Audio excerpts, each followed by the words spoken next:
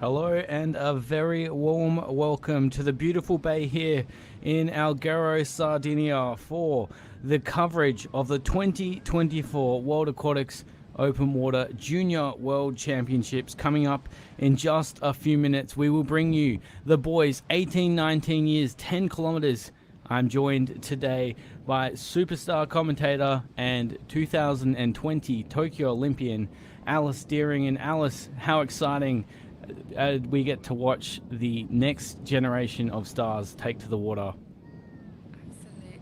The Juniors has a very fond and strong place in my heart. It's where I did a lot of my early racing, and it's such a fantastic way and place for young athletes to find their way in the sport and discover what kind of racer that they are. And some great names taking to the water today. The likes of Sasha Veli, obviously looking down the title of Junior World Champion. Who do you like out of this field? This is like a really interesting field. When I was doing my research yesterday, I didn't realize Sasha Valley was this young. If I'm being honest, I've seen his name a lot on the senior circuit, and so I just kind of assumed he was in his 20s, 21. So I think it's really exciting that he is of this age, getting to compete at a World Juniors. Hopefully, takes home that title for France. But we also have Luke Ellis, who is looking like a very, very strong contender. Been putting down some amazing pool times, and also the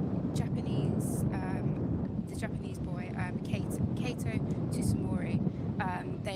I think for me it's between those three, but of course there are other great competitors amongst the field. Yeah, you're bang on there, and of course, we'll get to watch them in action throughout today's action, but of course, they'll be competing in the coming days as well. 4 days of action here in Alghero, Sardinia. We'll kick things off with the men's 10 kilometers as we start to introduce some of our athletes.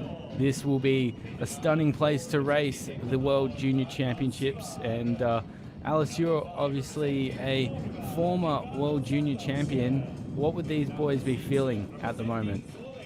Yeah, this is always the most difficult part of the race. If I'm being completely honest, it's when you just have to keep it cool as much as possible. You know, the nerves are flying. You want to get in the water and show what you can do, execute your race plan. But this is when you really have to keep everything together and keep your mind locked in.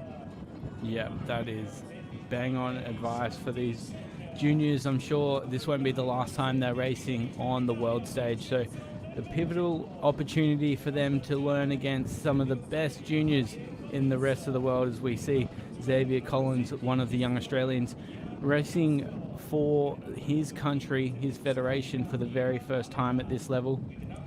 Here we go with some of the big names moving through. Kaito Shimori there on screen, the Japanese swimmer, as you just mentioned, Alice. He also was joining Xavier Collins at the recent Junior Pan Pacific Championships in Canberra, Australia, where Shimori was excellent in the 1500, and Collins he had a lot of speed. So that's actually a really interesting point. With these young athletes, they're still developing into who they will be when they become mature men. And we see quite a variety between them in speed and distance. Oh yeah, absolutely. We'll see this tomorrow. Sorry, I can't help but mention it. But with Claire Weinstein tomorrow, she can race a very fast 200, but she's doing a 7.5k, and she's a very, very good 10k swimmer as well. So the open water, I think, gets misunderstood in the swimming world by being like you just kind of swim long and fast for a certain amount of time. But typically open water races are very dynamic in pace. You know, so at some part you might be swimming like what feels like a swim down pace, and then all of a sudden you have to pick it up to a very fast 100 or 200 meter pace. So there's always a lot of diversity in the athletes in how they cope with these conditions. And when you get onto that senior stage, you start to get to know your competitors a lot better than what you would at this young stage of their careers. So talk to us about what we can expect from this race. We know last time we were at World Junior Championships, we saw none other than Olympic medalist David Bethlehem win by 4 minutes. So could we be expecting an early break, and do you think the pack will then be able to work together?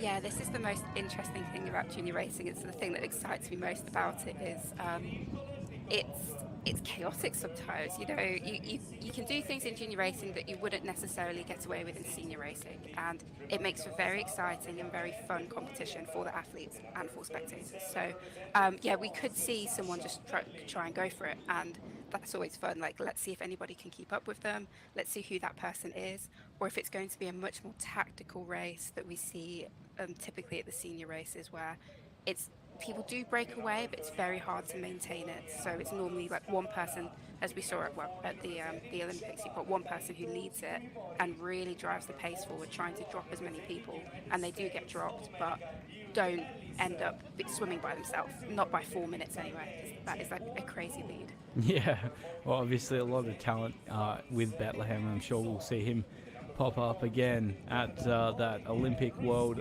Championship level. These athletes, though, most of them beginning their career in the water today. It's going to be testing conditions. Obviously, we've pushed the start back ever so slightly after some unfortunate weather over the last couple of days, but that's what open water swimming is all about, testing yourselves in the hardest conditions. Absolutely. I'm excited to see where this goes. It's looking like it's nice and clear now. Hopefully the water's calmed down a bit. A 10K is as challenging as it is in open water without having the conditions be like very, very difficult to swim against. So I'm hoping for clear water for them. I'm sure we'll see the conditions clear up as the race goes on, but for now, you can see that on the starting pontoon, all 47 athletes have been introduced, some, as we mentioned, for the very first time. The nerves would be setting in. As we mentioned, some of the favorites, Sasha Veli, Kaito Shimori, Luke Ellis of the USA, alongside Hunter Kovacs, Sirez of Hungary. So a lot of pressure on the Hungarian as well to retain that title for his federation, but anything can play out here as we get ready for the start of the boys' 10 kilometers. Any last words of advice for these athletes, Alice? One thing I'd always remind myself when I'm on the start line is that I know how to swim. I know that sounds really obvious, but at the end of the day, you are getting in for a swimming race. So, just take comfort in that fact and dive in and do what you have trained to do. Great advice from Alice Deering, my co-commentator today in the boys 18-19 years 10 kilometers. This is the 2024 Junior World Championships. The boys 18-19 years in the hands of the starters as we get things underway here for day one of this action.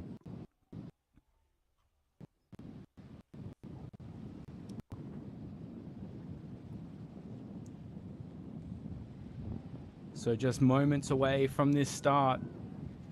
The starter has the flag raised and ready to go. Oh, there's the whistle. And we're off. The boys 18-19 years 10 kilometer World Junior Championships are away here in Alghero, Sardinia. And what a start, Alice. It's looking fast. It's looking very fast. I was just looking at my notes, and I just want to highlight Luke Ellis's meet record at the Junior Pampax in 7:52 for the 800, beating Bobby Fink's previous meet record. So we're dealing with some like serious speed in this race, and it is probably at junior races I would always just be like, just go for it, because you will end up dropping quite a lot of people. The experience within the field means that it's a lot harder to catch back up those large gaps. So in the first lap or two, you can really change the narrative of the race and take it into your own hands. Yeah, that's a great point, and something that we're starting to see more and more from the USA. We know that prowess in the pool, but as of yet, haven't quite seen that dominance persuade over to the open water. Obviously, you say that with the likes of Jordan Wilimowski, a former world champion, and now Katie Grimes at the top, and we can see Claire Weinstein sort of coming through as well. But Ellis, the leading charge for the junior men's open water team for the USA. But with all that in mind, we know the prowess that Saakashvili has. He is an absolute superstar, and if he was swimming for almost any other federation, probably would have been competing at the Olympic Games, but of course was sitting behind Logan Fontaine and Marc-Antoine Olivier. So potentially this could be France's great hope. We'll see them in action. 6 laps of the course today, and what a beautiful course it is. Yeah, yeah, absolutely stunning. It looks like really nice water. Hopefully not too salty for them. That was one thing that I always got really annoyed by. I don't know about you, Will, when you competed. Like, if the water was like really salty, you're just like, oh god, I've got to do 2 hours in that. But Yeah. it's something that you just deal with as an athlete. I often get questions, asked questions like that, like, what do you think about the animals in there and stuff like that? And I was like, I actually don't. When I'm swimming, I don't see anything. Like, I'm not. I'm not looking for a fish or looking for a stingray. Like, people saw stuff, and I was always like, where and how? Because my mind was just like in other places. Yeah, in the paint train for 2 hours in the water. It's interesting to see this the start play out. We'll get a better perspective on who that leader is shortly, but they opened up a tiny bit of a gap going into that first can. Obviously, early on in the race, you just want to try and avoid the chaos as much as possible. So getting out into clear water just avoids that damage that can be incurred across the first turn buoy. I know Ellis was in a very light blue TYR suit, looks like an arena suit out in the front for the men's race. But so far things shaping up as to be expected with that lead pack out really quickly opening.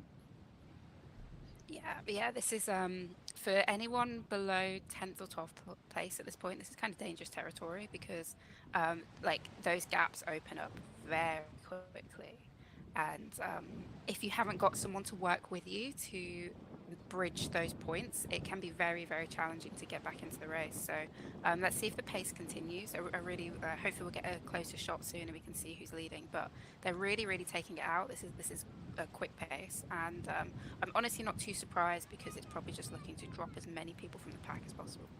Yeah, you say that, and obviously you say that with a bunch of experience at this level as a former champion. What was your tactic when you raced at World Junior Champs?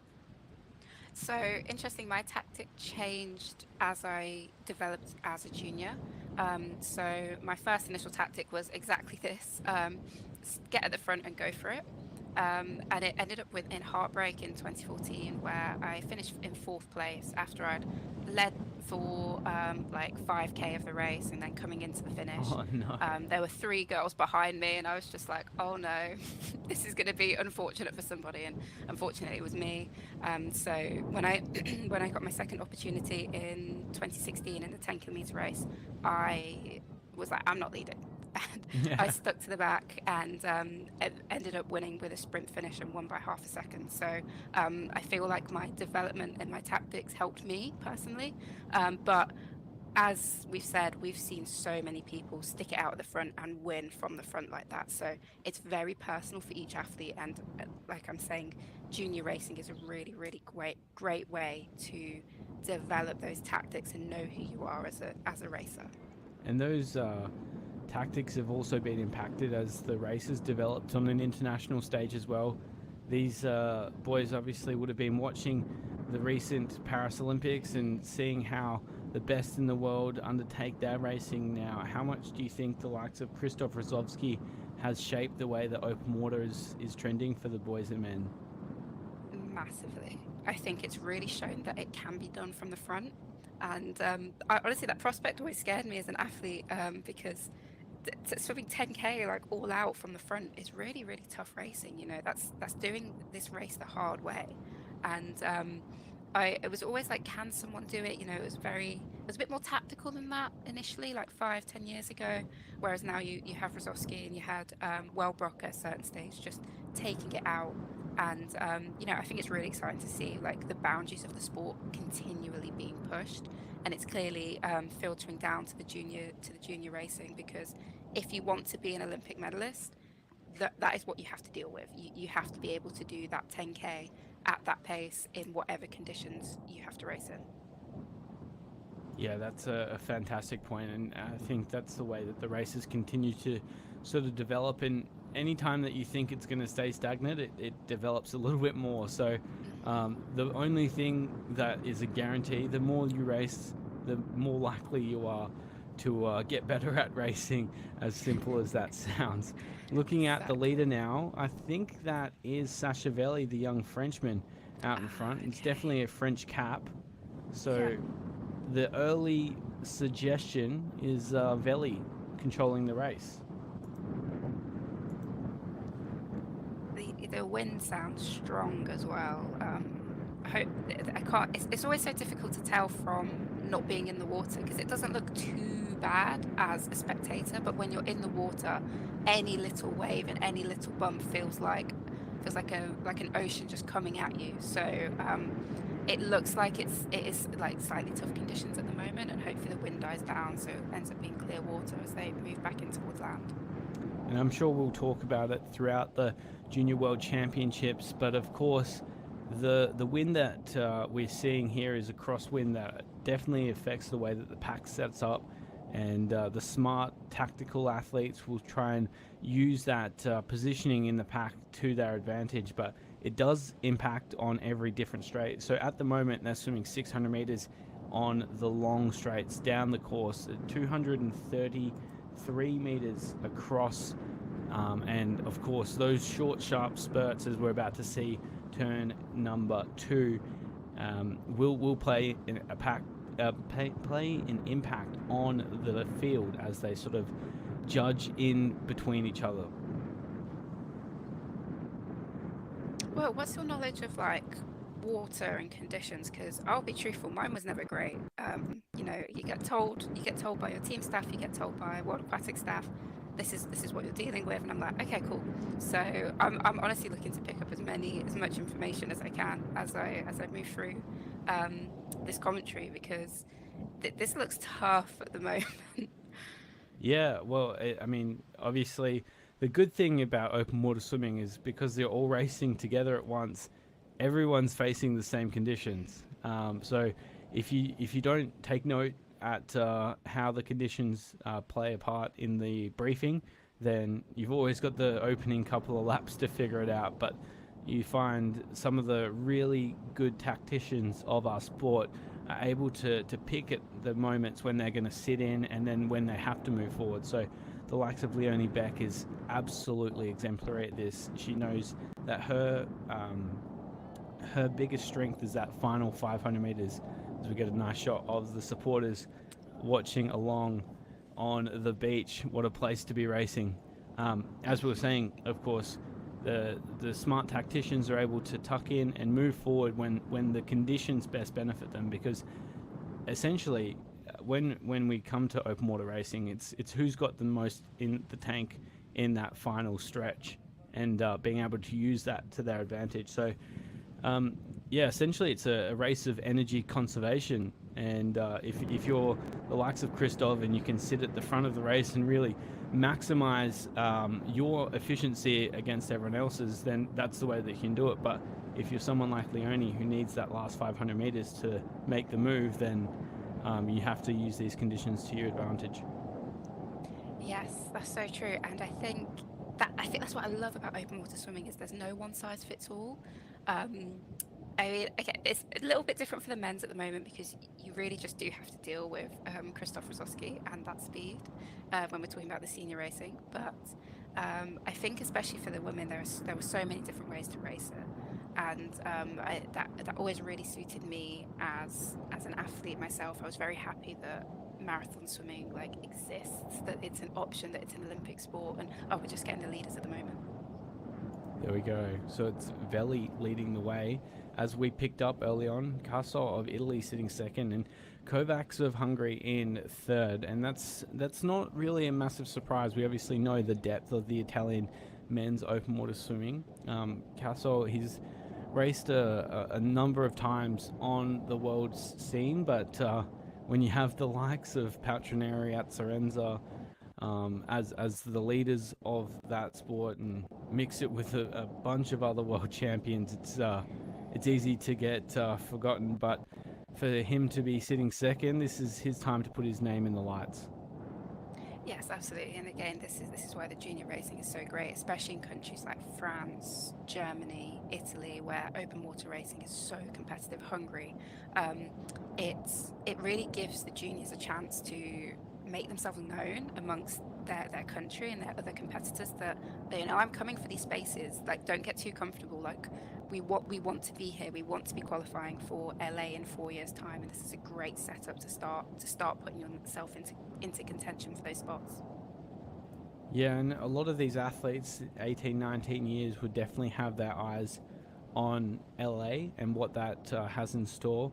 I think obviously the French race was so iconic, and the setting was incredible, but what it did also provide is quite a unique opportunity for these athletes to be racing in some tough conditions. And I think what that provided for spectators around the world was a really good look into the way that open water has sort of developed since its induction at the Olympic Games back in 2008. So with that in mind, I'm sure there'll be eyeing off more opportunities to race, and racing in these tough conditions like it's been thrown down in this opening lap definitely tests the athletes. But it's been an interesting lap here by Sasha Veli. He's obviously the class of the field. He'd be wanting to get some separation over the rest of the field with the likes of Luke Ellis and Kaito Shimori, we mentioned earlier.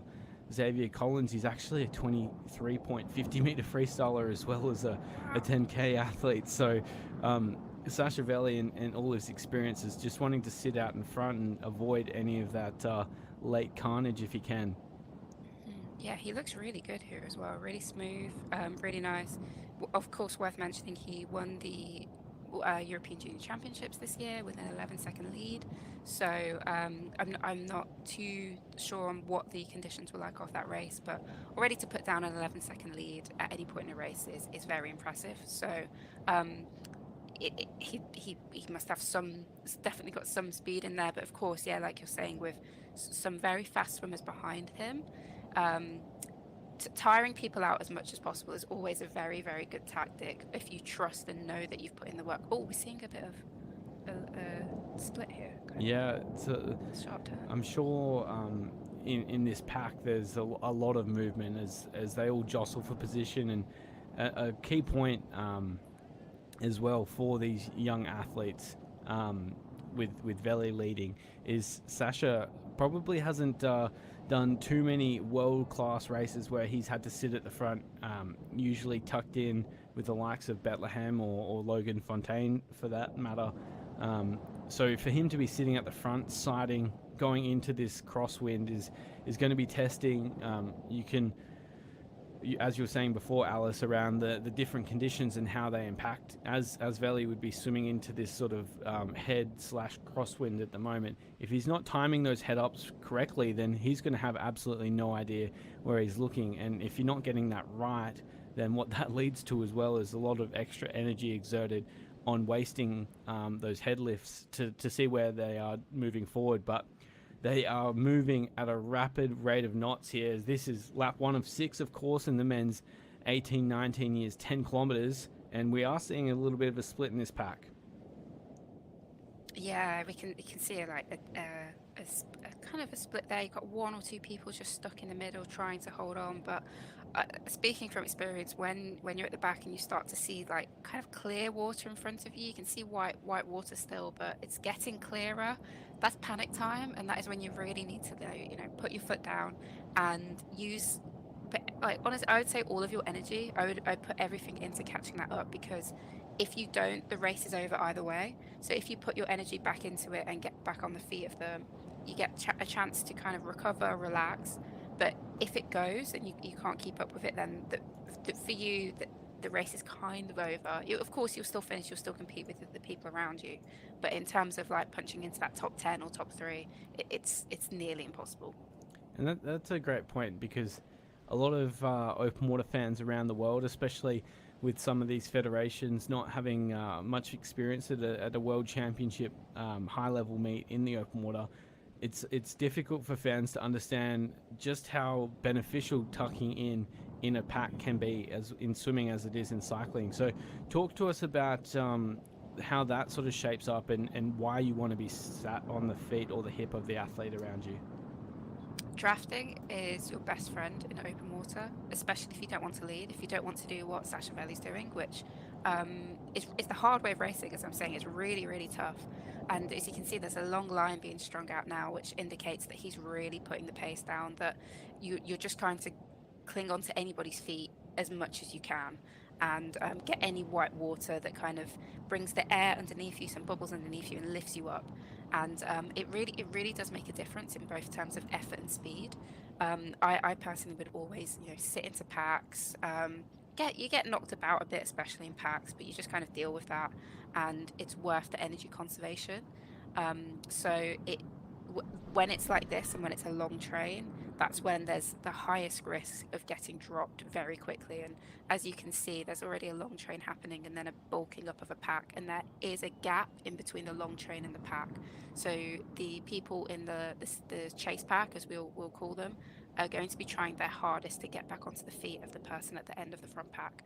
But once there's a substantial gap of maybe like 10 to 20 meters, even if you're swimming at the same speed, you're not going to catch that up, because it's just that you don't get any of the benefit of drafting. Yeah, and that's such a misconception of open water swimming is if you are tucked in that pack setting, you to move forward, you're not just swimming faster than the person in front of you. You actually have to swim faster than the leader of the pack. So you can quite often go from sitting at what might be 30% easier than what the lead swimmer is, to all of a sudden having to go a max effort for 100, 200, 300 meters just to make up a 2 second gap almost. So they certainly make it look a lot easier in the water than we do watching around the world, whether you be on your couch or tuning in via YouTube.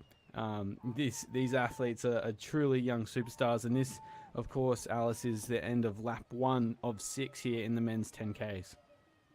Yes, yeah, it's going to be good to get through the timing gate and see, where everyone's at. Where's Luke Ellis? Yeah, this we're looking like there's probably like the top 10 and then the chase pack. We'll see if the pace slows down a little bit to allow the chase pack to really like tuck back in there. But I think Sasha is clearly swimming with an intent to go for it. Yeah, Sasha Veli leads us through lap number 1 for France. We talked earlier about how important it is to keep your fluids replenished, especially when the water is salty. These athletes racing here in the beautiful bay of Sardinia, and I'm sure the water is going to be testing them as they make their way through the first feeding pontoon. Some athletes choosing to swim through. We'll see if that catches up with them later on in the race, but Sasha Veli, our leader, and looking very good early on. Alice, we know, as we mentioned in the preamble, that the last World Championships were taken out by 4 minutes by David Bethlehem of Hungary. Sasha Veli, obviously some dubbing him as the next David Bethlehem. Do you think that 4-minute title might be something on the minds of the young Frenchman?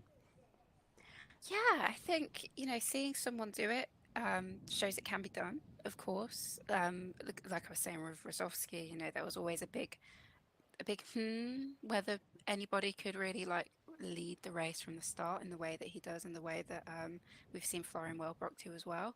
So, I think why not? Why not try? And he's clearly given it a go. And I do love that this will be a very different race for him. We haven't seen him lead at the World Cup levels because, of course, it's the competition.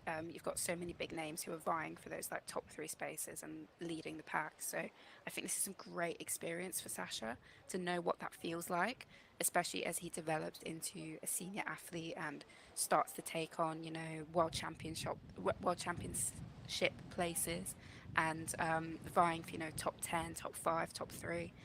So again, it's always just great experience, and it seems like he's taken his foot off the gas a little bit. Yeah, just falling back into that pack, but the damage is done early in lap 1.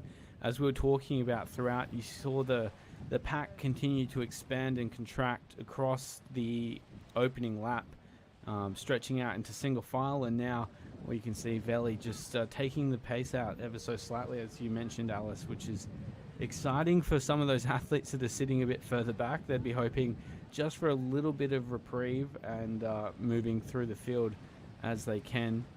But this is also a point of contention for some athletes when they are going all out and then it comes back in. They get that false sense of security, and then, you know, the likes of Vincent Cassol of Italy could potentially move forward. And he's got some great talent behind him as well. 5th at the recent Euro Junior Championships. So definitely be looking at a podium this morning if that's in his grasp.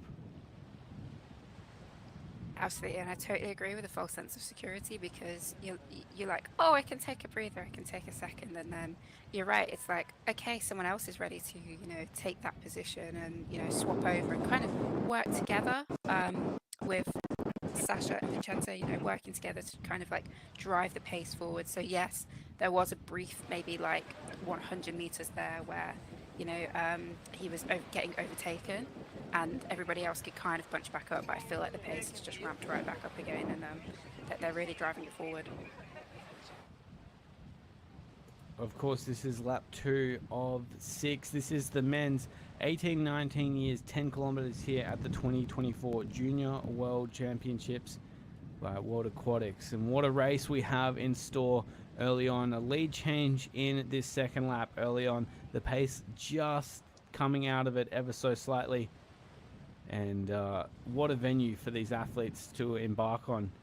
What a incredible! I know the World Aquatic staff have been very excited for what this venue has in store, and excited for what the schedule has in store as well. We have a new event on the cards, Alice. Yes, the 3K knockout. I'm really excited to see how this works. I love that World Aquatics is experimenting with the juniors for these races. I think that's really fun. It's really fun for the athletes to feel like they're involved in the development of open water swimming, but it's also a great place to, you know, like feed that into the juniors, so when they move to the seniors in 3, 4, 5 years time, it won't be too much of a shock. You know, that's like just a standard race that I've done since I was, you know, for some of these boys and girls 15 years old. So yeah, I'm really looking forward to that one. Obviously, a brand new event at the World Champs, and something that would be very foreign to these athletes on how they back that up. If you were still competing, Alice, how would you be approaching that? It's going to be quite technical to see how it breaks down. Yes, yeah. So please correct me if I'm wrong as I speak through it, but you have the 1500, and is it a certain percentage will get knocked out from the bottom, and then you move to a 1K race, another percentage gets knocked out from the bottom, and then a 500 at the end. Yeah. This is tough. This is really, really tough, because it's not like a 3K best effort. You have to really, you know, manage your system, but also the fact is, if you're not in the top numbers, there will be a reduction. So there will be some swimmers who probably have more of an outside chance, who know that they're going to really have to go for it from the start, and then that forces everybody to have to go for it from the start. So as I was as a swimmer, I always sat back, and I think this would have been very fun for me to like really experiment with, okay, let's try and sit further up, let's see what that looks like, and also in a much more relaxed way, in terms of, it's not the 10K race, I'm not competing to try and qualify for World Champs or the Olympics. Why not try something new? And I think this is a really fun and exciting way to get athletes to experiment with, you know, the first lap of a race, as it would be the 1500, that's roughly the same as the first lap.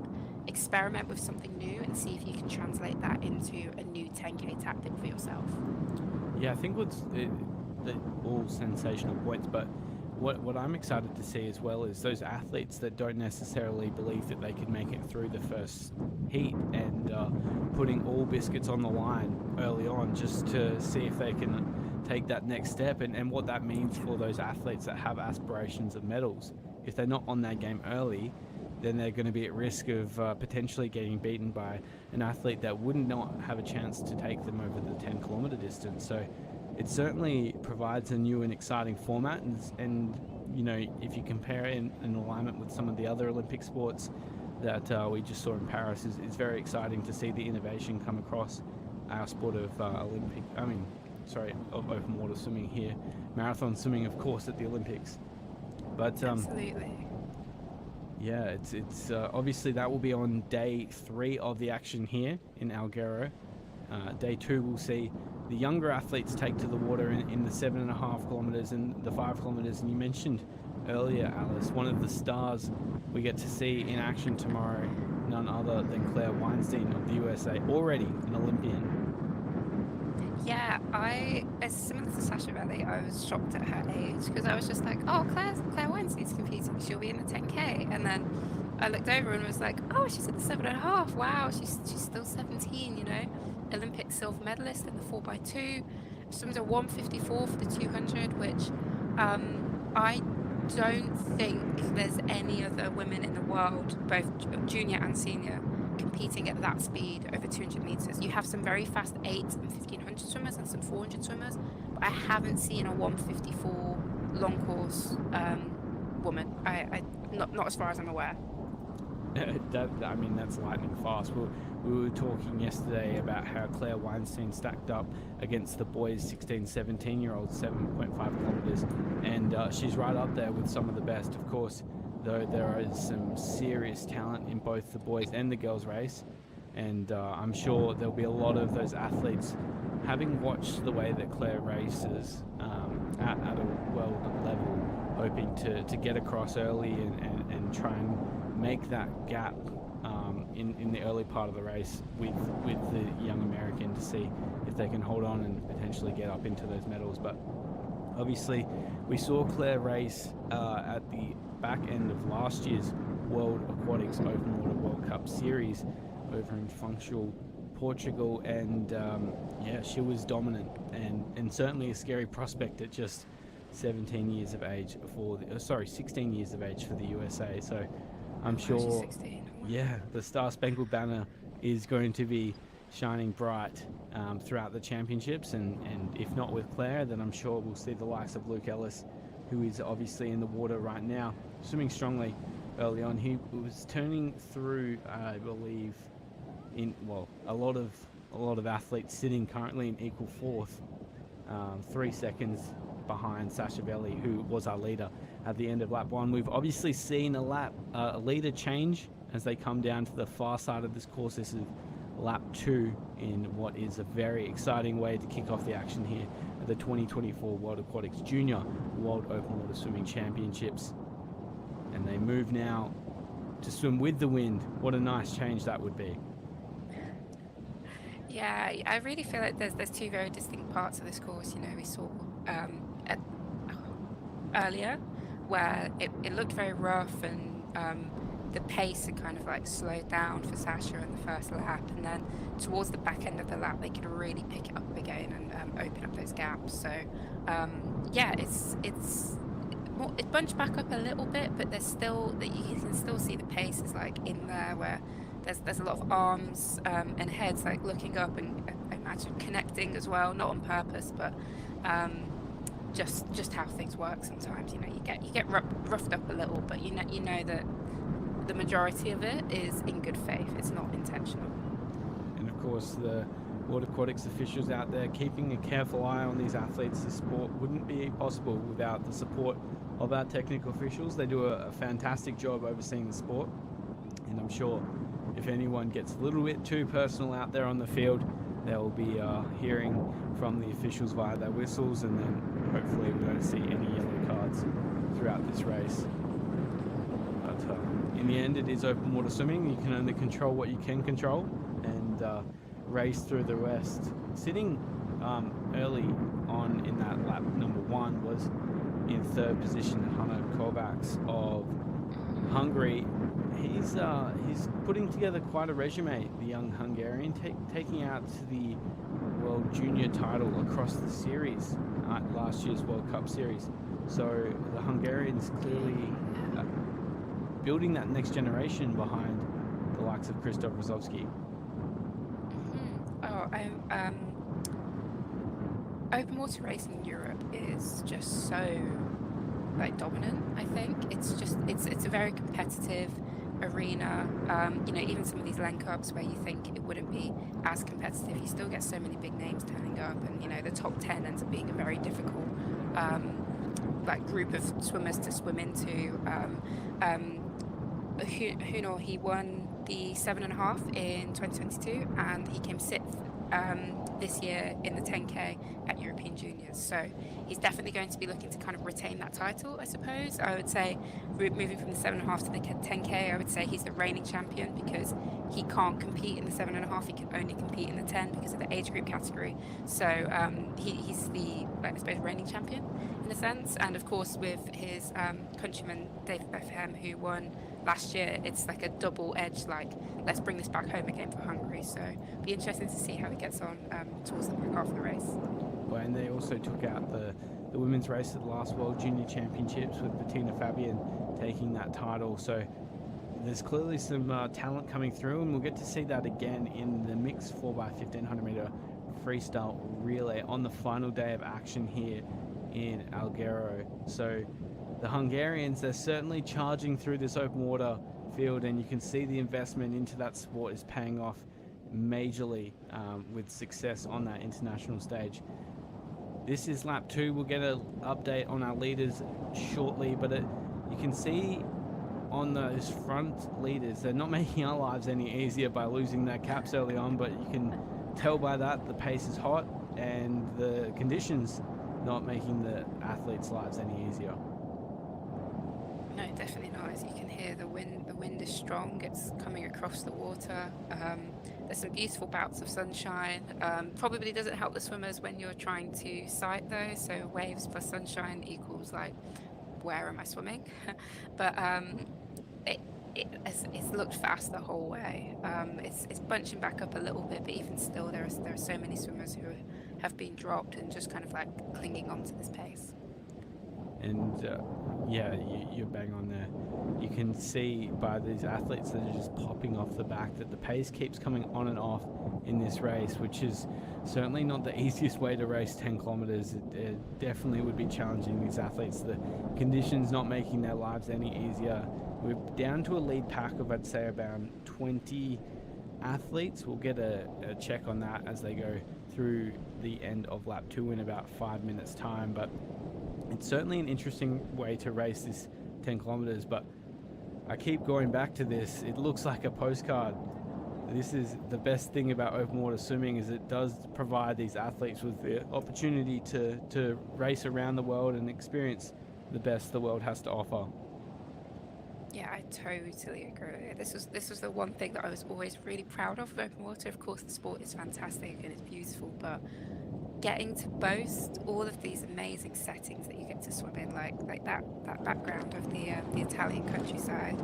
Last edition of these championships, they were in the Seychelles. So it just these are really, really cool places to travel to, kind of once in a lifetime places that in some cases, you know, for certain countries you just wouldn't come all the way to Italy, or you wouldn't go all the way to Seychelles. So getting to do that, race for your country, maybe bring home some silverware as well is always such an amazing thing for these athletes. One thing we'll keep an eye on as they come down to finish off this lap number 2. At the end of lap 1, Peter Wozniak of Poland was sitting almost at the very back of the field. So it's something to keep an eye on. He carries a lot of prowess. Second at those Euro Junior Championships earlier this year, 22nd at the Olympic Games. So he is a star of this field, and someone that I definitely thought would be contending in the medals. Obviously, I mean, you can only expect what the post-Olympic Games means for athletes, and especially at this young age. It'd be very hard to continue that training through, but we'll be keeping an eye on Wozniak.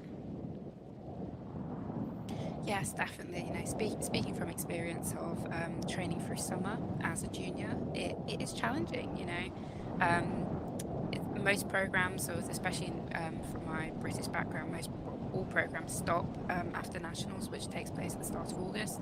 And I remember competing at a competition at a very similar time, like the start of September, at the 2014 edition of these championships. So it can be really challenging, but that's when you know you really have to want to do it by yourself. Of course, I can't speak for all programs or all athletes, and some of them may have just carried on through. But it's a real time where you get to show your passion for the sport of, like, yes, I'm training by myself, I'm going to these public swim sessions alone, but it's for the opportunity to take home a World Junior medal, which can really set up the foundations of your open water swimming career. Yeah, that's some great insight from someone that has seen those highlights of this sport, and I'm sure these athletes will be hoping to be able to call themselves the World Junior Champion as well in about an hour and a half's time, or just under that, in fact. This is lap 2, as we've been mentioning, and as you can see on your screen, this front pack is whittling down with every 100 meter of the race. It is going to be a very exciting back end of this 10 kilometers. Sasha Veli sitting in second, trying to just pick up who that lead athlete was. We'll see if we can get a shot on that shortly, but certainly shaping up quite excitingly. The pace is hot, but not too hot, as that lead pack still not quite in single file, but very close to. Yeah, this is these are one of those moments where, as one of the swimmers a little bit further back in this pack, you're very happy that you put the effort in early to stick with this group, because the pace has maybe slowed a little bit, maybe, but it just means that you have a chance, you have an opportunity to climb up. Whereas um, if you didn't commit to it early on, you're sat much further back now, or attempting to bridge a gap which is unbridgeable. Yeah, it's definitely entering that danger zone. You, especially with Veli sitting in second, if you were sitting a bit further down the pack, say in that 18th, 19th spot, the most dangerous situation this field could have is Sasha Veli putting in another effort and then pulling away from the back part of that pack. So they'd be wanting to move forward, and the athletes sitting around that 10th position mark would be wanting to hold that position, which is how you end up with that bunch in the race. But for now, not a lot of movement up the front. Veli still sits second. We'll get an update on who leads the race very shortly, but it is shaping nicely here. I think it is Honor, as you mentioned earlier, that from Hungary. I think he's actually our leader as we come down to this end of lap 2. Yeah, they've kept the pace high. They don't want to allow it to, bunch back up too much. You've got Sasha Veli tucked in behind him. Probably enjoyed getting some draft after putting in a very, very big effort on the first lap. So it'll be interesting to see if it changes after they go around this boy as drastically as it did in the first lap. Yeah, Kovacs will obviously be hoping to hold this position. We saw Veli just in that opening lap just really try and get away. Wasn't able to make that gap, and hence has taken the foot off the pedal, so to say. But it is Kovacs Suarez leading us through for Hungary. He looks sensational. In this third lap, we'll break down some of the athlete strokes, but we get an update on our leaders there. Veli sits second, Pozzin of Italy in third. It's not very often you get the opportunity to race in your home country. Sam Thorpe just outside the top 10 for Australia. Erisman Ellis 12th and 13th for the USA. So all the big names that we expected early on sitting in that lead group. It was good to see Wozniak moving forward. That's a clinical effort by the young Polish swimmer, and I'm sure we'll be see him feature later on in the race as well. This is old school racing, as some would say, back to the days of Ferry Vertman potentially for Wozniak. Yeah, I've always enjoyed this style of racing. It's got a special place in my heart because that's what I did. But it's old school now. The field has changed. I think it feels like it's changed quite drastically, to be honest, as well. It's in the space of a few years where like it's really became prominent that you swim hard at the front and you make it impossible for anybody to come past you because you're just swimming so fast. So it's going to be interesting if anybody can like change it. I guess we still got 4 laps to go. It's still a long way of racing. And I just want to comment. I absolutely love the amount of South Americans that we have in this field, but also the competition. It's something that I really noticed when I was looking through the start list, that there are a lot of Venezuelans, a lot of Costa Ricans, Puerto Rico. Um, it's just really nice to see. I feel like it's a continent which I don't remember being very prominent in open water racing. You know, of course, you have Ana Marcela Cunha, Okimoto from 2016, the bronze medalist. But I feel like there's a gap of potential for that to be a really strong continent in this event. Yeah, it's a great point, and someone that we sort of had as an underdog in the mixed 4x1500 meter relay at this year's World Championships in Doha. So someone like the country like Brazil, and as we see, Ecuador as well moving through. Is something that's very exciting for the sport. But Alice, speaking of excitement, it looks like there's a little bit of a gap opening up here between 7th and 8th in this lead group. Mm. Yeah, this is dangerous territory for, you know, some of our favourites. If this gap can be allowed to extend. Um, you know, Luke Ellis, I think, was sitting in 11th or 12th, somewhere around there. It was only about 9 seconds back from the front, so not a crazy distance. But again, I really think the pace has been put down and it's stringing out. And yeah, like you said, there's quite a gap there. So if this pace doesn't back off in the next 5 to 10 minutes, it could be quite drastic for some of the swimmers. Yeah, this is definitely danger territory for that second group. They would be fighting with all their might. They just need to make sure that they're working together. You can see the different inciting starting to play an effect on these athletes as well. Keep in mind, most of these athletes with not much experience racing at a world level, would you be used to, leading the race by themselves and not having much competition near the front as they race the junior level of their federation. So this might be new territory, and we can expect the unexpected out of the World Juniors. But certainly we can see some fireworks starting to take place here in Alghero. This is the third of 6 laps in the men's 18-19 years, 10 kilometers.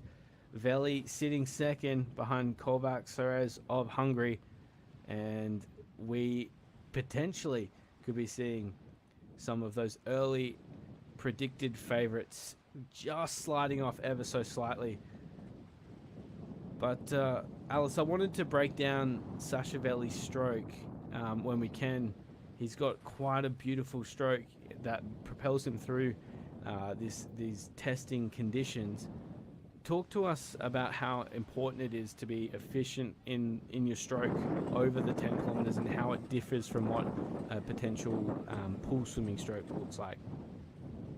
Yeah, so this is a really interesting area, which I honestly think around the world probably needs more attention from coaches and athletes in terms of the difference, especially between men and women, on how a stroke is swam. So, speaking from my perspective as a woman, it was very like I slipped water a lot. You know, I don't have the muscular endurance to get a strong catch on every single stroke for 10k. When you think about how many strokes you're taking, even if I'm moving at a stroke a meter, that's 10,000 strokes. It'll be anywhere between 9 to 10,000 strokes which I'm taking. Not every single stroke can be absolutely powerful. It is a bit different for the men. I still think there will be some water slipped naturally, as you just have to conserve your shoulders and conserve your energy as you're moving through the race. So it's not going to be the same that you see in the pool for the 8 or the 15. You're dealing with very, very different conditions where, you know, you've got to sight, the water's wavy, you're swimming for 10,000 meters. You want to make sure that your shoulders are in good condition to have a good sprint for the last 500 meters. So the best athletes, I feel, are able to adapt their stroke if they feel something slightly wrong, or if the conditions are giving something different, to make sure they are keeping their body in good condition for the back end of the race. And I think that's epitomized in the men's 10 kilometers, as you were saying, when you look at the likes of Florian Wellbrook, who technically is absolutely perfect. Stunning. But, absolutely beautiful, yeah. Yeah, and I encourage anyone that hasn't already to go and check out his Instagram and get some great shots of him in the flume, where you really get to see the tactics of his technique broken down through the flume. and seeing just how he engages that latimus dorsi to really propel himself as much as possible and focus on that efficiency. So when you compare him to the likes of Krzysztof Rozovsky, who's also a brilliant stroke, but technically not as clean as Florian, he's still able to swim efficiently and powerfully through those rough conditions. And when we saw in Paris, where it wasn't as clean as a pool, obviously Christoph came out on top. Hmm. Yeah, this is the time old thing of open water swimming. It really allows for you to find what works for you. Whereas quite a few events in the pool, especially up to the 400 meters, I feel like there is a certain stroke which works, which you need to learn and hone and develop. Whereas in open water, I was competing against women who were nearly 6 foot. I'm 5'5" myself, but it was kind of like a just a level playing field in terms of, we're not competing over 100 meters where a height difference has a clear advantage. In open water, there are advantages just to being more petite or to being a bit more bulky or to being more tall. And the same is said for stroke. So I just really think it allows athletes to come from any kind of physical background and develop into being one of the best in the world. And I think that's why open water swimming is so exciting, because it really provides an opportunity for all sort of shapes and sizes to come together and race that distance. We've seen in the women's race where Sharon Van Ruendale started her career as a backstroker into the 400-meter freestyle, and now arguably one of the goats over the 10-kilometer distance. So it provides that level playing field for whoever you are to come and to try, and it does sort of encourage those who do give it a try and give it their best effort. And if you're not a perfect tactician but you are a really hard trainer, then you've got a chance to come away with some silverware, which is great. And I'm sure these athletes are in that position. I think one of the exciting things about this next generation, though, is looking through the starting list. All of these boys in the water at the moment will at some point have raced at a very high level in the pool, whether that is the likes of Luke Ellis in the 800 meters freestyle at the recent Junior Pan Pacs, or all the way through to Kaito Shimori, who's also a fantastic 400 meters individual medley swimmer. And I think that's just going to continue to develop as the sport becomes more popular. Yes, yeah, this is the thing often asked, like, how did you get into open water? And truthfully, it starts in the pool. There are very, very few athletes that I know who were out and out open water swimmers from like age 14. You start your background in the pool, you learn how to race pool races, and then you get given opportunities to go to open water races, or you go find those opportunities for yourself. And then come, 17, 18, 19, 20 years old, you start to think, okay, maybe this is the event for me. And then that's when you kind of start to put more of your time and effort into finding those open water races. But I'd always encourage people to keep a little bit of background in the pool, the open water conditions of it at the moment. You need speed. You need to be able to have a change of pace, or you need to be able to hold like a very fast 1500 pace. It's not just like you're not swimming 10K and just trying to get through it. That's an interesting point, Alice. I'd love to hear how you actually got into open water swimming, because for a lot of these athletes in the water, this is the only generation or only year group that at these junior championships that would not know a world without the Olympic marathon swimming. So someone like yourself who is only just a little bit older than these athletes that are in the water, what was your journey into open water like? Yeah, so I was always a distance swimmer in the pool. I did the two fly, the 4 a.m., the 4 free, 8 free, 1500. And at a competition, I'd qualified in the 400 meters for European Junior Championships. I went on to those championships to swim the 4, the 8, and the 15. But at the same competition, I also got the opportunity to try a 10K swim, 4 GB, to qualify for European Juniors at that race. This race was a 10K in Portugal. It was my first ever time in open water. I'd never even done a training session, let alone let alone a race. And I actually had no idea how far 10K was. I know that sounds silly. Like, I did 8K training sessions in the pool, so in my mind I was like, how hard can a 10K be? Very naive, but I'm actually really grateful I was naive because it was the hardest race I'd ever competed in my life. I went along to it, I just about managed to finish it, and I said, I'm never doing that again. I'm not touching that again. I'm not interested. Um, Britain managed to convince me to go to the European Junior Championships because they said it was a 5K race and they promised the water would be a lot warmer because it was in Turkey. This was way back in 2013. And I actually ended up winning that race. And then from there, I was like, oh, okay, I'm actually like fairly good at this. I think I should probably put some effort into it and try and take it and let's see how far it can take me because to have had my second ever race and managed to win European Juniors, I just thought this is clearly something I'm meant to do. So let's run with it and see where we can get to. That's such an interesting story into open water swimming, and to be fair, not too dissimilar to what we can potentially see with Daniel Wiffen. I know he obviously very famously got out of the water in Paris and said he's never going to come back to open water swimming. Do you think that's a potential chance? Um, I would love to see Dan give it another go. I really would. Paris was very, very unique. There might be more races like it on the horizon after seeing, the success of it, and it had a lot of press, whether that was for good reasons or not. It had a lot of press, and as a fan and a competitor of open water swimming, I was quite excited to see us getting some love. Like this is the Olympics, and we often go a little bit under the radar. So whilst there were challenges with it, I would say to a lot of swimmers who probably got out of that race disappointed. Um, don't lose faith in it. I think there's a lot of potential, with Dan Whiffen, putting down some amazing times in the pool. I've seen him train. I know what he can do if he was to get the right conditions or the right race, or even just experience. Like Christoph Rosowski, for example, he won the World Junior Championships the same year I won it in 2016. So he has been competing at this level for at least 8 years, at least. But I'm not sure about his history before that, but at least 8 years he's been swimming um, at a very high level. And Dan Whiffen, that was his first time, and it was the Olympic Games. So, and there were other athletes in that field in a very similar position. So I think it's exciting where World Aquatics is looking to take open water. You can see the vision happening, and there are a lot of athletes who will come along for the journey. And we've just seen the Mexican Paulo take the lead here.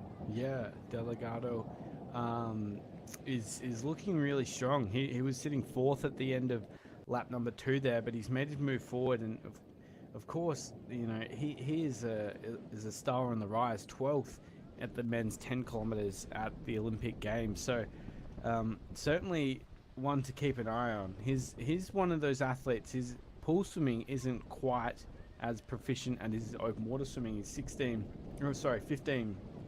30 odd 15 19 1500. So it is a good 1500 meters, but when you compare it to the likes of Luke Ellis, who's a bit further down in the field, he's not at that top end speed. So Delgado looking to extend this lead, and he looks sensational out in front. He does lift his head quite frequently, clearly wanting to get a good look on the field, but out in front looking really good.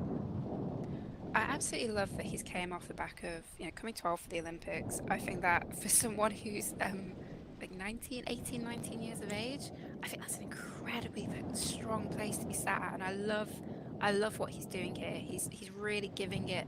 He's sat back a little bit, taking his time, got a feel for the water, got a feel for the course, and now he's like punching through and really looking to make a name for himself. And this is really exciting racing, especially coming off of such a tough race in Paris. I think this is one of those things where, as an athlete at his age, he wouldn't have raced anything more difficult than Paris. So he'll be looking at these World Championships thinking, I'm racing against people of my age. There are maybe 1 or 2 competitors in there who were at the Paris Games. No one's got the experience that I've got. I'm going to, showcase myself and show the world what I can do. He's putting in a massive surge here. He's clearly putting in an effort to try and break this field up. That's why he's looking back so often. But He's doing a great job of it as well because he looks absolutely brilliant out in front, really efficient, leaning on that lope of the stroke to cut through these waves. This is perfect swimming in these conditions, and clearly, obviously, the Mexican has been used to racing in the ocean because he's slicing through these waves like a hot knife through butter, looking, yeah, simply sensational. I did want to break down Sasha Veli's stroke in this third lap because he has a clinically beautiful stroke, the Frenchman, but we've got Delgado leading the way for Mexico, and Sasha clearly sat his in third technique's there. working as well.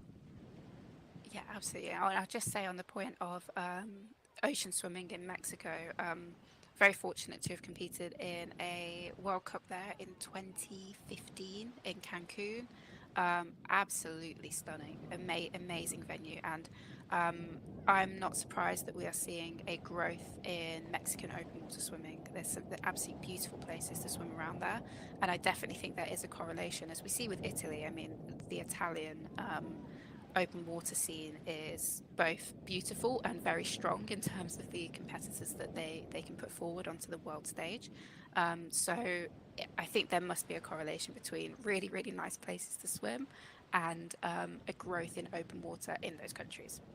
Well, and I'll add to that as well is the inclusion of those World Cups at a home federation enables those younger stars to see the best in the world come and race, and no doubt there would have been some athletes that got to race the likes of yourself, Alice, and I'm sure Sharon Van Ruendal and Anna Marcella rolling through those World Cups and inspiring them and learning lessons from those athletes to take back to their compatriots. And if Delgado, I don't know if he would have been racing the World Cup back in 2015 at 10 years of age, but I'm sure he would have taken lessons from or not. His teammates have taken lessons and inspired him to come through. And what an athlete that the Mexico has on the rise as we come down to finish off this third lap.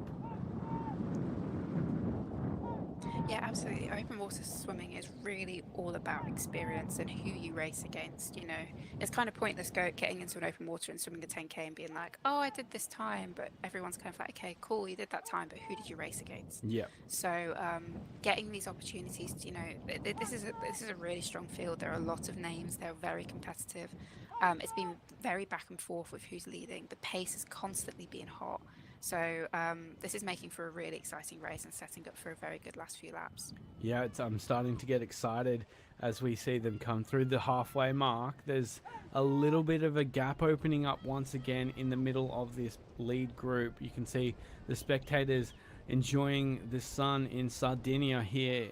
What a way to start off your Thursday around the world. Mexico clearly cheering on Delgado as they come down this halfway mark. But the pace once again on these athletes now 3 laps in. They would have known what these conditions have in store for them. Sasha Veli still within striking distance, as is Kovacs, but leading the way, Delgado of Mexico, and Alice, he looks simply sensational.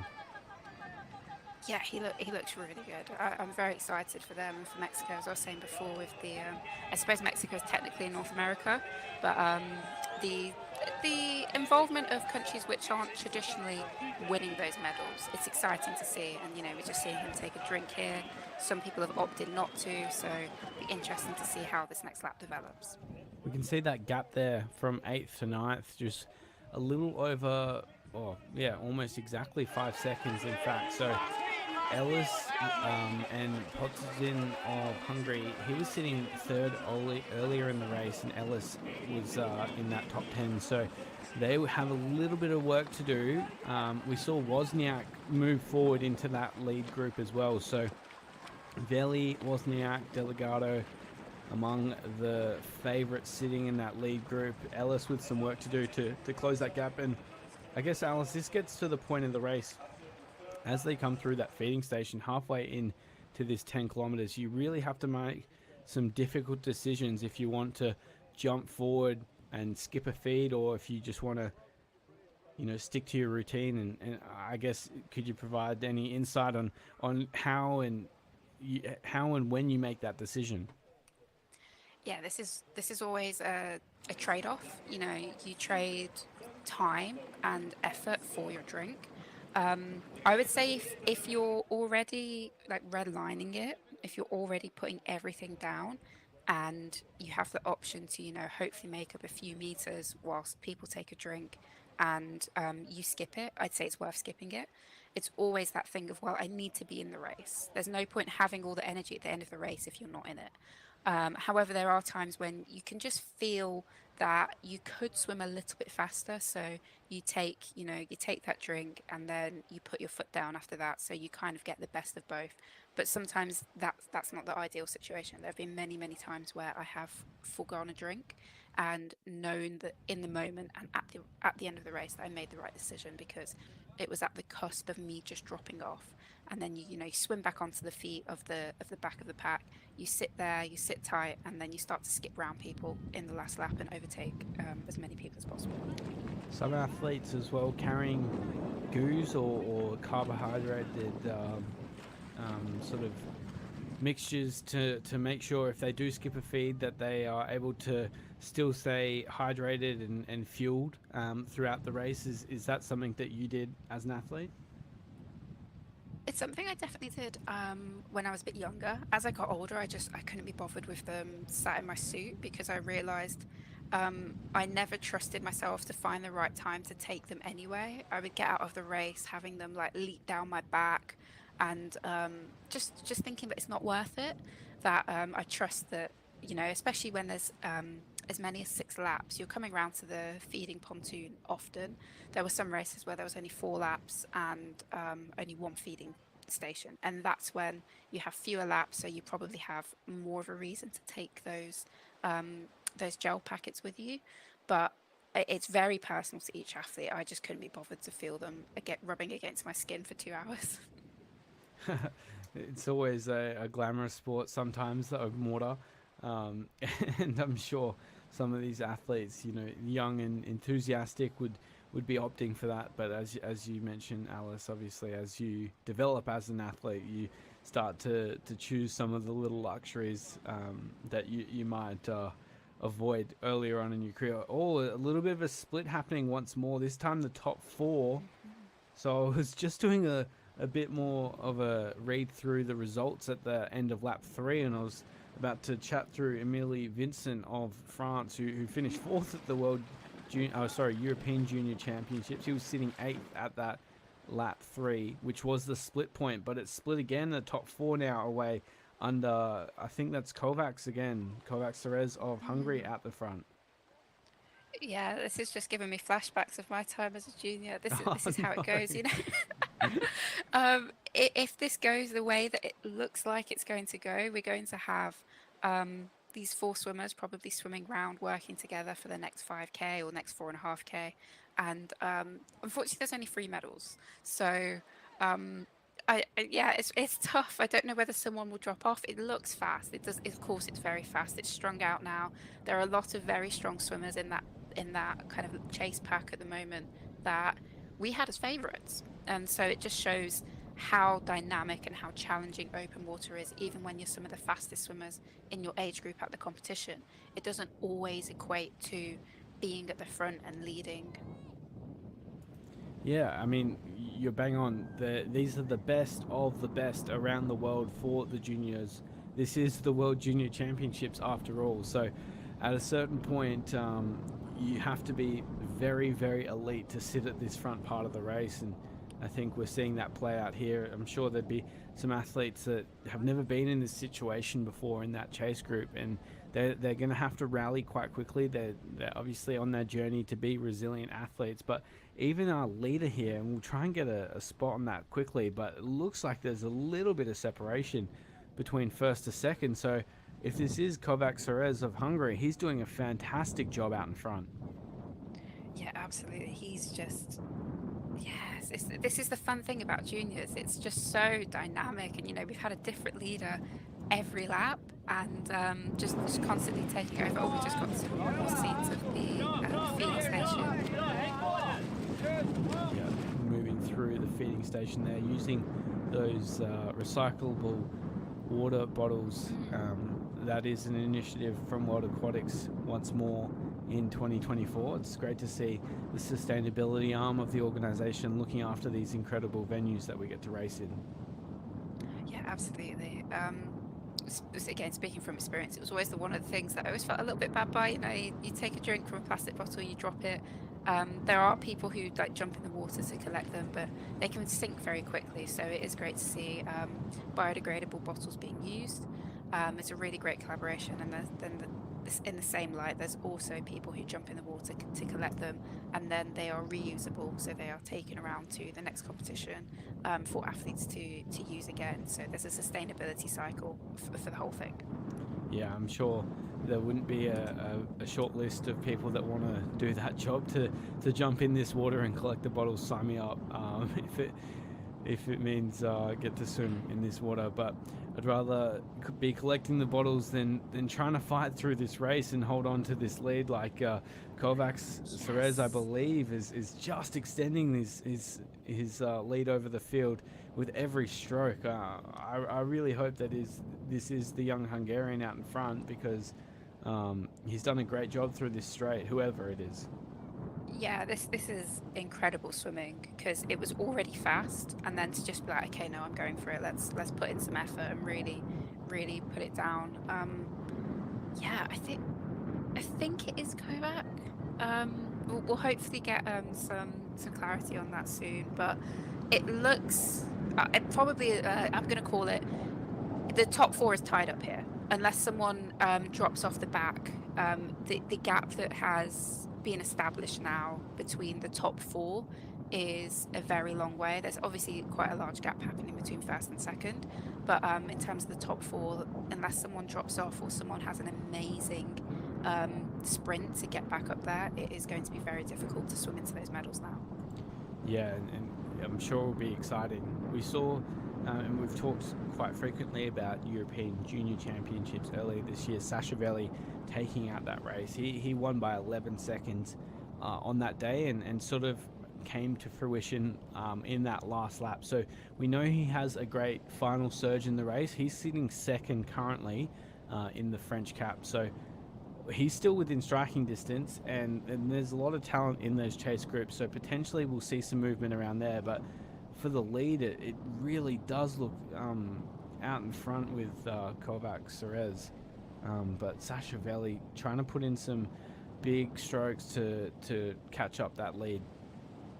Absolutely. I'd love, I'm just going to make up a narrative. I'd love that if Kovac Cerez had messaged David Bethlehem and been like, how did you race this? What did you do? What could you advise? You know, junior racing is very kind of bespoke in that way, of that it's a different feel. And if he's trying to do something like David Bethlehem did 2 years ago with that 4-minute win, it looks like he's slowing off a bit though. I think he's done what he wanted to do in terms of dropping everybody. Yeah, And now, has. He's absolutely split this pack though. That's crazy. Yes, he's destroyed it. I tell you what, if you were the fourth athlete, as you're mentioning, Alice, Oh man. your heart would be about to sink in about 50 minutes time. But Sachavelli now out in front. Delgado looks to be in the mix there as well. So what a finish we have coming up. 50 minutes till we see the gold awarded, but it's certainly shaping up to be very interesting, and there is no way, if you'd told me before the race that we would have had 4 athletes out in front by themselves, I would have believed you. This is I could believe that Sachavelli maybe have won this race by 4 minutes, or that we would have a tight pack of about 10 to 20 into the final lap, but a breakaway of 4, this is going to be an exciting finish to the race. And I'm sorry that you have to relive this trauma for the 4th athlete. No, honestly, I'm just sat here like, wow, history repeats itself. I'm not exaggerating. I did exactly the same thing, but I didn't have the experience and sense that Kovacs has had to make the break happen and then stop. I was feeling cocky. I just kept going with it. So it's very interesting to see him trust in his ability, because that is what he's doing now. He's trusting in his ability at the end to be able to beat the other three competitors. Otherwise, he wouldn't have taken his foot off of the gas. So it's going to make for a very, very exciting finish. And whoever finishes fourth, I don't, if you ever watch this back, I am so sorry. I feel for you so much, because I have been there. But trust me, there are other competitions and there are brighter days ahead.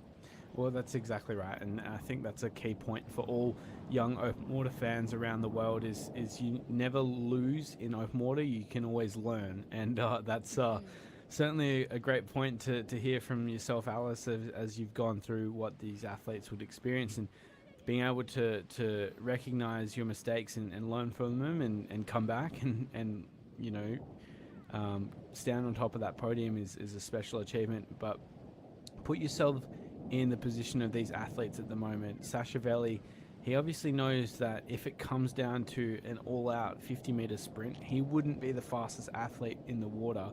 Over 10 kilometers, he probably is, but that depends if he has to lead the whole way. He knows now that he's separated with a group of 4, and he's at the front of that race. So how does he work from this position to make sure that that chase group, in fact, Delgado leading, apologies. Oh, okay. But how do these athletes make sure that the pace stays on enough that they'll be able to contend for the medals, but not enough that they're able to still put in that final surge and stay up in the top 3?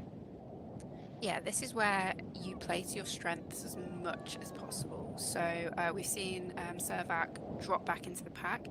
He was creating a gap by himself. He was very much by himself. He had to slow down a substantial amount. So I think he will be sitting in a position thinking, okay, I know that I can outsprint them, or I know that if I put in an effort over 400 meters going around the last buoy, if I put in an effort going around the last buoy, I can beat them. And I'm not sure about the tactics of the other swimmers, where their strengths lie. Mine would have been, I'm going to stick with you up until the finish funnel and then beat you in a 50-meter sprint.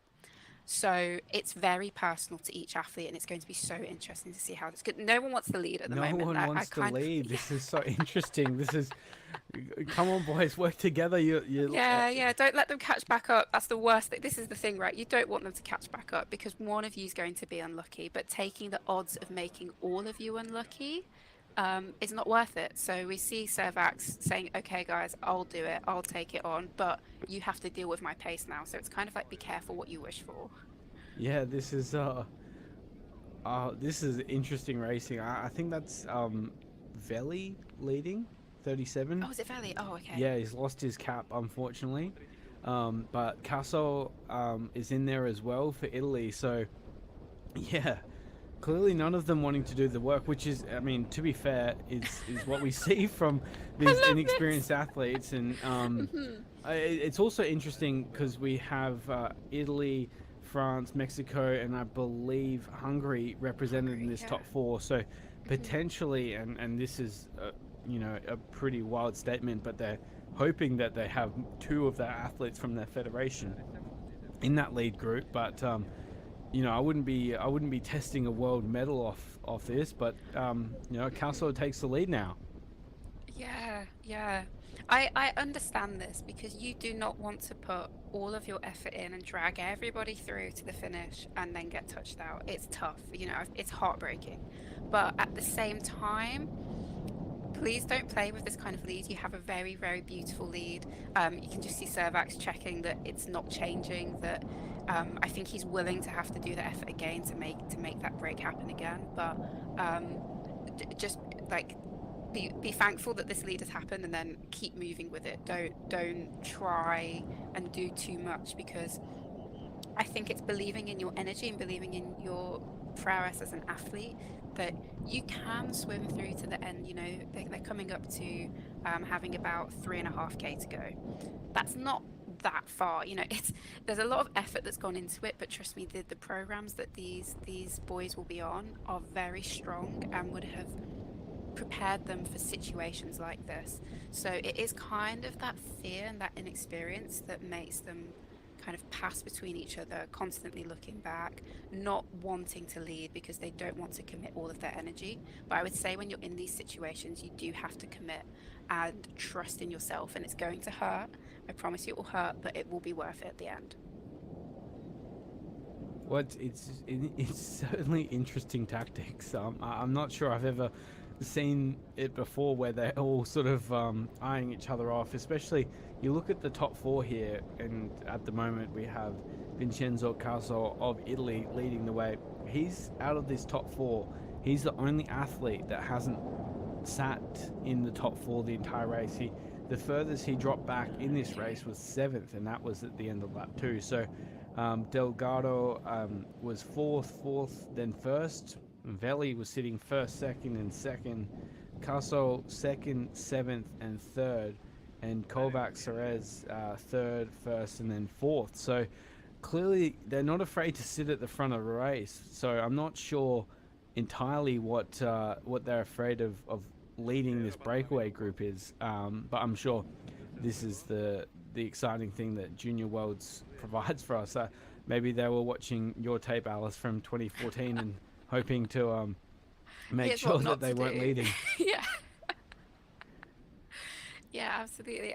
This is why I absolutely love junior racing. It's conversations like this that you speak about. You know, you get out and you speak to your coach, and you're like, and they're kind of like, well, what was going on there? And then you learn from it. You know, I had a very strong lesson learned at the end of that race. It formed who I was as an athlete in the sport after that. It's like the nightmare race that happened.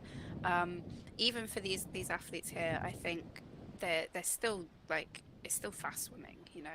I feel like they're not extending the lead anymore. I don't know whether that shot was just sometimes when it looks across the water in a certain way, it can fool you into thinking people are closer. But you know, there's someone's committed to leading it now, and they're not playing around with it too much. I imagine as we go into the next lap, I would probably imagine all of them would feed, but then going around that buoy, it seems like that's the point where everyone kind of looks back and is like, okay, it's your turn to lead, so let's see what happens. Yeah, and I wouldn't be messing around too much because I believe that's Wozniak that's leading that chase group, and you know, he is a class swimmer in his own right, so he knows that's where the medals sit up in front, and he's going to be committing entirely to chasing that lead, because at this point for Wozniak, if he finishes 5th or 15th, it's not that much of a difference. As we see, this is our lead group about to catch one of the athletes to make that lapping.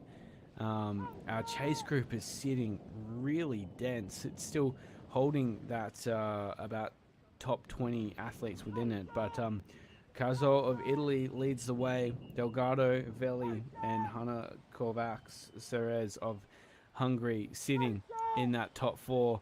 As we come down, 2 laps to swim here, you can see the Microplus timing pad waiting and ready for these athletes to finish in about 35 minutes time.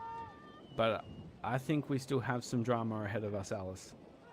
Yeah, absolutely. And I think you're so right about the Polish competitor potentially swimming back into this, because they haven't extended this anymore. It's sitting probably a bit comfortable for them at the moment. They're probably quite happy with this lead. I just say that there's always someone chasing you, especially in positions like this. And you're so right. You know, if you finish as 5th or 15th, you need to commit to catching that up, because at least you can get out and say, yeah, I tried to swim back into a medal position.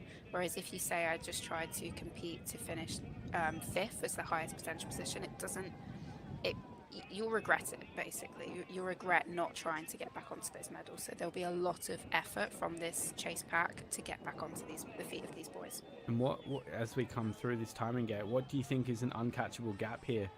Do they 10, 20, 30 seconds? What's the gap from first to second that's required? That is 22 seconds is not that bad. Like, no. I think that is doable. Yeah, I would say anything towards 40 is when I'm like, ooh, okay. Yeah. But especially if they forgo a drink here, which I probably would. Yeah. Because they will be aware that this gap has happened, but know that it's not increasing. So. Well, it looks like Kapala did skip that feed there. Mm-hmm. Yeah, this is potentially doable, especially if mind games are still being played with the top four when no one wants to commit to it. It seems like it's petered out now, but there is a good chance of 22 seconds being caught up. It is a lot of work. It is very hard to do by yourself with no feet to attach onto, but it's not entirely impossible. And these athletes would know, obviously, the race is on the line at this point, so it's commit or go home pretty much. And for some athletes, this is the only race that they're partaking at the World Junior Championships. So um, by all means, it's a commitment at this point of the race, and I think we'll see some fireworks. If not catching that front four, then we'll see some fireworks in that top 10, because those athletes sitting between fifth to nine will start blowing up in these last couple laps. And this is what open water swimming is all about. As the sun is shining here in Alghero, what a beautiful place to be racing open water swimming. And oh, Alice, it's exciting to be calling the action with you as we're about to crown a new junior world champion. Yes, yeah. I always like it's such a shame this is every 2 years. I really do love the junior racing. You know, you get to make a name for yourself, you get to try something new, you get to have some fun, see these amazing places around the world. So yeah, it's going to be an exciting next half an hour. I feel like they've I don't know. I can't tell if the pace is like picked up or not. I'd love to see like a timer. I might get a stopwatch out and see the try and calculate the distance between the between the end of the lead pack and the start of the chase. But I think it's moved into a comfortable position now for these top four, and the next few minutes will be crucial to see if the chase pack can get back on the feet of them. Well, I guess a little bit of background on Vincenzo Caso of Italy, who leads our race at the moment. He has never won a medal at a world level event. So this is a big swim by Caso, and a bold swim by the Italian to sit out in front of the race and really challenge the rest of the field. They are well and truly into lap five here. Caso rolling onto the back once more. He's just extended the lead, and he Yeah. decides to take a turn not at the front. So these tactics, it's the first time I've seen them at a world level event, but clearly Caso acting under the instruction of, I'm sure, his incredible coaching staff. It's playing with fire a little bit, just because if you keep playing like we used to do this at swimming basically, you know, one person leads 100 meters, then drops to the back, and then the next person, and like you think you're swimming fast, but if everybody drops behind, it ends up, you know, you drop like a couple seconds every 100 because you have to stop to let someone in front. So this lead isn't extending. It's not getting any worse. They're not getting any closer, I think, and especially this is interesting. Be interesting to see if the camera cut the other way, who's got the better line here, because things Yeah. like this are absolutely crucial for both the lead pack and the chase pack, into making up time and space. So, and there's also a little gap in the chase pack as well. Yeah, starting to shape. I think that's Kapala still holding the lead of that chase group, and he is on that straighter line. We've seen in the earlier laps that the further you sit out into, I guess, the ocean, the closer you are to that direct route between the two turning buoys. So, even in this lead group, we're seeing a bit of separation. I believe that's Sasha Belli that's just dropped across and up the stroke rate. Very hard to tell these athletes apart without that caps. We've seen Veli stroke looking really strong in Kazo as well, but yeah, it goes to show we could be seeing just how important it is to have your line of sight absolutely point to point, because once that separation opens between the first couple of swimmers, it does start to be very important as to the most direct route. Yeah, absolutely. And oh, So we'll see how these things play out on lap five here. Not too much swimming left. This is, of course, the 2024 World Aquatics Open Water World Junior Championships here in Alghero, Sardinia, in Italy. And Alice, we have some exciting racing just ahead of us as we get ready to call these athletes home. Yeah, absolutely. I'm really excited to see someone commit to taking the lead. I do wonder when it's going to happen. You know, we saw them changing over a bit there and kind of playing with the space that the Hungarian created. But you can't take everything for granted, especially not at junior racing, because you just I remember having leads like this and then things just kind of like falling apart for people. So um I think that gap has gotten closer. I don't know if if I'm just getting overexcited that I want it to be like quite a dynamic end, but I think that gap has gotten closer. Yeah, it does look like it has closed down, but what I am a little bit upset about is Kapala then jumping back across to those lead athletes. He actually had the better of the lines and has committed to swimming back across to that lead group. So it's very hard in these situations to back yourself in and commit to that line. But sometimes when you get those athletes that know what they're doing and trust themselves, they do reap the rewards, and I guess that comes with experience, because the best in the world at committing to their line and knowing that they're doing the best job is Ana Marcela Cunha, who is the GOAT, of course. Yeah, absolutely. And it's lessons like this that you get to learn against people of your age, which I really think counts for quite a lot. Where you can learn, okay, yeah, no, I can do this. Like I had that experience at juniors. Yes, I might be moving to a senior competition, but if I can do it then, why can't I do it now? And why can't I give it a go? And a lot of open water is kind of thinking, why can't I do it? So yeah, I feel like the gap's closing. I don't want to see anybody from the front turn over and have another look. The only way you should let someone pass is like if they're swimming past you at this point, and that might be tough for Paulo, the Mexican leader. But um, it's come on guys, like don't let a 20. Well, I think they had like a Yeah, 30-second gap at one point. Please don't let that go. it looks like it is closing though. This is getting very exciting. You know, if you're in that chase group though, you really only have this fifth lap to close that down. Yeah. You go into that sixth lap with almost any gap, and it's going to be virtually impossible to catch that up, because they're like everyone's at an almost an all-out sprint with one lap to go. So this is do or die for that chase group, and they are doing. Absolutely. And the adrenaline that the leader of the chase will be feeling now will be like the unparalleled to what anybody else is feeling in the race, because you know that this is your opportunity to get back into the race and potentially get yourself a medal, if not win. So you really have to like bring all of your energy to go mode, and then hope that you might get maybe 200 meters of a bit of like easier swimming. It will still be very hard, but easier swimming before you push again to make it round the last lap and touch the pad in hopefully a winning position.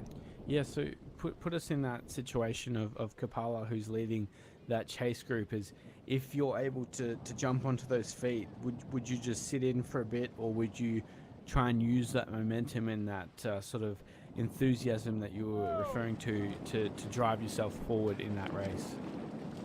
So I think because of where we are in this race at the moment, even going into the last lap, it will still be about 1,700 meters of swimming to complete.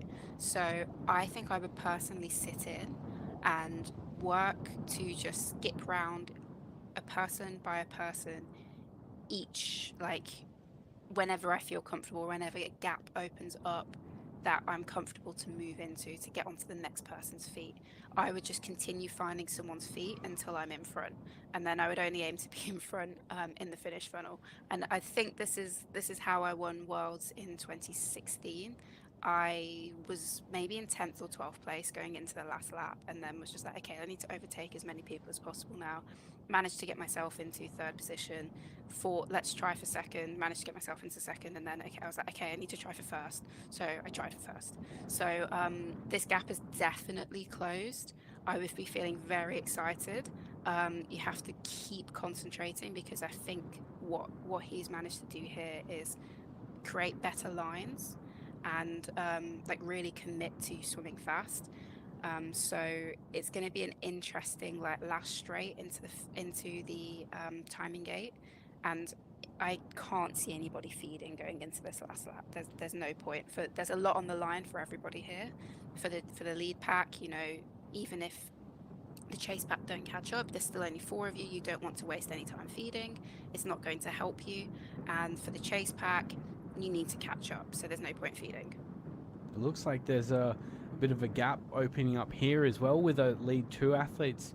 Alice has a great breakdown of where these athletes will be sitting mentally at the moment. Obviously, on the far side of the course in lap 5, Vincenzo Cajo, of course, of Italy, really battling through. He's not leading anymore. I think that we've given that back to Sasha Velli out in front, and he looks sensational as he's moving through this 5th lap. Delgado, who was sitting 3rd, just losing touch with 2nd. So we'll see how that breaks down. It's good to see the support around the world on the YouTube feed, and apologies before for that technical difficulty as our screen went black. Of course, it's not easy for these athletes to conduct the race in these conditions, and you can obviously spare a thought for the technology trying to brave those elements as well. But I tell you what, if you're out there and you're a big Sasha Velli fan, things are looking very good for France. Yeah, absolutely. I feel like this is Sasha making a statement, committing to it now. It's a good time to commit to it as well. You know, everybody thinks it has to happen at the last lap. It absolutely doesn't. It can happen at any point when the leader feels comfortable and strong to go for it. He's looking very smooth, very strong, and I think after the effort from Kovacs, putting that in, managing to get dragged through it, I feel like they did have maybe like 800 meters of like more comfortable swimming, where you know you get to recover a bit, shift some of that lactate out of you, and now really go and put down a strong effort. And he's doing a fantastic job at that. And it would be an absolute emotional roller coaster for these athletes to battle through and ride the ups and downs, and you know, not have the race completely play out on their terms.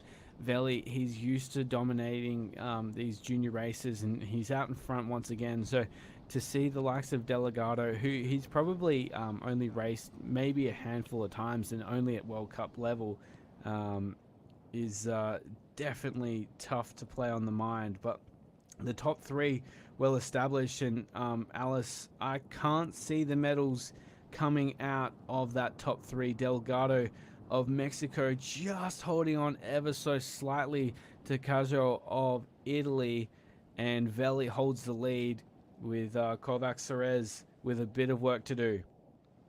Yeah, this is tough now. This is where you're sat thinking, I wish I hadn't pushed it so hard earlier, potentially for him if he can't catch up. You've got the chase pack coming through quite quickly now. But yeah, Sasha Velli's put down the pace. There's a gap opening up between 3rd and 4th, and it could be a very long lap for the Hungarian on this last lap, because once you've lost those feet, motivation can plummet. It's really tough. It's really tough to still swim at the same pace as them, because they're swimming very quickly now. Yeah. And knowing that you're being chased is not a nice feeling at all. Yeah, no, you are putting the viewers in the position of the athletes at the moment. Kovac Cerez, he would be questioning absolutely everything at the moment. Why did I miss that feed? Why did I miss that training session? But he's done a fantastic job to one. He was instrumental in creating that separation early on in the race, and I hope the boys on the podium make sure to get around the young Hungarian and sort of thank him for his role in getting that breakaway. But yeah, you certainly start to question your motives when you're almost stuck in no man's land in between the lead group and the chase pack. But I'm sure he'll get picked up very shortly. Yeah, I hope so, and I hope he should really hold his head high. You know, regardless of how this race finishes for him, he put in an amazing effort. Was junior champion back in 2022. Still going to finish in a very great position here. You know, he's not going to be outside of the top 10, not by a long stretch. So it's tough. It is mentally challenging. You question, like, I wish I hadn't done that. Why did I do that? But that is open water, like you said. You don't lose, you learn. And these are junior swimmers. The eldest of them is going to be 19 years old. That is so exciting for them into the next 4 years. And all of this is very, very valuable experience. We've seen another lead change now. Vincenzo Cajol of Italy takes the lead from Sashavelli as these athletes battle down the back straight of lap number 5. About 2,000 meters left to swim. Interesting to see Delgado, who's just off the shot. It has tucked in to round out that top 3. He was just teetering off the back as he was battling with Kovac Serez of Hungary on the second turn can of this 5th lap. But well and truly in touch. This top 3 looks exciting. I wouldn't say that anyone has it in the bag. From this point, I'd say, though, given the prowess of Sashavelli, would be my pick from this point, but I could see any of these 3 athletes taking it out. Yeah, this is a fun place to be. As an athlete, I think, like, yes, you'll probably be disappointed if you don't get first, but you're still coming away with a medal. I feel like this top 3 is probably sewn up unless we get another cut back and see that everybody's caught them up quite quickly. But going into the last lap, statistically, very few positions change. You get like 1 or 2 positions change amongst a few people, but the top 10 very rarely changes in terms of the names that are in the top 10. It might change within it, but those 10 don't change. So it's going to be a very, very exciting last lap. And I hope that these athletes come out of this, regardless of what place they finish, these three boys, and just feel very proud of themselves. Well, yeah, that's a great point, and I'm sure a lot of the athletes in the water will take a lot from this race, and hopefully one day be in a position to talk about it like you do so fondly of your time at World Junior Champs and the lessons learnt through that. We are about 22 minutes away from seeing this race finish here. The men's 18-19 years 10-kilometer championships. What a race we have in store for the gold medal. Lap 5 of 6. Support coming from around the world. As we see our lead athletes in Cazot and Velli of France out in front, I just wanted to make a point of watching Sashavelli's stroke here. And Alice, he does have quite a high recovery on his stroke, which is clinically beautiful. But talk to us about why it's so important, especially in conditions like today's, to have that high risk exit from the water. Yeah, it's to prevent any of the water just kind of cutting across your stroke and catching you. We're seeing the officials telling them to separate a bit here. Just making sure that they're not they're being clean. It's clean swimming. I think they look good. I don't unless there's something I can't see. But of course the officials have a much better view being in person looking over the water. But in terms of Sasha's stroke, yeah, it's so when the water, especially a crosswind, if the water cuts across your stroke, it's not going to ruin it. If you take a low stroke, bringing your arm around the side, there's a very high chance that a wave is just going to come and push it away, and you slip, and it's a waste of a stroke. And as we know here, they're literally going stroke for stroke. Kind of every bit of movement counts. So you don't want to waste any energy by having a stroke get cut short.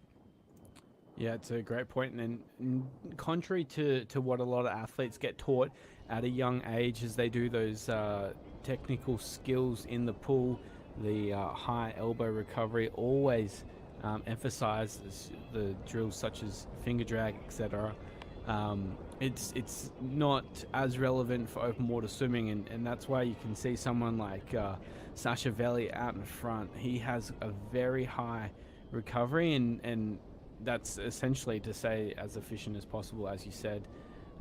It's so good to watch him do that. Alice, as we come down now with just over 1,660 meters to swim, one lap to come here in the 2024 World Aquatic Junior Open Water Swimming Championships. Vincenzo Cazzo of Italy leads the way just ahead of Sashavelli of France. Delgado of Mexico rounds out the top 3. Kovac Serez fourth. Kapala still leads the way in that chase group for Poland. Wozniak, his countryman, sitting in sixth position. But Alice, I don't know when the last time we had Italy, France, and Mexico on the podium. I wouldn't say it's all tied up yet. 11 seconds is a big gap, but Kovac Serez will be joined by the Polish for this final lap, and maybe, just maybe, hoping to grasp onto that podium. Yeah, this is where Kovac Serez might be thankful that he's been caught up, because he can tuck in with them and hopefully let them carry him back into that lead pack, back into the top three. It will be tough because, like, obviously we've got two leaders at the moment, which means both of them are swimming very fast. This is a really nice place for Paulo to be sat in. Um, you're getting a lot of nice waves. He's still swimming very hard to keep up with them, but it's that ideal like draft. Having two people in front of you like that is like it's just like a daydream. But as you can see, is just before it cut away, they are catching up quite quickly. And you know what was a 22-second gap for the lead pack going into that lap has now come down to like 11 to 14 seconds. So the two Polish competitors have put in a really big effort there, and there's a good chance that this is looking like it's catchable. This is what's so fun about junior swimming. Yeah, this is exciting as it gets. I think I had almost written off Kapala out in front, and he has absolutely just lifted again, and has as has Kovac Serez of Hungary. He does not want to say goodnight on this race, and I know the prowess of those top two swimmers in Kazo and Veli are certainly the class above and have been that way throughout the race. But yeah, the top six is still in touch here, and oh, I'm so excited to see the back end of this race. And you know what's even better? This is just day one of 4 of these championships. Absolutely, yeah. This is it's just so dynamic, and it's been, we've had a different leader every lap. We've had no one want to lead for a second, and now there was a big gap, and now we've got like a great effort from the chase group to catch up. And this is not over. They're coming up with speed. I don't, from what I've seen, I don't think anyone's looked back and checked yet. When they're coming around this buoy, this is going to be a prime opportunity for them to see what that gap is. And I personally would panic a little bit. That would be the adrenaline call like kick in, and oh, we're seeing a split in the lines that they want to take. Yeah, if you're Sasha Veli at this point, you know that over the last K, you probably have the fastest time, and you wouldn't be wanting to see any separation between yourself and Kazo. Kazo did lead that separation. There's a lot of support for Delgado online, just backing in Mexico to take this gold. But it Oh, love is that. shaping up to be very exciting. This gap is closing. It's still a massive gap in the grand scheme of things, because we can see Sasha Veli now putting in a surge, just opening up to lead the race out in front of Vincenzo Caso of Italy. So, oh, Alice, every time these athletes seem like they're going to go one way with the race, it goes the other. And I really don't know how this last 1500 meters is going to play out. Honestly, yeah, I really feel like this is kind of anybody's game at the moment. You see the lead pack coming in quickly. Whether it's going to be quick enough or whether they have enough time is one story. With Sasha Veli taking the lead here again, hopefully he can keep the gap safe for the top three. That's what I really think these three boys should be looking at doing at the moment. Secure your lead, and then whatever happens down the last straight, may the best boy win. May the best person win. But the thought of having someone swim back up and suddenly meaning there's 4 or 5 people that you're competing for 3 medals with is not fun. That's when you're wishing, why didn't I commit a little bit earlier? So we're seeing the speed increase again here. Let's hope like they keep this lead going. But also, it's very exciting that the chase pack is putting in this kind of effort. Yeah, Kapala looks like he's just split inside the field ever so slightly on the top of your screen, sitting or what would either be fourth, fifth, or sixth. But Sashavelli just had the answer, and he's lifted once more. He still leads. Caso of Italy and Mexico sit in third with Delgado. So, this race continues to tell a story. Around that turn, boy, on the last can, we saw obviously Veli sort of take a bit of a peek back as an athlete in that situation. How much are you relying on that information? And I guess the more important question is, how reliable is that information to you at that point in time? It is absolutely crucial, especially if you've been playing around with saving your energy for so long. This is when you need that information to know, oh, wait, they're actually a lot closer than I was anticipating. And I think this is why we're seeing such a strong effort from him at the moment to make sure that a medal is secured. And I think that he's swimming to do that right now. And it's kind of like, okay, well, keep up with me or not. I don't want to play around with coming fourth or fifth place because no one wanted to lead going into the last lap. So I think what he's doing is really good here now. It's making it tough for the other two swimmers that he was with, but you have to play to your strengths at these points. And you don't want to get out of a 10K thinking, oh, I had a bit more energy, I could have pushed it a bit harder. You kind of need to leave everything in the water.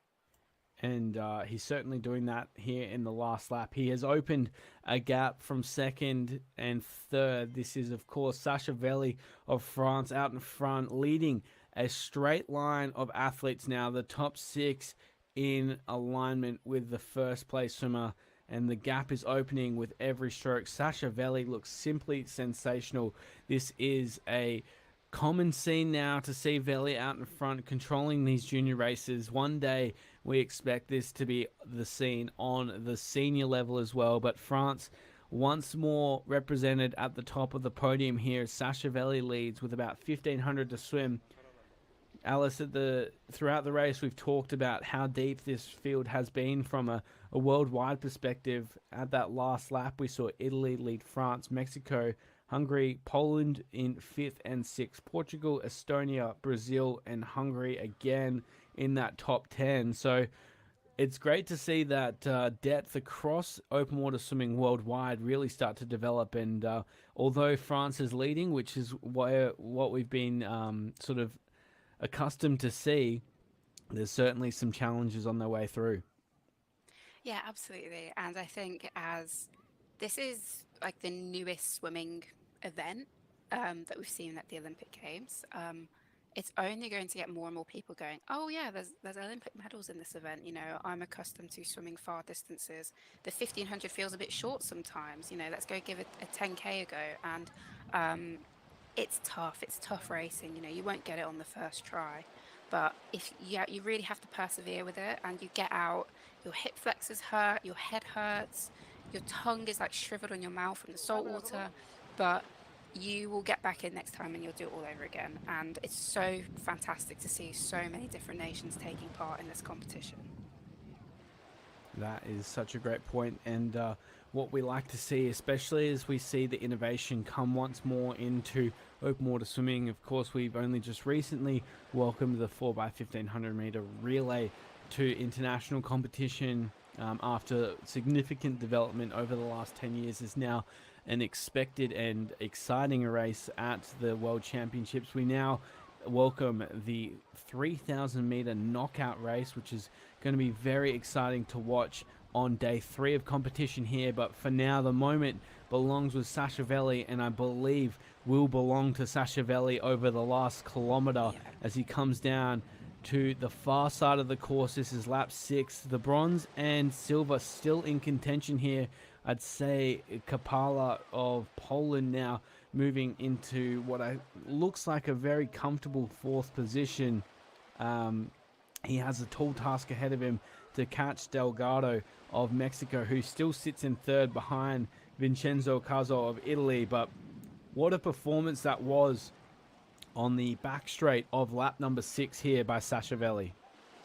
Yeah, absolutely beautiful swimming. And to create a lead in probably what was 500 meters is so impressive. You know, shows that he always had that there. He was just biding his time, making sure that he could be at the front, or at least see who the front was, and then um, take his chance and take his opportunity when he knew he could commit to it.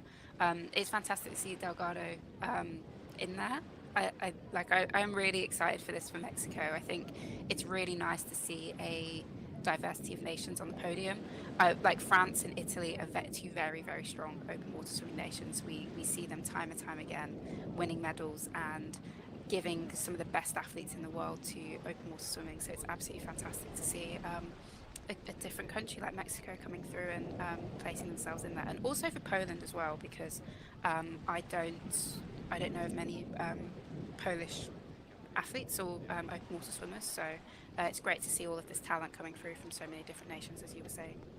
And it's good to see the support online, as well as these fans of open water swimming around the world get to cheer on the best of the juniors that are coming through. Sachavelli, the best of the 18, 19-year-olds. He leads the way and looking absolutely unbeatable. We did have our suspicions before the race. We both had Sachavelli as one to take home the gold medal, and he's living up to expectations here. He won at the Junior European Championships by 11 seconds, and he's looking to maintain that form once more. Obviously devastated to miss out on representing his federation at a home Olympic Games, but he's out with a fire of fury in this last lap.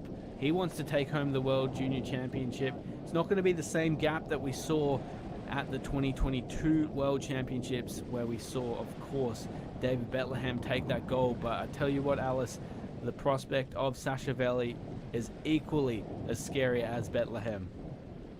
Yeah, absolutely. Again, we've seen David Bethlehem go from World Junior Champion in 2022 to Olympic bronze medalist in 2024.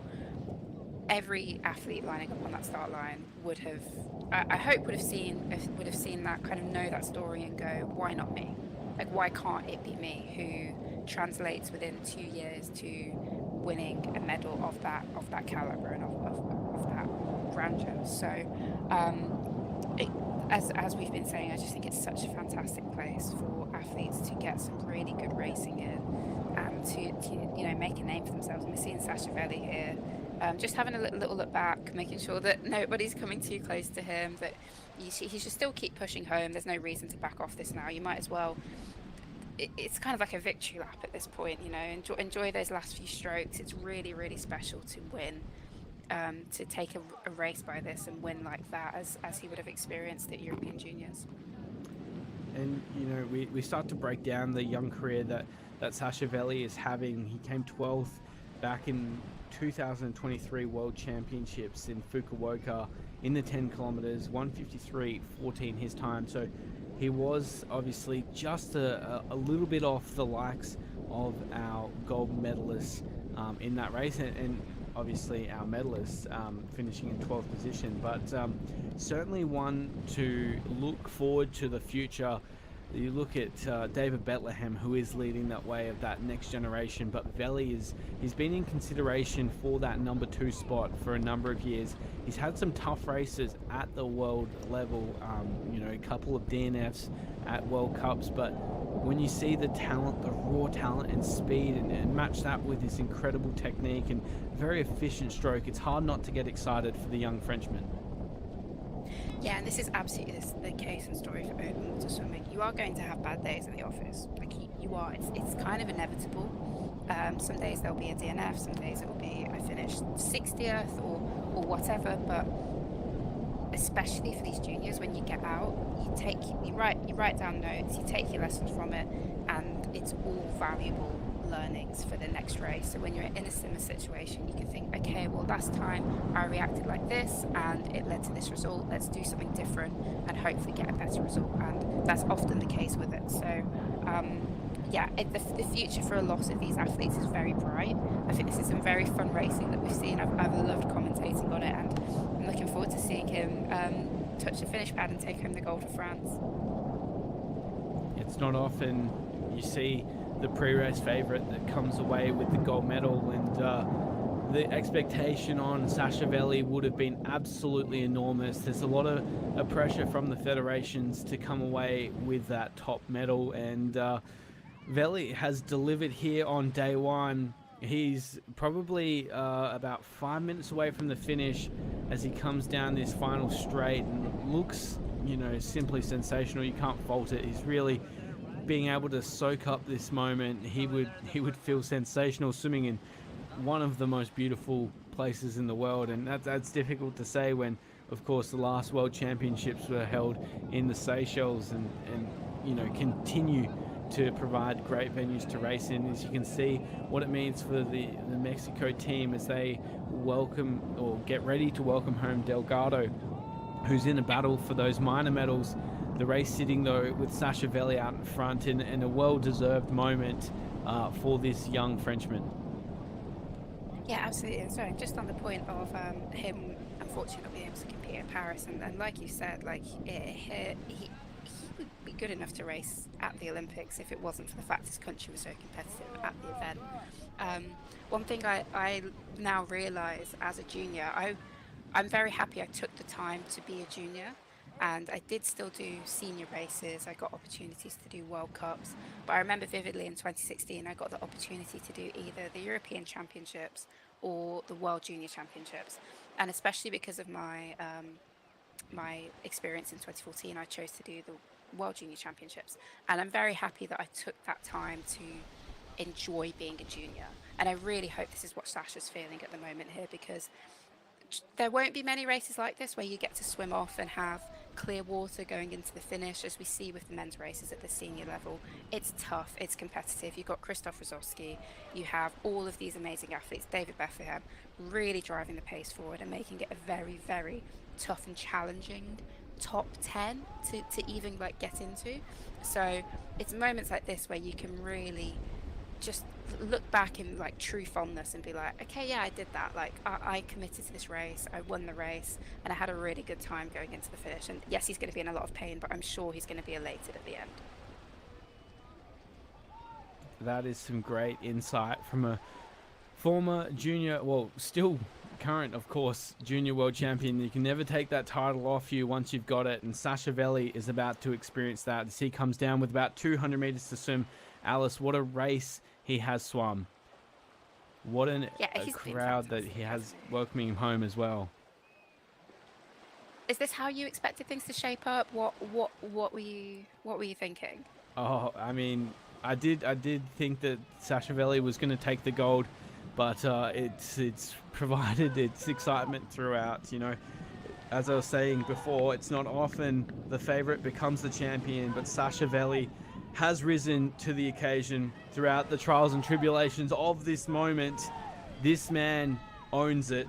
The moment belongs to Sachavelli. The future is France. He's on top here as he comes into this final stretch, and gold belongs with France. Yeah, that's absolutely great. It's great to hear all the shouting as well. Yeah, get in there, let's finish, let's go. And there's so many people watching as well. You'll have the juniors watching for the 5 and the 7.5, their teammates. You'll have the girls getting ready for the 10K at the moment, but they might come out and have a quick look, especially for France, Italy, and I imagine Italy and Mexico are still in 2nd and 3rd position. Hopefully we'll get insight on that at the moment. But this is Sachavelli's moment. He's doing absolutely fantastically, and it's great to see him. Two championships in 1 year is an incredible achievement. That's right. The gold will go to France off the back of the 2024 Olympics. Sachavelli has risen to the occasion. He puts his name in the history books as he comes down to claim the Junior World Championship title for 2024. Sachavelli on top of the podium here in Italy, and he is absolutely thrilled with that.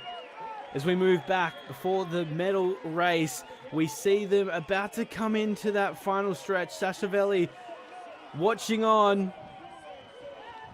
Who will take those minors? Sachavelli. Yeah, he loves it. As we come down to the finish, it's just so close. Oh, wow. Poland. Kapala. Oh, good for him. Fair play. Oh no, Delgado missed out.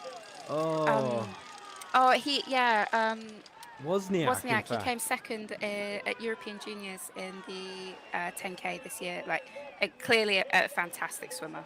So we've got the first and second from European Juniors taking the first and second here. And Vincenzo Carzo gets onto the podium after a 5th place at those European Championships, and you could see the emotion pour out on the finish line as to how much it means to him. Delgado in 4th for Mexico, but what a final lap that was by Peter Wozniak to finish in the silver position. Absolutely, that's some fantastic swimming, especially because he was putting it down on the line from like 2.5 laps to go, leading with his Polish countryman as well. So to put in that effort and to swim up into second place, essentially probably doing that by himself. It's a shame we didn't get the footage of that, but should be very proud and just.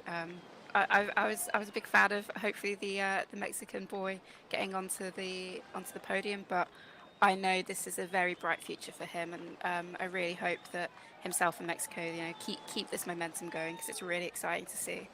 Yeah, absolutely. I'm sure that won't be the last that we see of Delgado as we see more athletes come across the line. Kapala, who was instrumental in getting Wozniak across the line in 2nd position, really managing to close down that gap. But this moment belongs to that man with the French flag. Sasha Veli is the champion, and what a sort of margin he was able to create in that last lap. He really opened it up to win by 29 seconds over Wozniak. Truly sensational as he gets that lactate testing from his sports scientist. What a moment, and not often, if ever, you'll be able to carry your federation's flag post race, so I'm sure he's soaking it up. Absolutely, yeah, yeah. It's I mean, yeah, we've of course still got the racing going on, but yeah, he's enjoying it, taking it in. Really soak it up. You don't always become a champion. He's done it twice this year, but you don't always get those opportunities. So, to all of the athletes, finishing in the top 10 at World Championships is absolutely incredible. So I really hope that they feel proud in the effort that they put out. Yeah, and I guess no one better to talk us through that emotion that Sasha Veli would be feeling right now as he arm in arm with Vincenzo Caso. What a battle they had. Wozniak will come and join them to round out that podium photo. But yeah, talk us through the emotions that you'd be feeling freshly crowned as a junior world champion. Yeah, it's high. It's exciting. You feel like the world is your oyster, and it really is. It's the start of something very special. And Sasha's already had an incredible start as it is. He's been winning medals at World Cups on the relay teams. He's been getting so much valuable experience. This is just kind of another tip to him being like, yeah, I've got a very, very strong future in this sport. He'll keep working his way up through France. We'll hopefully see him on the World Championships teams very soon. Again, this is absolutely fantastic for Wozniak in Poland. It just gives the sport some legs in some countries where it might not have had as much funding, certainly wouldn't have had as much funding as Italy or France. So to get on that podium twice in the same year, both silvers against Sasha Veli and some other amazing competitors, it's really exciting that it will give federations reason to invest in hopefully taking him to World Cups, getting him on like World Champs teams if he hasn't done that already. So yeah, it's very exciting. Yeah, it's great. It's great for the athletes. And I keep going on about how good juniors is. It sets things up for so many athletes. And Vincenzo Carzo, obviously, the first time that he's seen this success at a world level meet, he's been relatively competitive and in the medals at European Championship is for Italy, another proud open water nation, of course. Yes, certainly. Italy, whenever you're up against Italians, you know that it's going to be a very strong race, regardless of what age they are. There's depth and strength within that nation for so many reasons, and it's not a surprise that we see Italians on the podium time and time again at European Cups, World Cups. Are you happy about your performance? Yeah, Are you just happy picking up about your a little performance? bit of the feed there of the athletes Thank post you. race. Thank you to Peter Wozniak. Vincenzo Caso, where are you? Oh, I'm so happy for him. Stiamo He's aspettando just, I Vincenzo kind of can't Caso. believe it. I'm so happy Eccolo, for him. facciamogli un applauso fortissimo. Make an applause for How's this Vincenzo at a Caso, home, Team Italy. home World How Championships? are you, Vincenzo? How is your We're feeling? listening. I'm fine. I'm good. Are you happy about your performance? Yes, I'm happy. Diciamolo, visto che siamo in casa, diciamolo in italiano, no? Sei contento? Insomma, giochi in casa. Com'è andata questa gara? È stata durissima come gara. Un ritmo sempre alto. Comunque ho cercato sempre di stare tra i primi, tra le prime posizioni. E ci siamo staccati, siamo rimasti in 4 al quarto giro e poi man mano sempre di meno. Grazie. Thank you to Vincenzo Caso, Team Italy. And now, What a moment. the new World Junior Champion of the 10K. How about your feeling, Sasha? And we get to hear from Sasha Belli. It's my last junior 10K. I'm the best. I'm world champion. It's good. How about the weather, about the sea condition? It's a hard condition, but it's a good race.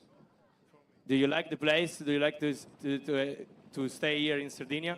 Yeah, it's a beautiful place. It's beautiful city and beautiful country, and I'm very happy. And so, ladies and gentlemen, give it up for our new Junior World Champion, Sasha Belli. What a moment, Sasha Belli, as we've heard there, the new junior world champion here in Sardinia. Obviously stoked with the results, stoked to be racing in Sardinia, amazing part of the world here. Obviously, this is day 1 of 4 of these 2024 World Aquatics Junior Open Water World Championships. And Alice, there's plenty of action still to come. The women's 10 kilometers, 18-19 years up next, and another star-studded field set to take to the water. Absolutely, yeah. Please stick around. Again, the girls racing is going to be fun. It's going to be dynamic. We'll see different things develop, and we're just getting the results of the boys now. But there's a lot of exciting racing happening over these next few days, and we only have like 50 minutes to wait till we see the girls take the water for the 10. How exciting. So recapping once more.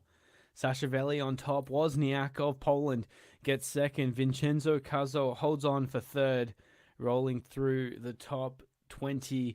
Vincent for France gets 11th. We got Thorpe of Australia, part of what is a very successful family. Sam Thorpe, his brother Robert, racing at the World Championships earlier this year. Brazil rounds out the top 20. And that is the action for the men's 18-19 years, 10 kilometers, kicking off the action here in the 2024 World Aquatics Junior Open Water Swimming World Championship. Sasha Belli on top, France on top once more. They lead the medal tally. Who will fire back in the women's 10 kilometers? We'll find out in about 50 minutes' time. And Will Roller, joined by Alice Deering, and it has been our pleasure to call the first race of all the action here in Alghero.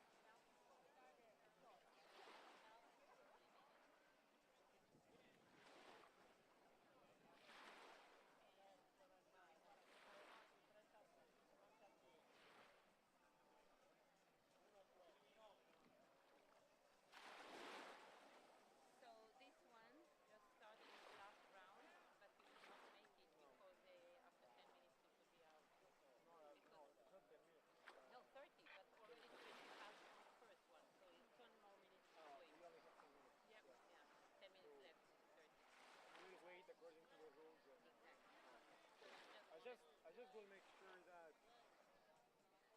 that's just normal, okay? Ah, yeah, yeah, cute, cute.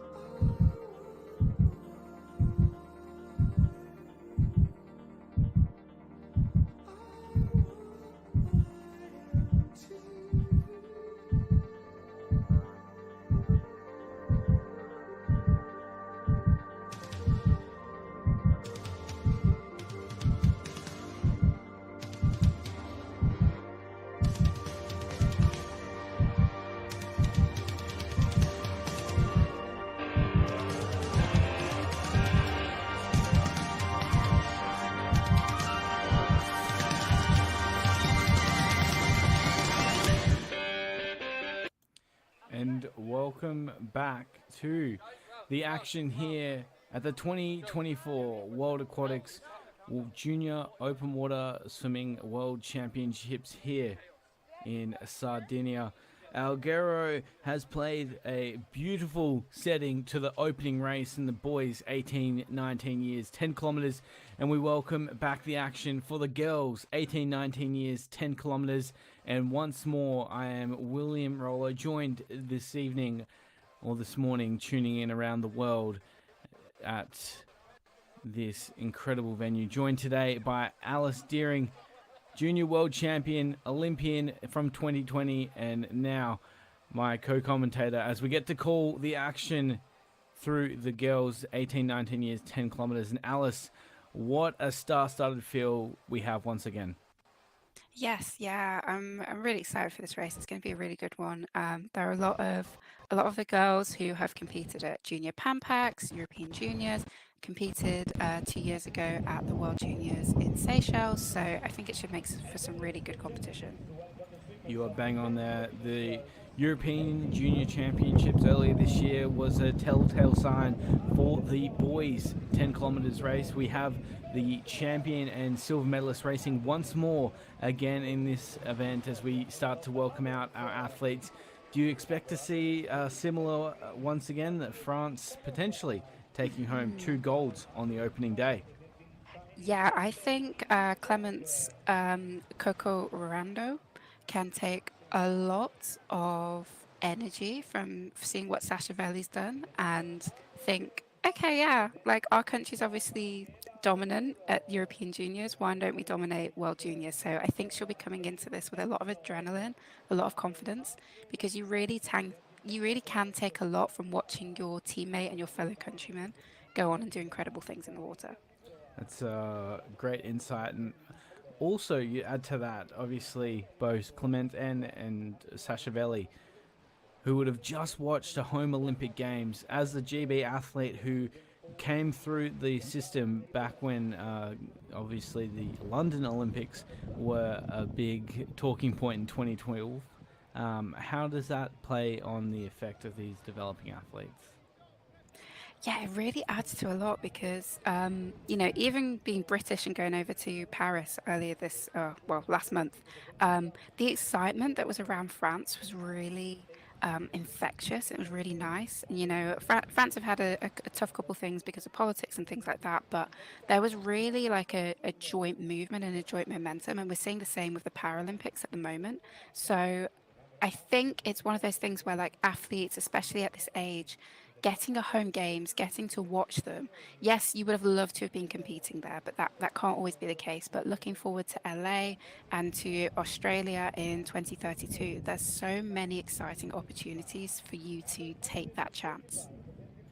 It's certainly an exciting time to be an open water fan. And how's this venue? It's really cleared up here for the women's race. It was quite lumpy early on in the boys 18-19 years 10 kilometers, but Alghero turning it on for the girls 10 kilometers.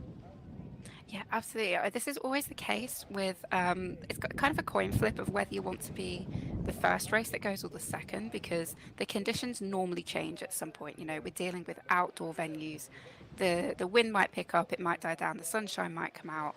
The sun's came out, the wind has completely died down. It's looking quite still. There's a lot of people in the water, as you just saw, ready to cheer on our athletes. So I think this should be like a really nice setting for the girls, and hopefully not too difficult conditions to contend with like we saw with the boys, especially at the start of their race. And we gave some predictions on our early favourites as the men finished off that field, and we were pretty bang on the mark at the end of that race. We've just seen the 36 athletes in the scales 10 kilometers introduced, and we get the start list once more. So obviously a bit of pressure on this now, Alice, that we're 1 for 1, but who's your pick for the gold medal? I think I'm going to back Clements. I think the confidence that she'll be able to take forward from watching Sasha Veli with his amazing effort, European Junior Champion this year. She was fifth in the 7.5 in 2022. So she has good racing experience in open water, and after coming fifth in 2022, there will be so much energy and drive within her to take home that gold medal. A very nice pick, and it's hard to go against that. Cocodano has had a fantastic year thus far. Makri of Greece, was second in that race, just 0.11 the gap between first and second. And my pick, Chiara Sanzullo of Italy, I think she finished third in the European Junior Champs, and I think she's going to take the gold medal here this afternoon as Italy look to cap off another medal. But the Japanese girls in this race, they are lightning fast. We've seen them in action in the pool. We are only moments away from the start of this race, and it is very exciting. The animosity on the start line looms large for these athletes. Yeah, this was always the most tense part for the race for me. You know, it goes silent, everyone's like locked in. You just wait for that whistle to blow, and then hopefully the horn goes not too long after it. And this is where, of course, friends become competitors. And for the next 2 and a bit hours, these athletes will be racing for glory as we now move into the hands of the starters. This is the girls 18, 19 years, 10-kilometer junior world championships here in Alghero. And what a venue we have in store as we get ready to be underway.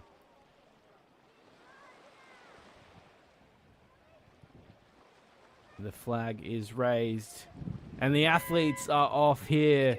Alghero sets the scene. Who will be the junior world champion for 2024? We will find out in 6 laps time, but what a start it is already.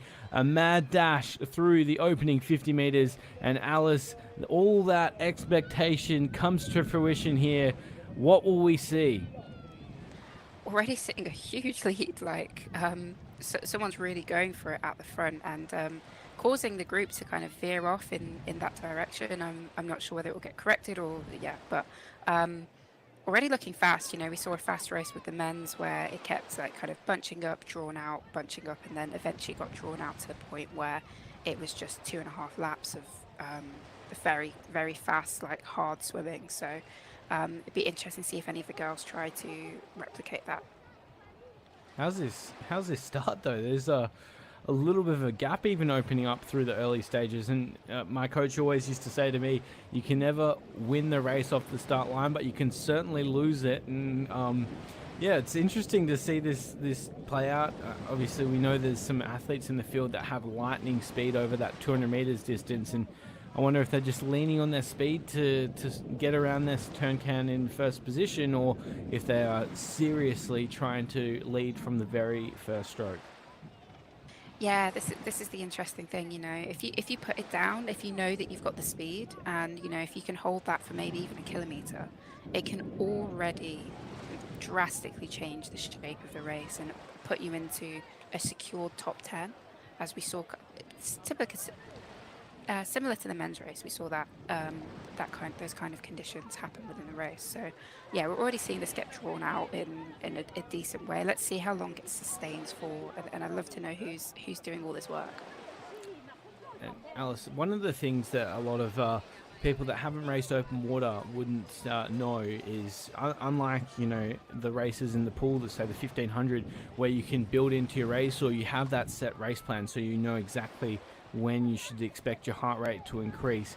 Open water is completely out of your control. You could be going from what would be a resting heart rate of the mid 60s, 70s at the start line to almost immediately 2 minutes into the race at 190 plus heart rate, which is obviously a very drastic change, and that would not only have an impact on the cardiovascular system of the athletes competing, but as well taking a toll on their mental state. Yeah, absolutely. And it's always a bit terrifying when that does happen, when it like they obviously you know it's going to start fast, but you're always like, okay, well I hope it calms down. I was always that person who kind of hung back, and your coach was totally right. It can absolutely be lost at the start of the race. I've had that happen to me.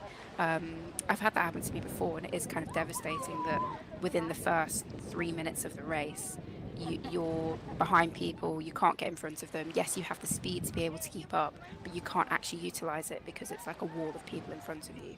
So, in terms of the spike of heart rate, you will see a lot of the athletes like getting in the water beforehand, doing a bit of a warm up swim to get themselves prepared for it.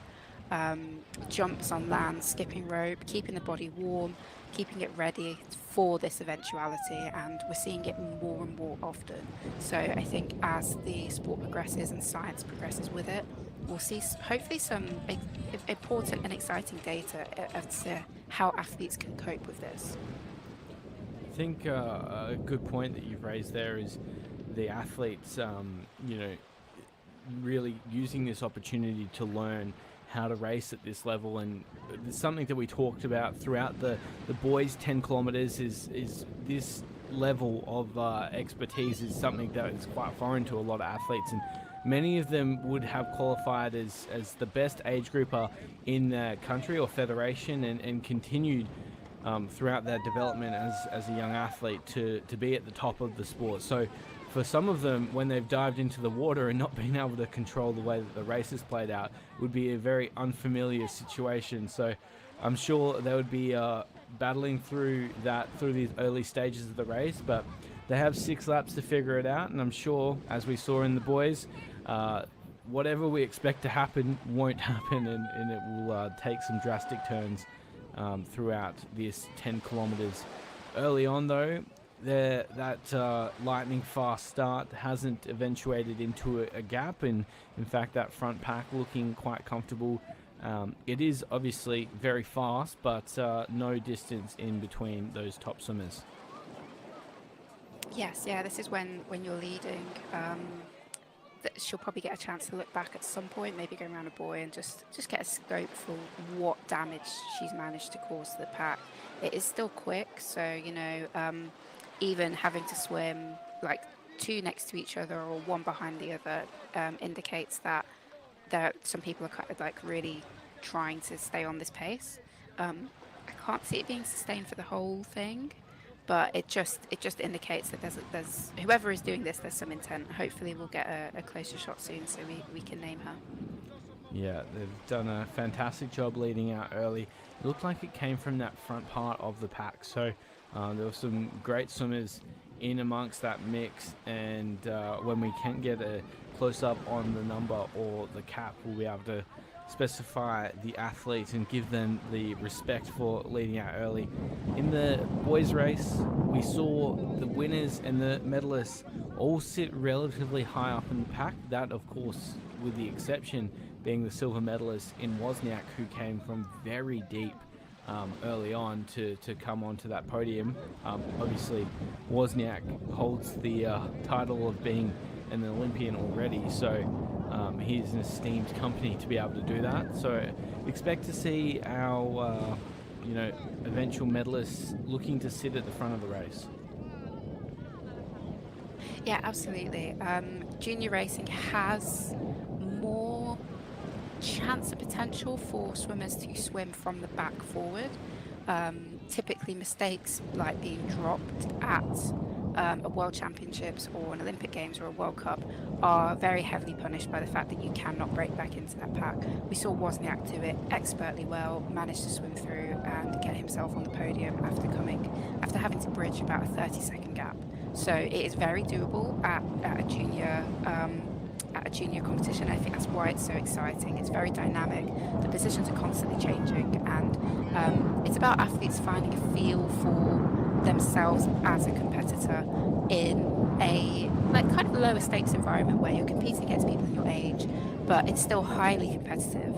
It's just you haven't got the stress of swimming against Christoph Rosowski or a Sharon van Rovendal, where the pace will be dictated to you and have to go along with it. It means that the best of the juniors can really find who they are as a swimmer and what they want to compete like when they move to the senior stages. Yeah, it's such a great point. And the way that the women's races been swum as of the last couple of years, it really has only been those elite athletes that have been able to take charge of these World Cup and World Championship races. You know, Sharon Van Roendel, you know, we've been told the GOAT. I think there's definitely an argument between those incredible athletes that lead our sport between Sharon and Anna Marcela Cunha, but Chelsea Gubecka, obviously Moesha Johnson, the silver medalist, Barbara Pozobon in the mix, Genevieve Taducci. Like, these are almost household names for open water swimming fans, and they're the ones that have taken control of the race. It's very rare that we see athletes that just pop onto the scene and take control of races. The only real times that we've seen that is the like of Bettina Fabian or Claire Weinstein, who we get to see in action tomorrow, of course. So I believe this is Sienna Delou leading the race for Australia, and this is how she does like to race her open water events. So yeah, it's certainly unfamiliar territory for all these athletes at this level, but I'm sure they've developed it at a local level. Yeah, I've noticed this with the Australian athletes. Like, a majority of the races, they really like to lead from the front. Is there anything that you can comment on from, you know, yourself, like knowing the coaches, knowing the athletes? Yeah, it's just something I've seen over the past few years in terms of development of Australia and being one of the big names in open water swimming. Yeah, well, it's definitely more prevalent on the women's side than it is the men's. On the men's side, it's they've always sort of tucked in and raced hard in the pack, and the exception to that rule being back in 2016, where we saw Jared Port of Australia lead that Olympic race at Rio for the majority of all of 9 kilometers, and then unfortunately falling back in the field in that last K.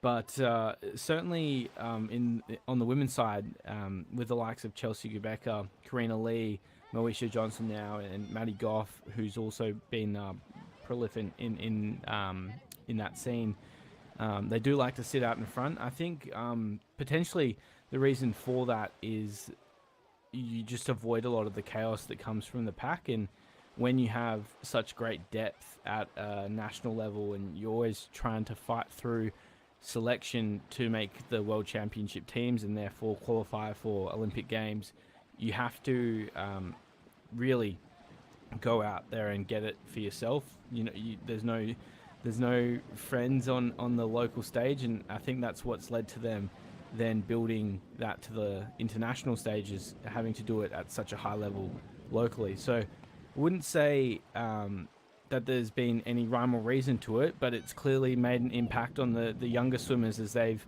adopted the same race tactics. And Sienna out in front, I believe, is representing that once more. Yeah, that's really interesting. And I think one thing that we have to highlight with open water swimming is the kind of the politics within each individual federation, you know. So some countries might only have like 2 or 3 swimmers maximum who are vying for those world championship spots, or you might have countries like Australia, like Italy, like France, like America, who really have that depth of athlete. And like, you're right, you really have to fight it out for those 2 spaces. They're not just going to be handed to you. We see someone just stop for a second there. Maybe it's getting a little bit physical in the middle. Well, that's what they say, and obviously, Alice, I'd love to get your insight. Is the women's race has always been more physical than the men's, and I'm not sure why that is. Yeah, I don't know either, to be honest. I had a policy with people that I would never ever purposely hit somebody. You know, sometimes you get hit on accident and you can really tell when it's on accident. Sometimes you get hit and you know it's on purpose. I had like a 3 strikes policy where if like someone did it once, I'd be like, okay, chill. Someone does it again very short after, I'm like, okay, like try me once more, and then if they do eventually try me again, I'm just like, I just give a little sharp elbow, just be like, give me my space. And it normally means that they back off and they just leave you alone, because they're I think this kind of like, yeah, fair enough, I shouldn't have been doing that, I'll go away. Yeah. I'm very proud to boast I never have had a yellow or red card. I think that's something that more athletes should probably be like, maybe speak about, and just be like, yeah, like, yeah, okay, maybe I came fifth or sixth in this race, but I raced it clean and professionally. Especially maybe on the women's side, where you're right, it does get a little bit more physical. I'm not sure why that is actually. I've always found it quite interesting. The men get out and they're like, yeah, it was all right, and then we come out and we're like, oh, just like, it was really physical around this boy. Like, you're getting scratched and pulled back, and it's tough. But my advice to swimmers is, don't ever engage in it, because you end up the loser. You come out with your energy spent, you're tired, and you don't gain anything from it. Yeah. No, that's a sensational point. A lot of I would say a lot of people that are new to open water swimming, especially athletes that transition from a fast pool background, think that they come across to open water and it's a very physical race. It's as physical as you want to make it, and like you said, any energy spent on efforts not sort of developed to make you go forward is energy wasted. And when it comes down to who is the most efficient over a 2-hour 10-kilometer swim, you really can't be affording any wasted energy on, say, trying to get revenge on someone that might have done you dirty around a turn can. And essentially, like, the way that I always used to address it is, well, if you're wasting your energy on me, then that's an energy gain that I'm getting back to drive my own performance. So it's very much easier said than done, though, when you are battling through, but that's also the role that our incredible officials play in controlling this race. Yeah, absolutely. And yeah, I think it's really important to stress that open water swimming isn't about that. And you're so right. I remember I was maybe 17 years old, and there were quite a few people who were giving it a go in Britain, and they came into it thinking you had to be really physical and, be aggressive with it. And the lessons that you learn from just sitting back and being relaxed and not fighting your fellow competitors. We all want to swim this 10K, we all want to win, but we work together to get through it. You swim on people's feet, you swim on their hips, you work together to move through the race, and let it be as competitive as it can be. So there's no point fighting each other. Yeah, that's sensational advice for open water fans around the world, young or otherwise. Be sure to use your energy on the water, not on your competitors. This is our leader. It wasn't actually Delu of Australia, sorry. It was Glenda Abonyi-Toth of Hungary. So Hungary were strong in that boys 18, 19 years, 10 kilometers. They're out for gold once more. Abonyi-Toth looking really good. Pretty new to this level of racing, but as we've come to expect, the Hungarians looking really strong always when they're racing on the open water scene. Yeah, I absolutely love this growth of open water swimming in Hungary. And I say growth with kind of a question mark, because they've always been a very dominant nation in open water. They've always been up there on the scenes. Her name escapes me at the moment, but there was a woman who competed in, I don't know if she competed in 2008, but it was 2012. Around that time, up until 2016 maybe, a very, very competitive Hungarian athlete. I will do my best to find her name when I find time, but it's just great to see a country really committing. I don't know what kind of program they might have, but it's whatever they're doing, it's clearly working. Yeah, no, you're bang on there. That was Eva Riztov, I Yes, believe. Yep. Rizov. Yeah. Rizov. Yeah, you're right. You're totally right. That's it. Yeah, The I remember gold her being medalist so in Hyde dominant. Park. Yes. Okay. What a iconic venue that was for so many, and the iconic podium as well. Rizov, Haley Anderson of the US getting second, and Martina Grimaldi of Italy in the top three. So I remember watching that race. It was so close, and really interesting way that it all sort of panned out. So Yeah, and obviously for yourself, Kerry-Anne Payne, one of the big favourites going into that race, and home Olympics for GB. It must have been a massive movement for open water swimming. Yeah, yeah. Kerry-Anne Payne, Cassie Patton, David Davis, Daniel Fogg.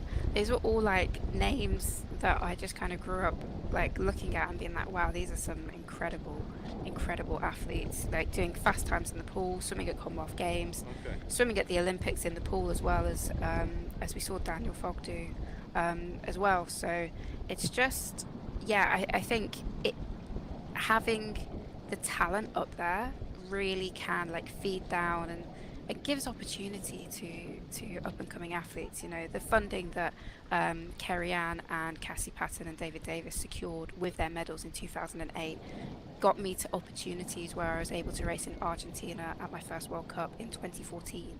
That funding and legacy does carry through and it does feed into the next generation, and I imagine this is what we're seeing with Hungary here. Yeah, and Abonyi Toth would be very grateful for the opportunities granted by her at those Olympic levels, but also junior world champs. Hungary have just been so strong. We talked about Bethlehem, but equally so, Bettina Fabian, a very dominant junior swimmer, or not junior anymore, certainly on the world stage, and cemented at that top spot. This is, of course, lap 1 of 6 here. This is the girls 18, 19 years, 10 kilometers. This is, of course, once more, the 2024 World Aquatics Junior Open Water Swimming World Championships. And we will be crowning a junior world champion for the very first time in the girls' ranks this morning. And who will take out that top spot? It's still yet to be determined, of course. But Glenda Abonyi Toth of Hungary was lightning fast off the starting pontoon and holding that top position and looking really good, Alice. Yeah, she's looking very good. It's yeah, as always, it's exciting to see this kind of racing happening, especially amongst the girls. Typically, if we're translating over from senior swimming, we see it happen with the men. Bit more dynamic with the girls, with positions changing, but be interesting to see where the rest of the competitors are, where our favourites are as well. Can see a French hat in in the third place there. Yeah. I'm not sure who's. Is that the Australian in second? No, I think Oh, that's Georgia Macri of Greece. Oh, sitting amazing! second. Cool, Yeah. nice. Yeah, so two of our favourites, I think, are already in the top 3 at the moment. Obviously, there's still a long way to go, but Yep. I think it will be the names that we expect to see up there going through first in this timing gate. Yeah, and to be fair, Abonyi Toth of Hungary hasn't quite been on that top tier of athlete. To see her out in front competing with Macri and Kokardana of France is very exciting for Hungary and for this race. So, but equally so, this lead pack still sitting very deep. We'll get an update on those timings shortly, but I believe Macri doing a great job in second.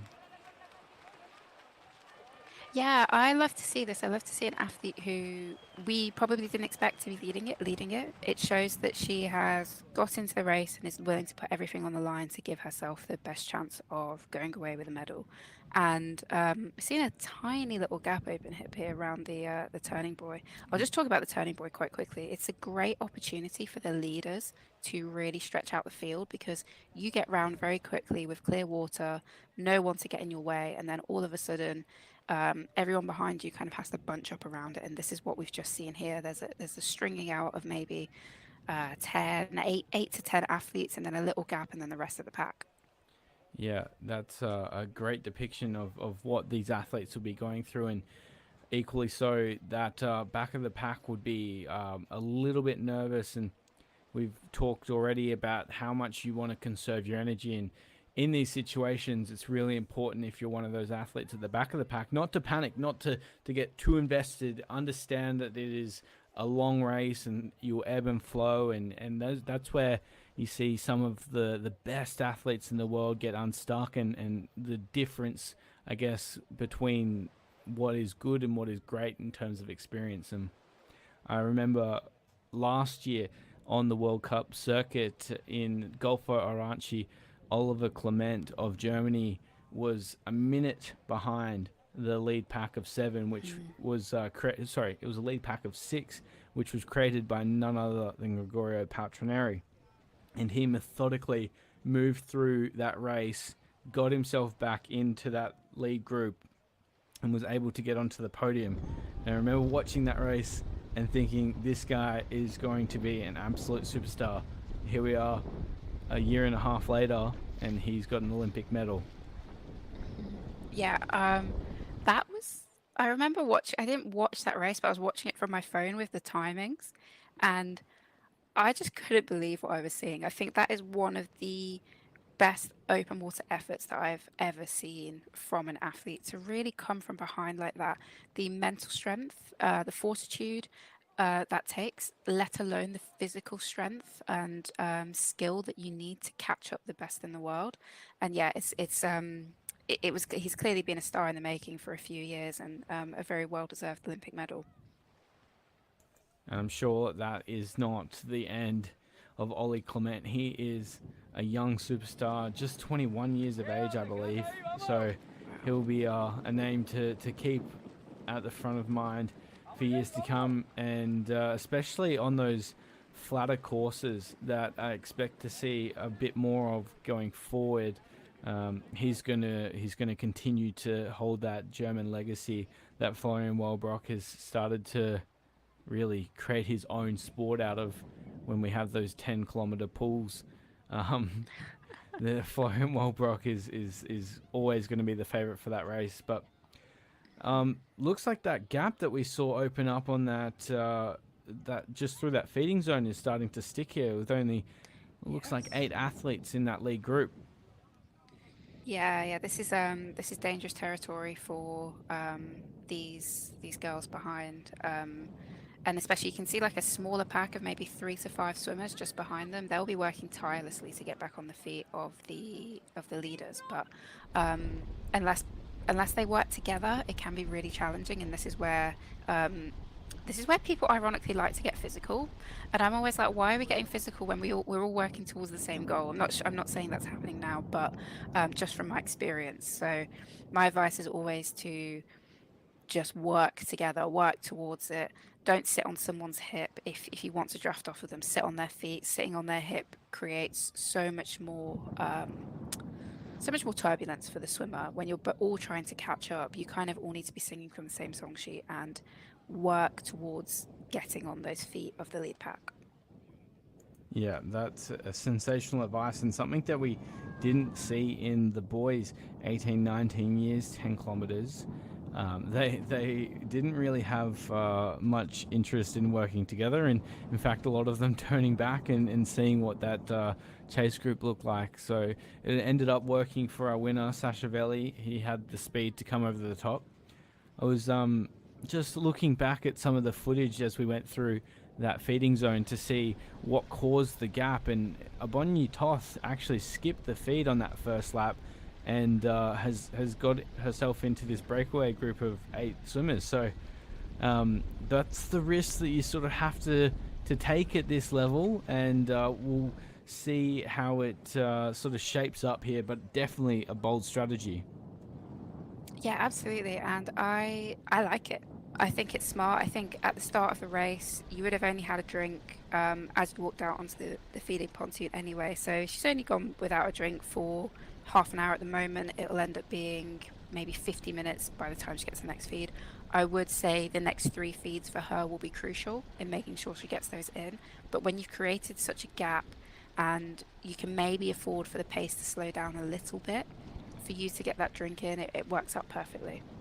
And we talked in the men's race as well about the opportunity for these athletes to carry potential carb feeds through their suit.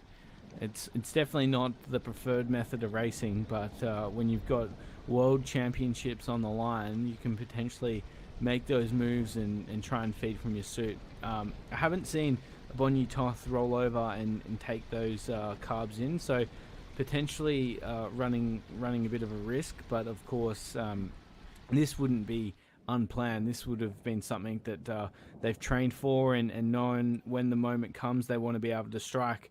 because when the pace is on early on, it can really test the resilience of your athletes around you, and you're more likely to break them mentally in the opening couple laps than physically. And I'm sure you found yourself in similar position before, Alice, where you're out in front of a race and just trying your hardest to make sure that you can drop as many athletes as possible so that you're able to conserve some energy in the back end of a race. Yes, yeah, it's all about it's I suppose taking a risk, but the risk also allows you to have more chance of finishing as high as possible. So I love the logic of this. It's tough. It makes for some really tough racing. I've tried this once. It didn't work out for me. I came fourth, but and since then I was like, I'm never doing that again. So I've always, for 9 years of my open water racing career, I would be the one sitting at the back and just trying to stay at the back of the lead pack the whole time and then come through the last lap and skip round people. So I've always had a lot of respect for the people who take it out like this because it's tough racing. She's really putting down some effort now. It's very drawn out, but not I don't think the gap's there as much anymore. But it's still fast because you've got everybody just in a line. There's no bunched up packs at the moment. There is a little bit of a gap happening from fourth to fifth, and three Wow. swimmers sort of sitting across in that fifth, sixth, and seventh position. So we'll keep an eye on that, but this is also how things will sort of shape out.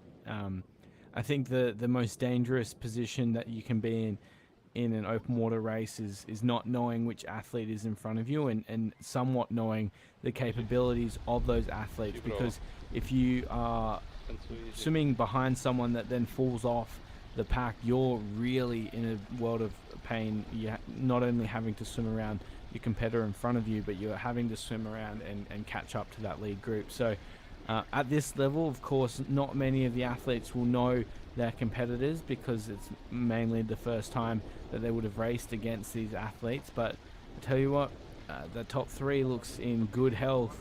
We have some sensational stars coming through the sport, and they're sitting nice and comfortably up in that top three.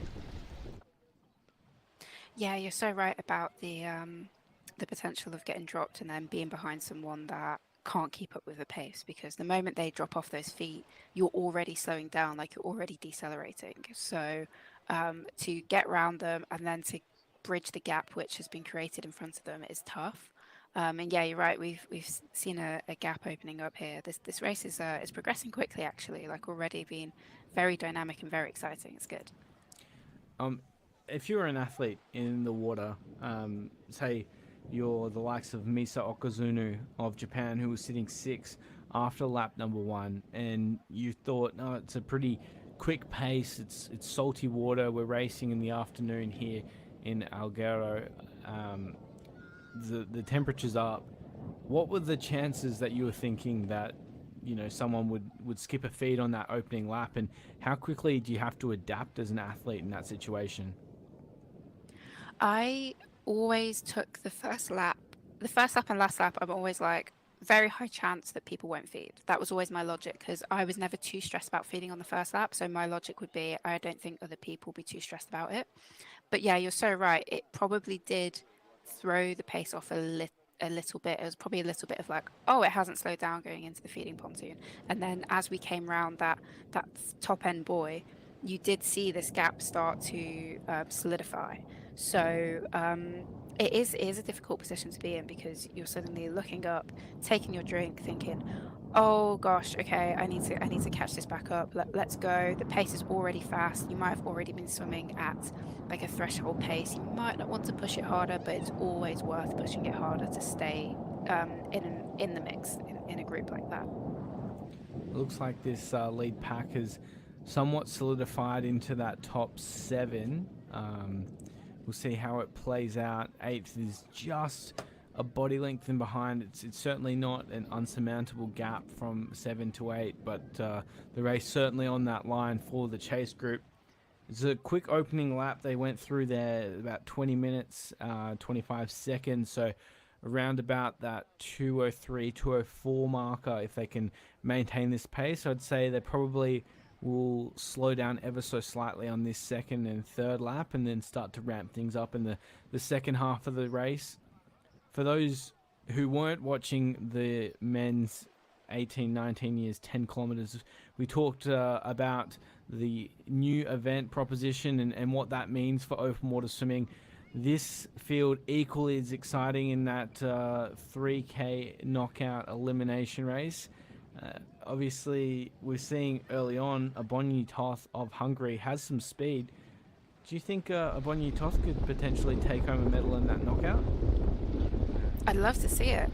Yeah, you're so right, actually. Like, going round into the end of the second lap will be like 3K. So I think what's most exciting about 3K for me is the fact that it's open across the age groups, which means we'll get to see Claire Weinstein mix in with these girls. So we'll get to see the 7.5 girls, the 5K girls mix in with the 10K girls, and vice versa with the boys. So there are a lot of fast swimmers, especially in the 7.5, that I think could really disrupt the natural course of things, is where you think the older age groups swimming the 10K will be the best swimmers. But they of course are incredible swimmers, but I think it would be very competitive to get the 7.5 group in there as well. Well, I mean, it's truly an extraordinary athlete to come into a junior world championships at just 17 years of age, not be racing in the eldest age group, but already have an Olympic medal to your name. It's a special achievement for Claire Weinstein to have achieved, and I think we've talked about it already. The pace that Weinstein brings, 154 200-meter freestyle, is simply sensational and has already made waves on that international level. Yeah, the confidence that Claire can take into this competition, I think, is very exciting. It's a really cool place for her to be in. You've just came off the back of an Olympic Championships, an Olympic Games, sorry. There's nothing higher than that. Even competing at American trials in finals and qualifying for the 4x2 team is an incredible achievement. I don't know if anybody regularly watches the American trials. I highly recommend it whenever, especially for the Olympic years. It is really a spectacular event, and just getting athletes competing at that level, moving to the Olympic Games, and then coming on to a World Junior Championships. I absolutely love that she's here. I love that she's turned up. She's competing in the 7.5, the 3K. I don't know if she's in the relay though. I need to check if she's in the relay. Hopefully she's in the relay. I don't think she is in the relay, but she's definitely set up for that 3-kilometer knockout. So we'll be watching that action on day 3, of course. Tomorrow we'll see the 7.5 kilometers for the girls and the boys 16, 17 years. And we'll also see the 14, 15 years boys and girls race in the 5-kilometer event. So that should be some interesting racing. For now, there has, of course, been obviously a bit of drama that has led into this race. The race start being pushed back because of some unfortunate weather over the last 2 days. And I guess, Alice, talk to us as an athlete. If you were racing in the pool, there's no chance that your race is getting postponed by a couple of hours, but that is the elements that these athletes have to face as an open water athlete.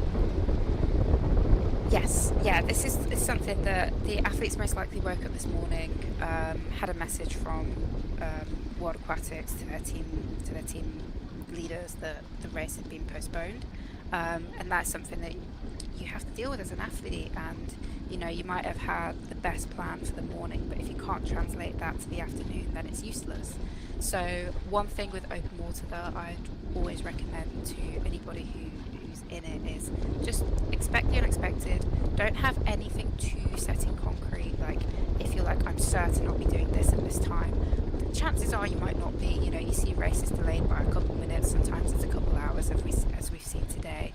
You're dealing with nature and the elements, so you have to be very adaptable and very fluid, and it's just natural the way the sport is. And at the end of the day, the race will still go ahead in some fashion, and medals will be handed out, and you don't want to be psyched out because the race had been pushed back by 3 or 4 hours.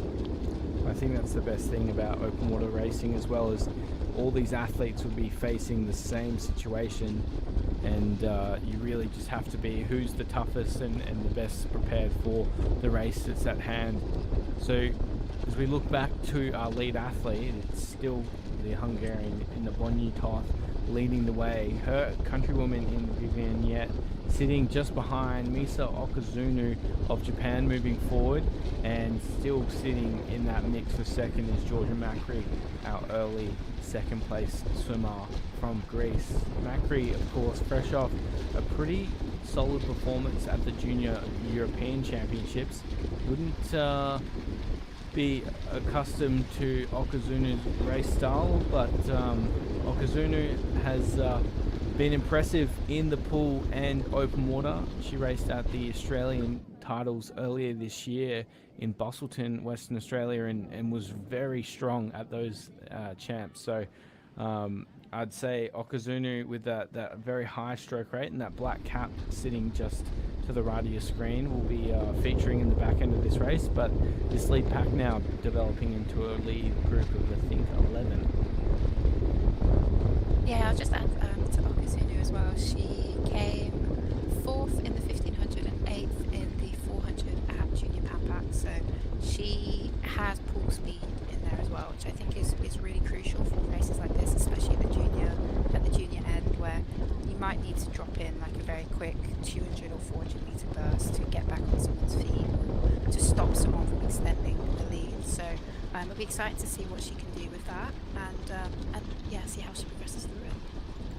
And we talked in the boys race once more about the stroke mechanics and how they differ in open water swimming to the pool. As we look at the Bonyitoth, who leads the way, she also has a very high stroke recovery, but looks also very comfortable and efficient through it. The only thing that potentially could critique is how efficient or over efficient she is with the head lift, getting nice and high out of the water.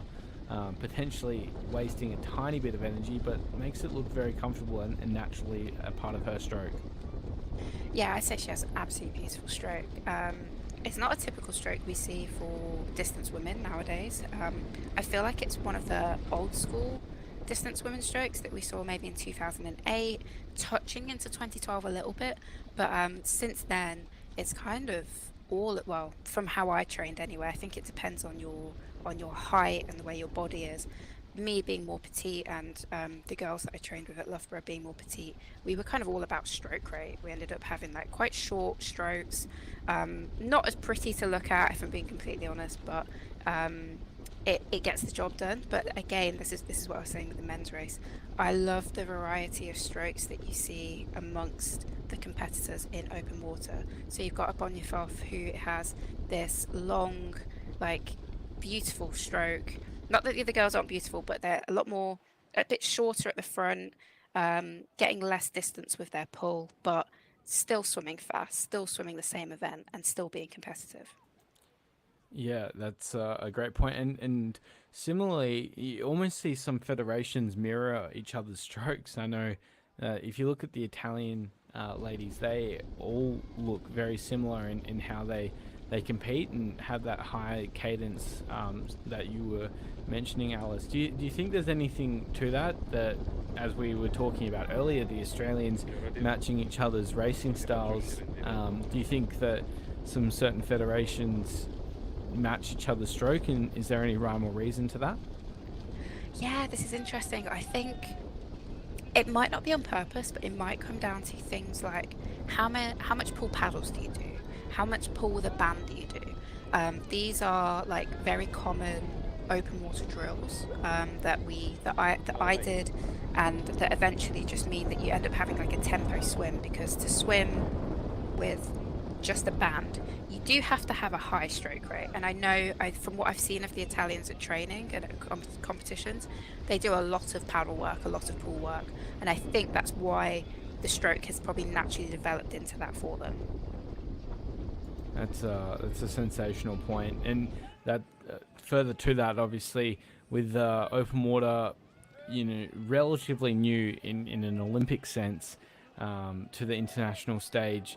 A lot of federations still funding it at a not minimal level, but at a lower level than what is seen in the pool. So you can see a lot of these athletes then tend to move into these super squads and train together hence mirroring each other's strokes. And we've seen that definitely prolific in Hungary, where David Bethlehem and Krzysztof Rozowski and Bettina Fabian all train in the same program. Going through there, though, the second lap, Macri just wrangling the lead. She made a very smart move to move away from the chaos to get in that good feed station, and is back in action here at the start of lap 3. Yeah, that was really smart racing from her.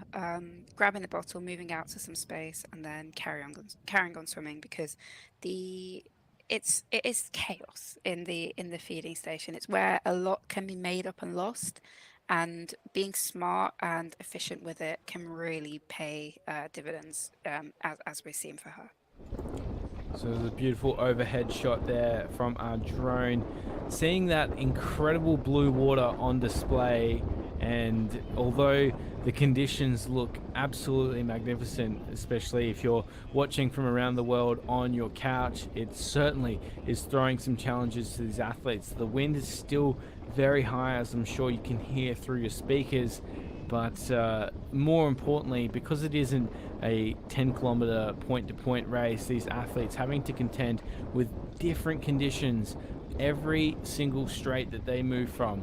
So at the moment, we've had a slight lead change. Vivian Yet of Hungary now in front of Glenda Abonni-Toth, her countrywoman, both the Hungarians sitting firmly up in front, and Macri of Greece still sitting in that second row position as we make our way into the third of 6 laps here.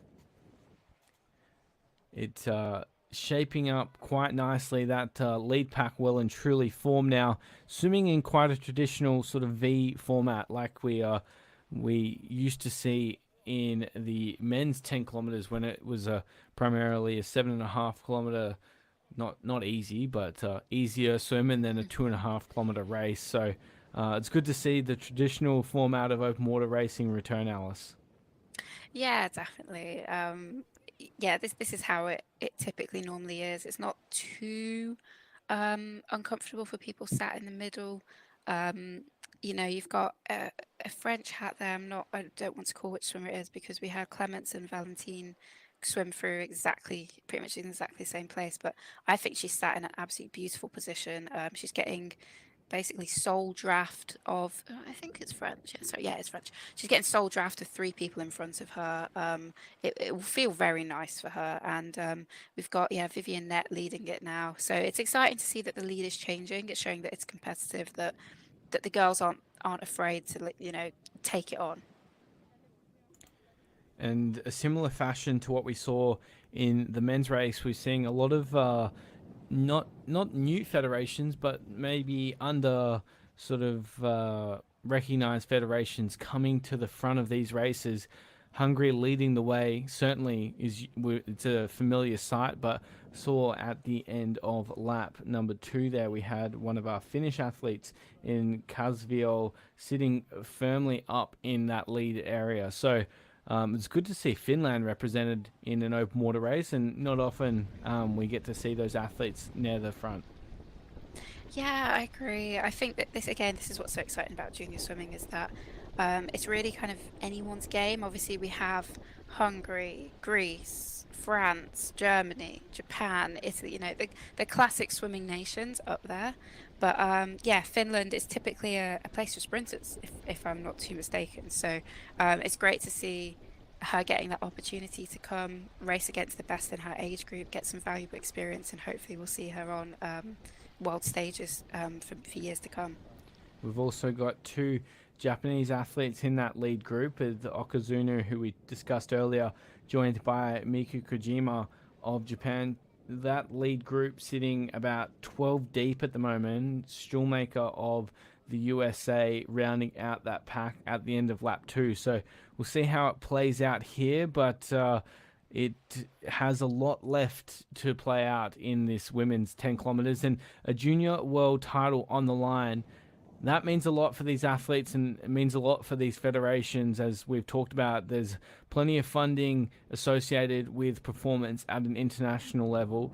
Alice, as a junior world champion yourself, what would these athletes be going through, and like at what point do you realize that this moment could potentially be life changing?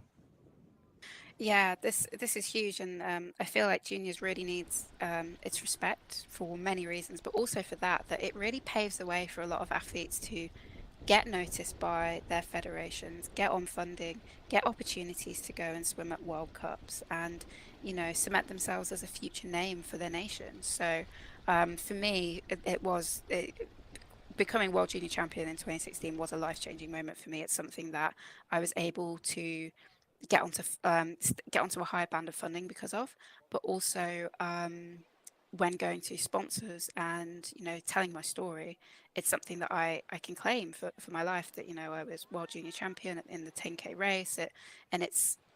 It has held weight. It holds weight amongst stakeholders both inside the sport and outside of it as well. And I think that's something that's really, really special and really precious towards athletes to be able to hold and to help tell their story. And put yourself in the position of the Japanese athletes. And apologies that I don't know this statistic off the top of my head, but how many GB athletes have won world titles at the Open Water World Championships previously? Oh, World Championships. Oh gosh, I can't remember Kerry Ann. I'm pretty certain Kerry Ann won 2011. I think she did. And World Junior Championships? Oh, junior. I think winning it's only myself. Unfortunately, we haven't got Amelie Bloxage here this weekend. She won the junior title in the 5K at European Juniors this year. She's also British champion in the 1500. Absolutely incredible talent. I'll probably get a chance to speak about her tomorrow. I think she would have been a clear favourite. Also, just because I'm British, maybe, but she probably would have been a clear favourite for me to win that 5K. But I think in terms of World Junior Champions, it's myself, but also Hector Pardo came third at the same competition in the 5 kilometre race in 2016. Yeah, So wow. the translation, I think there is a clear line of potential from junior swimming to senior swimming. There is, Krzysztof Rosowski won World Junior Championships the same year I did, and now he's Olympic champion. So there's a lot of potential for these athletes to translate to swimming at World Championships, or better yet, an Olympic Games. Yeah, you're so right there. I think if you go back through the World Junior Championships, there's so often that you see the medalists and champions that then one day go on to become household names in this domain. So that's potentially what's on the line here for these athletes. This incredible experience to be representing their federation in a truly spectacular venue. I know when the announcement was made as to where they would be racing, there were a lot of coaches and officials around the world that celebrated with glee at the prospect of traveling to such an exotic race location. It is truly a special part of open water swimming that is almost unmatched by any other sport in the world, and we are truly grateful to have that opportunity, and I'm sure you've had some great opportunities to race in some spectacular places as well. Yeah, I totally agree. I think this is one of the best things about open water swimming, that it can boast this kind of setting, these kind of landscapes, both for the athletes and for the spectators. One thing I love to say is that I really think open water swimming is how we were meant to swim. You're swimming in natural bodies of water. In some cases they're not natural bodies, it's a man-made rowing lake or something, but you're swimming in an outdoor setting. It's not as clinical or as clean as a pool, and I really like that element to it. It's very natural and authentic. Well, also, I've been meaning to ask you, what is your open water story? Like, where have you competed? What have you done? What's your history in open water? So when you talk about natural bodies of water, obviously, when it comes to Australia, where I'm based, it's a rite of passage to learn how to swim, and the ocean is just part of everyday lifestyle. So I think it's a pretty generic story for an Australian to live by the ocean and use that as an opportunity to compete. And I know there's some incredible venues around the world that you get to race in, but I've considered myself lucky to be able to race in a lot locally. So yeah, basically was started through local scene. We talked in the men's race about how you do transition as an athlete that moves through the pool and then into open water. It's a pretty similar story across the world, but in Australia specifically, obviously, we've got a big culture on surf lifesaving, and the racing opportunities that provides as well was how I sort of got involved with open water swimming and enjoyed the tactical nature of racing, that it wasn't just a stock standard 30 lap race of a 50 meter pool to determine who's the fastest distance swimmer. There was tactics at play, and you can conserve energy and read races and read conditions. That's what drew me to the sport, and what keeps me enjoying watching these athletes really maximize their advantages. And yeah, seeing how that race plays out for these athletes is where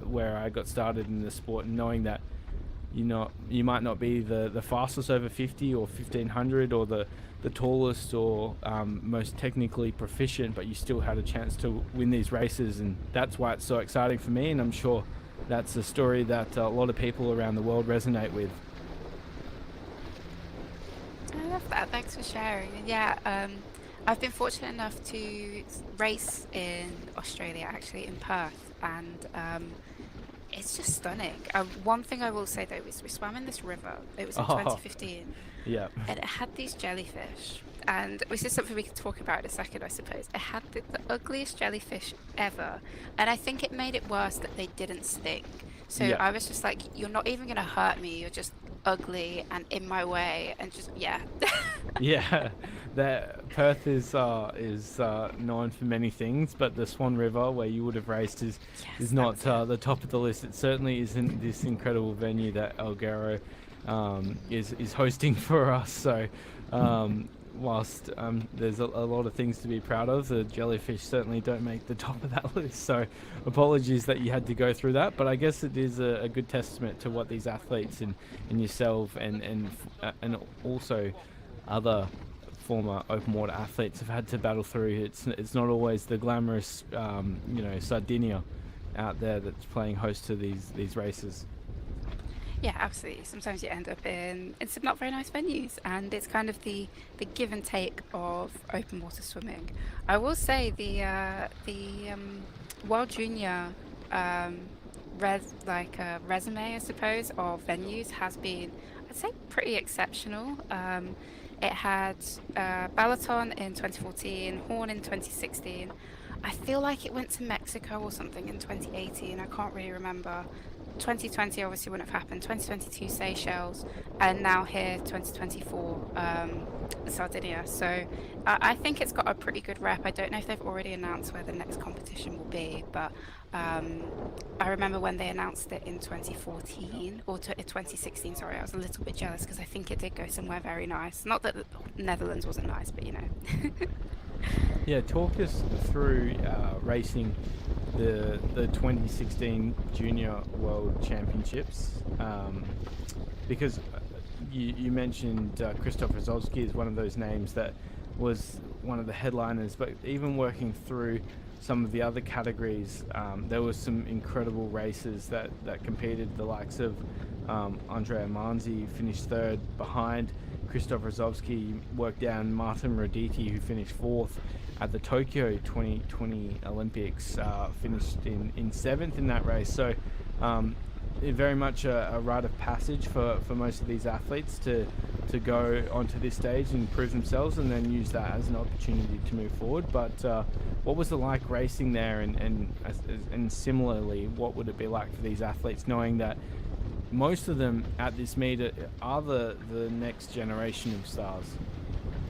Yeah, I think junior racing for the athletes is just so fun. It's a chance to really, be one of the top names at a competition, which it can be quite, well, it is rare in open water because it takes years of experience and time on the circuit to be able to walk into a competition and, be like confident in your ability.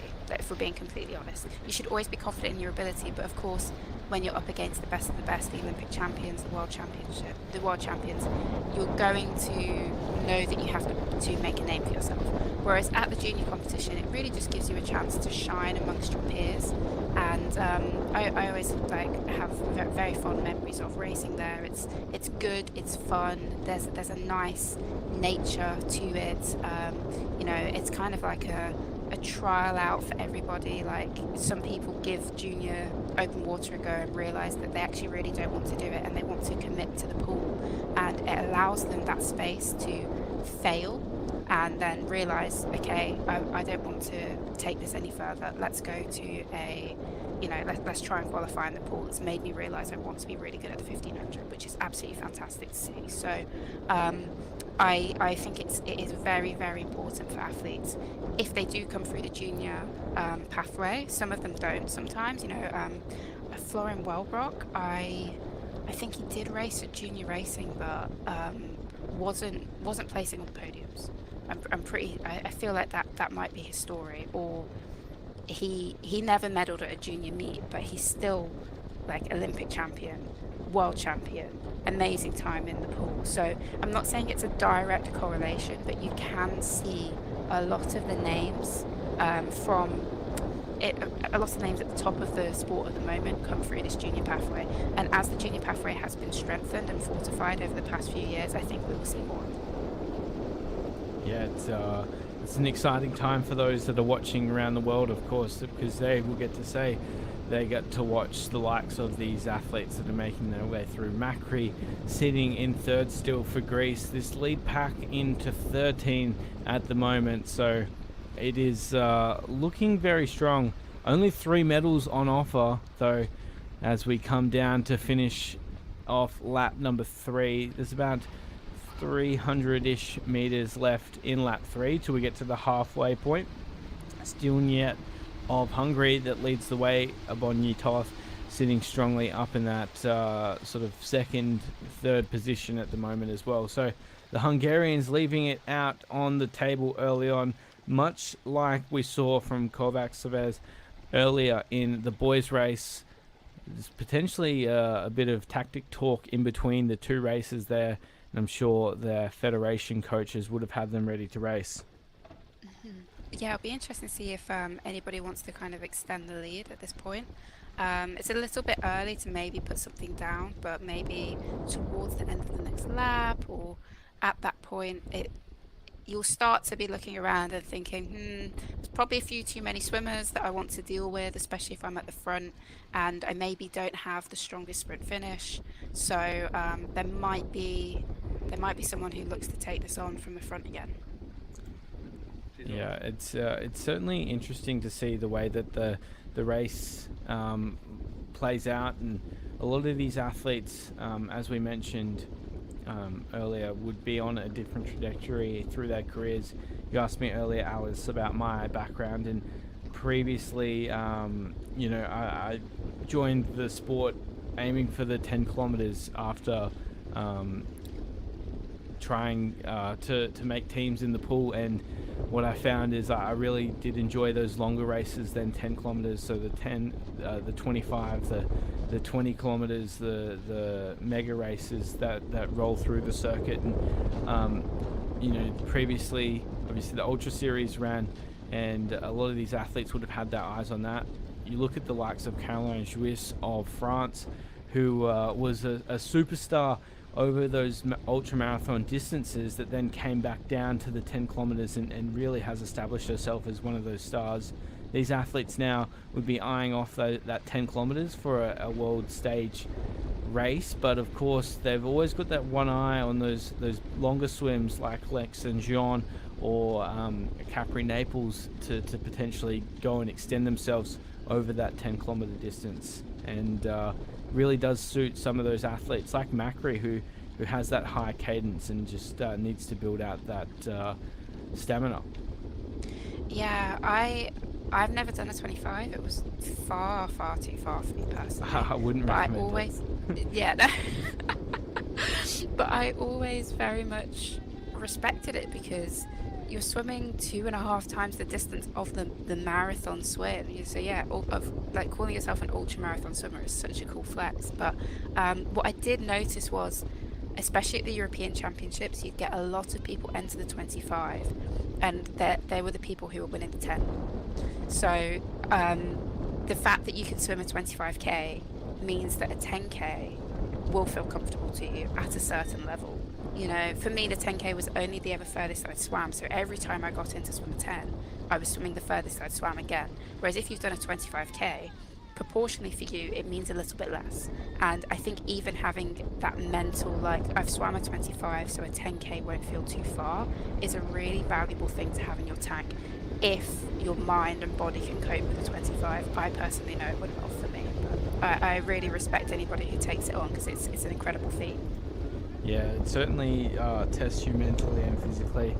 Your feeding setup needs to be absolutely on point, and I'm sure these athletes will well, some of them, of course, will have that in their sight for their careers, and we'll see how they develop, because those races are legacy races and continue to play a part on the world stage. Though we're coming down now to the halfway mark, it still is Viet of Hungary leading the way, 103.46 through the halfway mark. Macri sits second. Kojima of Japan sitting ahead of Okazunu, so a bit of movement there.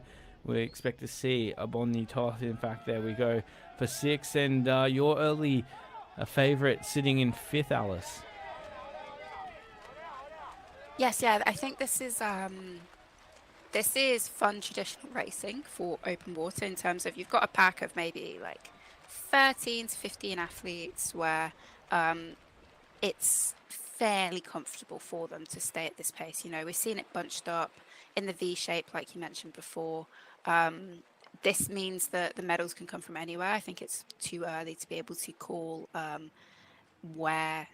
may medal. You know, we often see people swim through the back, especially at junior races, as we saw. It was so dynamic going into that last lap that, like, the call that I made that no one was going to swim up to the top three was wrong. And this is making for a very, very exciting last 3 laps as they start to wind it up. I think we've seen a little bump there. I don't think it was intentional between the two swimmers behind the lead, but I'd be feeling comfortable if I was in any of these positions at the moment as a swimmer.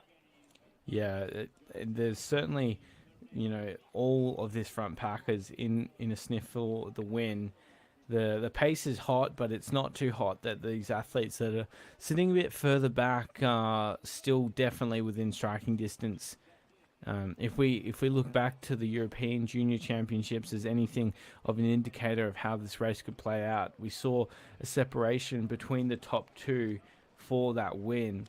Potentially could see that happening again, but really it's anything to play out for. I love the way that this course is set up with that 600 meter straight and in a 3 or 250 odd meter turning legs that really enable the race to develop into something that is exciting for spectators around the world. If we're able to see that lead pack of 13 into that final straight, it's going to be absolute carnage into that finishing chute. Yeah, so that's what it makes for the best races. Yeah, no, I kind of love those like chaotic moments where it's like, oh, who's gonna touch the finish pad? I personally thrived in it, especially as a junior. It makes for just really exciting racing for a spectator. It's heartbreaking for an athlete. I've been on that side of it as well. It is heartbreaking, but it's it like I'm saying, it's a great place to learn those lessons. You know, it's a a world championship title. It's huge. It's an amazing thing to claim to yourself, but you know there's more to come. And I think that's what's so exciting about junior racing is that it is just the start for some of these athletes. This may be some of their very first 10Ks, especially when we're looking towards the 5K and the 7.5K. It might be some of their first times like properly in open water outside of their federation.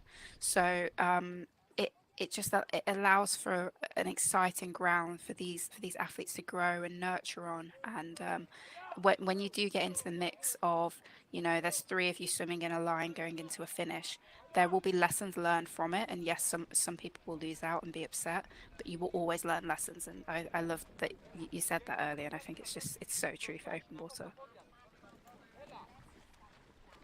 It's certainly gonna tell a story. Nonetheless, if for whoever takes home the title, we will be crowning, of course, a junior world champion. Working through some of those results through the World Junior Championships over the past years, back in ILAT in 2018, Orban Cocodano, obviously the brother of our Clement in the water at the moment, finished fourth in the boys 16-17 years, 7.5 kilometers. So I wonder if they've talked to each other about what it means to push forward into that podium, and obviously would have eyes on that top of the podium and getting France potentially double gold to kick off the action on day one. Yeah, this is setting the scene fantastically for France. You know, I think we've still got two French athletes in this top mix. It's looking good for the relay for them as well. So yeah, there's so much exciting racing to happen. And on the point of the 3K, I love that the juniors are the ground at which these events are trialled. So I'm pretty confident that the relay was first introduced at the World Junior Championships in 2016. I think that was the first time a team race had been raced in that fashion. Typically before, it was 3 athletes from a nation. It had to have a minimum of 1 woman or 1 girl racing either 3K at the junior level or 5K at the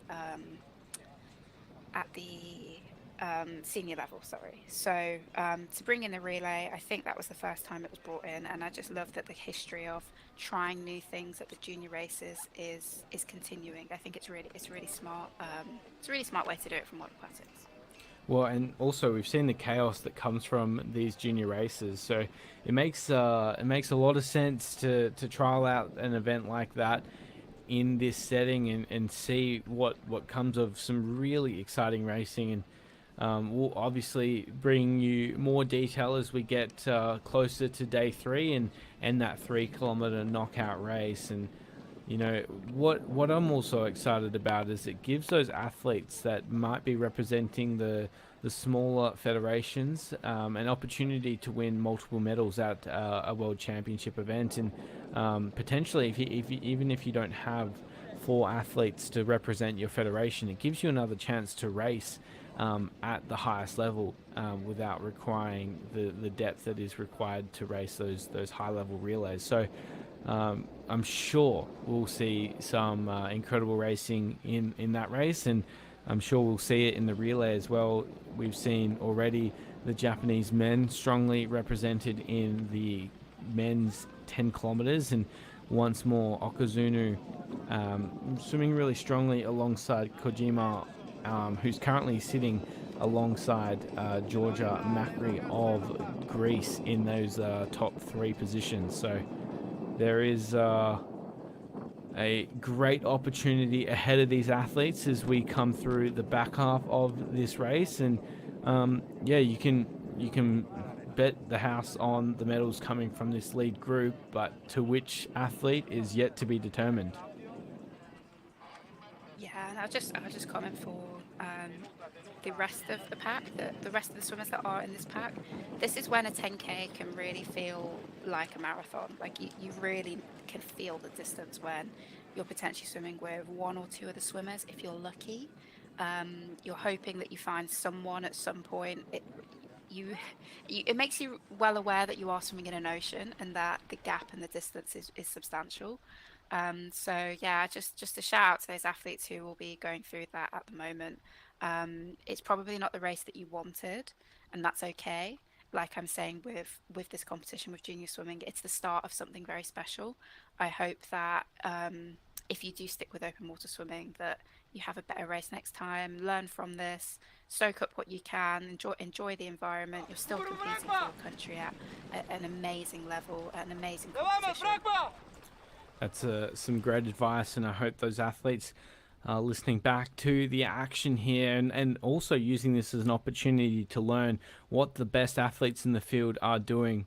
But in addition to that, of course, we've got some royalty over in Alghero watching along the race. Leonie Beck is over there as one of the best ever open water swimmers, flying the World Aquatics flag, and of course flying the German flag, watching these next generation of what would be competitors for Leonie in the water. What would that mean for you if you were to go back to 2016 and have the likes of Sharon Van Rooyendaal alongside to watch the racing?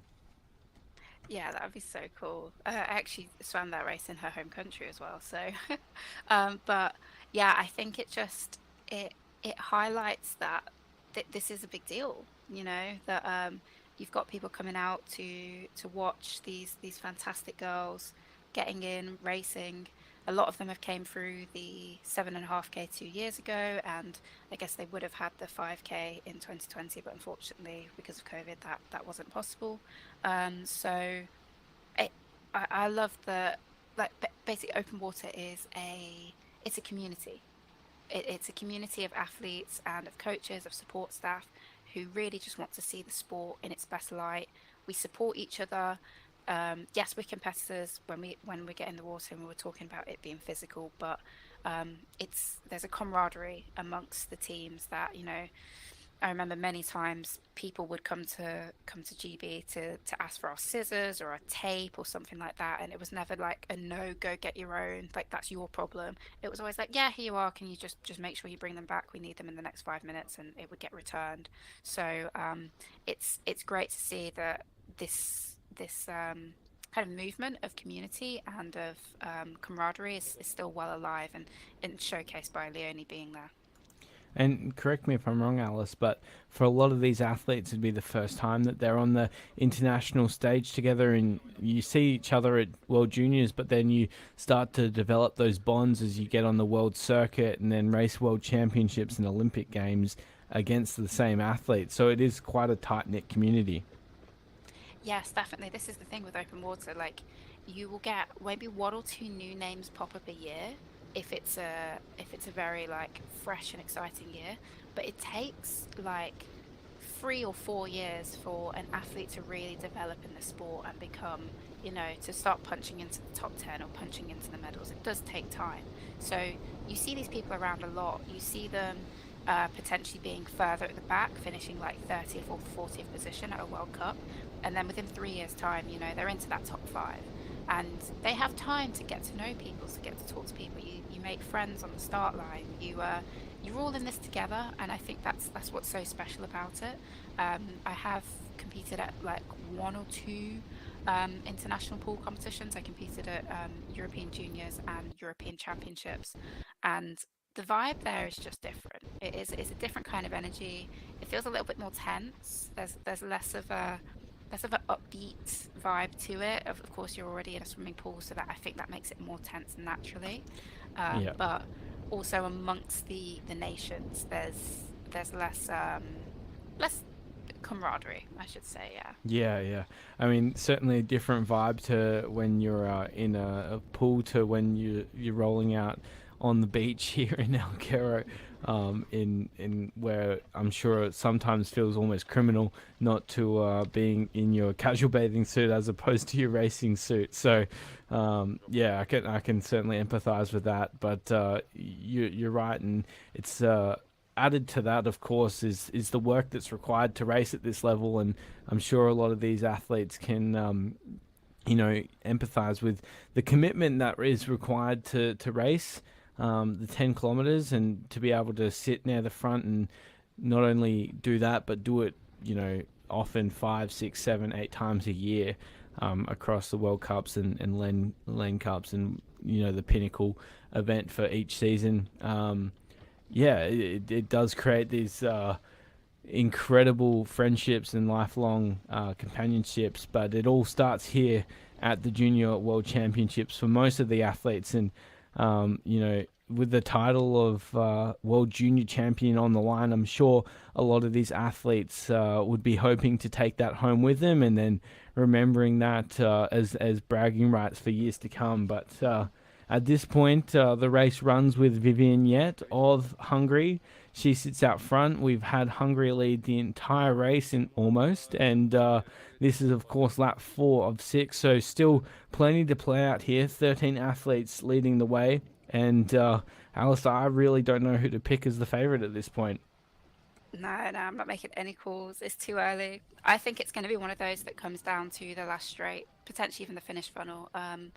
It looks like a very well matched race. There's no one who's trying too hard to make it a certain way. I think I really do think everyone's comfortable in the position that they're in at the moment. We haven't seen much change. There might have been a few, like 5th has swapped with 6th or 7th with 8th or something like that, but Net's obviously happy to lead and everybody else is happy to follow for the time being. And you talked earlier about how some athletes might look to skip that last feed. With that in mind, this is probably the last opportunity that they're going to have to take any final fluids or carbs or energy shots. So with 600 meters to go, the coaches would be on that feeding deck, ready and raring to give him that final advice. What does that advice look like with potentially just over 3K to swim? Personally, for me, I couldn't ever hear anything. All I heard was shouts in many different languages. I think there was one time that I heard, like, "You're doing well, keep going," and it's just the kind of same stuff you're repeating to yourself. But this is really interesting at the moment. Yeah, Sorry, wow. I'll come back to that point in a second. This is very interesting. Yeah, I've seen this a couple times, but it looks like Hannah Gatchen of Germany's just shot through, but really. This is the opposite of what we saw in the boys' race, where everyone sort of sat back, turned around, and did some backstroke to see who was going to take the lead. How this occurred is basically the pace came well and truly out of the field on that turn, and no one wanted to move forward, so everyone moved forward. Yeah. This is like, are they potentially one or two of them are like, actually no, there's too many people in this pack for me. I don't want to take any chances, so I'm going to come through. But then also Net doesn't want to let the lead go, so you end up with, it's looking like 3 wide at the moment. You've got one of the Japanese swimmers sat in the middle of them there. I don't know who it is, but yeah, this is interesting. Yeah, if I was gonna give that to anyone on that turn there, I think Georgia Macri has just absolutely perfected that. She moved forward and then immediately knew that she didn't want to sit there, and is now back where she wanted to be in that second row, as we get a shot of that light blue Greek cap swimming strongly. So a big move there for Gatchen. I think not often that the race plays into your hands like that, but when it does, you got to take advantage of it, right? Yeah, totally. And I feel like I personally, as an athlete, would have done what Matri's done. I quite like just sitting back and chilling, but the pace has clearly been a bit too slow. So the German athlete's putting her foot down here, which I'm going to be interested to see how this plays out. See if it does drop anybody, because it's one of those things where all of a sudden now they might be strung out in a line, and as we were just talking about, going into basically what is the last feed, there will be another chance, of course, but you won't want to be taking anything on that late in the game. There's not much point to it, and it could cost you valuable seconds. So it'll be interesting to see how that disrupts the field. Yeah, and breaking down another stroke in Gatchen at the front. It's a very long stroke, very nice stroke, and pretty efficient, which is what we've come to expect from the German open water swimmers. That left hand ever so slightly not clearing the water as high as I'd like to see, but with this wind dying down, it really is paying dividends. Yeah, you got a good eye for stroke. Yeah, I see what you mean now. Yeah, one of her right elbow is higher than her left. Yeah. Again, she's got a really nice stroke, long, high enough stroke rate, but still catching the water fairly far forward. Yep. And looks like she's got a good leg kick on her as well. Yeah. I always love these shots for the athletes as they swim into, well, either the headwind or a bit of a current, and then you have the boat traveling in coinciding pace next to you. It makes you look like an absolute superstar, actually giving them the respect that they deserve, because they are absolutely moving in this fourth lap. I'd say, what do you think, Alice? I think they're sitting around that 1:15 mark per 100. Yeah, probably around that. The first 3 laps were probably fairly comfortable for them. That was probably at, like, I'm trying to judge by the time they went through 5k. That was probably about 1:14, maybe 1:15, and they might have dropped down to, I'm being very pedantic here, probably about to 1:13, and I think it's only going to increase as we move through.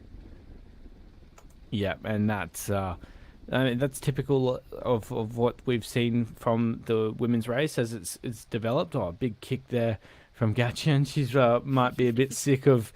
I think that's Kojima sitting on her feet. Viet sitting on the feet. Certainly, yeah. As you were mentioning earlier, it takes a toll when your feet continue to get tapped. Yeah.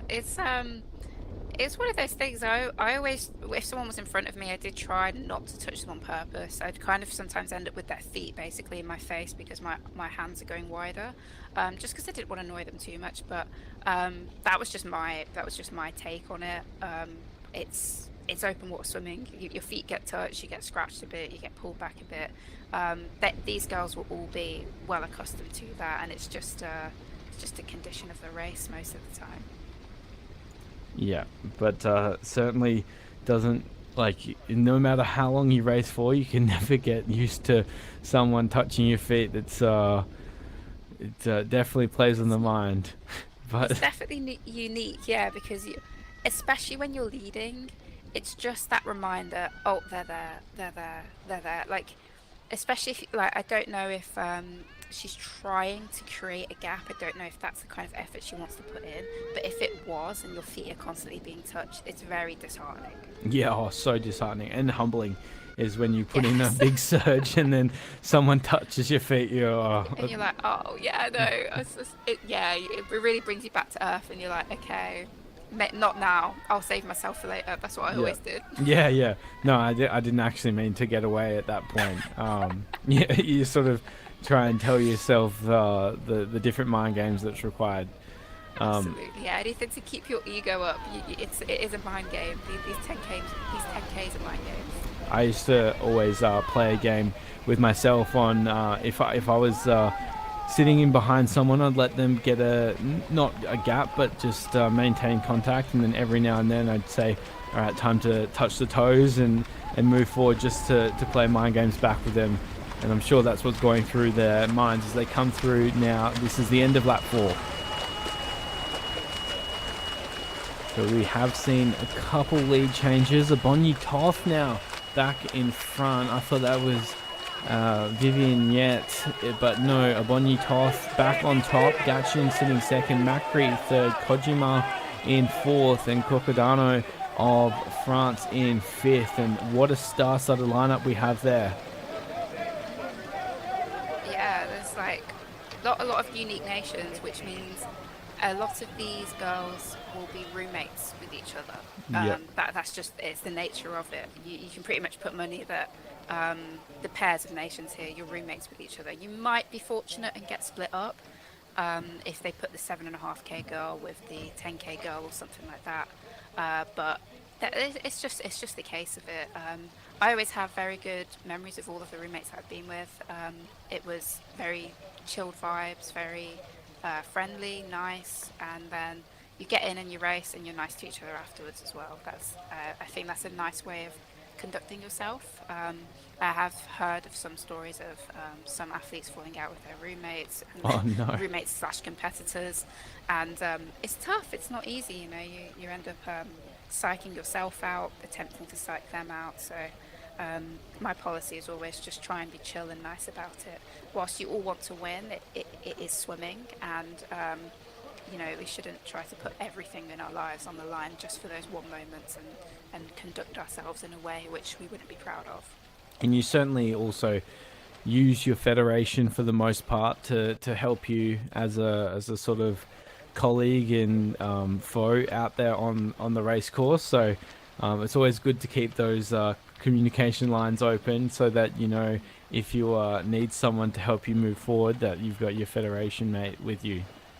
So true. Yeah, that's the thing. I mean, the best thing that you want for you and your teammate is a first and second. Of course, you want to be in first, but I'm sure you'll be happy taking home a silver medal as well. So, yeah, it's one of those things, like, don't try and, like, fight with each other and then let the race get ahead of you. I've heard of stories of that happening as well, where the people have been so engrossed in trying to beat their countrymen that they've ended up in, like, really, like, bad positions in the race and ended up coming like 30th, 40th place, unfortunately, whereas they should have been into the top 10 with the caliber of swimmer that they are. Yeah, certainly some horror stories out there. It's the part of the development of these athletes and why the Junior World Championships is so important for the development into an elite world level competitor. That was the end of lap 4 there. 2 laps to come. We're down to 12 in this lead group. We lost Sienna Delu from the lead pack, unfortunately, on that last lap. It just shows, though, the pace is well and truly on. Bonyi Toth leads the way for Hungary as we come down to go down this back straight for the penultimate time. Still plenty in it here. I think we're going to see an absolutely cracking finish. Georgia Macri of Greece has sat near the front for the entirety of the race. We've seen Kokadano of France looking good, Okazunu of Japan, and as well Chiara Sanzullo looking good for Italy, sitting currently in 8th position. So, Alice, I think the fans around the world are going to get exactly what they asked for. There's a little bit of gap opening up once more in this lead group, but it's certainly all stakes on the line for the Junior World Champion to be crowned. Yeah, definitely. And speaking from, I suppose, experience, if I was a swimmer who didn't have the best finishing speed, I would definitely try to be up at the front now, pushing through and making this race get as drawn out as possible, because you don't want to take your odds into the finish funnel with that many people around you if you haven't got them on your side. There will be some fast girls moving into this finish who can swim well under 1 minute for 100, probably under 2:05 at least for the 200.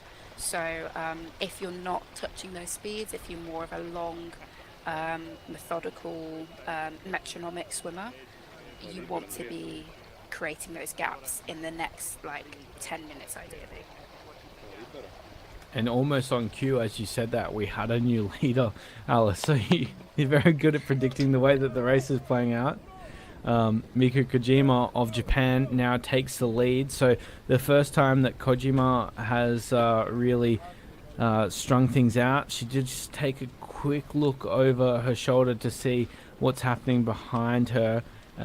I believe it's still Macri sitting in second. Sitting next to her as well is Hannah Gatchin. We saw like what was a sensational turn and the midway through lap 4, and Gatchin placed well. Actually, it's a great question, Alice. Sitting on the inside of this pack can be greatly beneficial to help you move through these turn cans quickly, but also can get you unstuck depending on how the leader approaches those cans, right? Yeah, it's always a dangerous place to be in.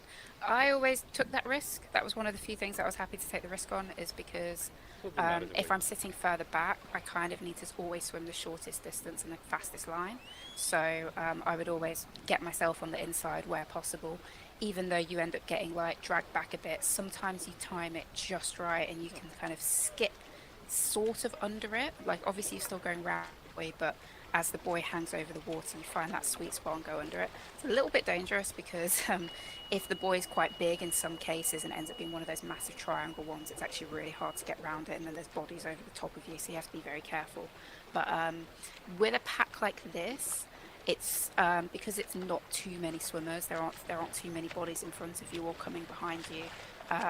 You can sit very comfortably in that inside and know that you'll get round it with no stress. Hopefully, as long as you're given the space to do so.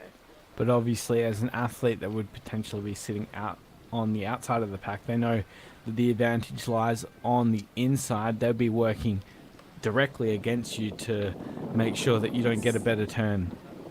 Yes, yeah. So you can see it happening with the line of 3 swimmers here.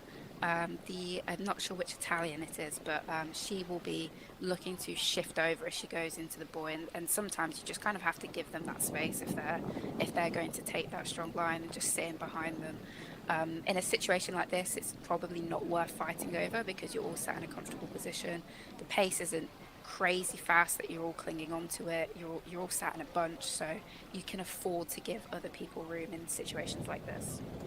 And of course, the best way to avoid that is sit at the front of the race, Yeah. as Kojima is doing at the moment.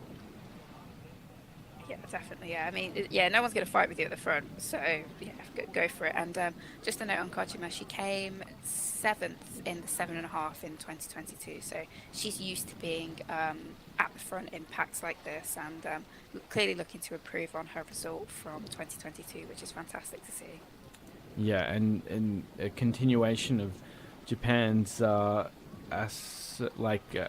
continued rise across open water scene.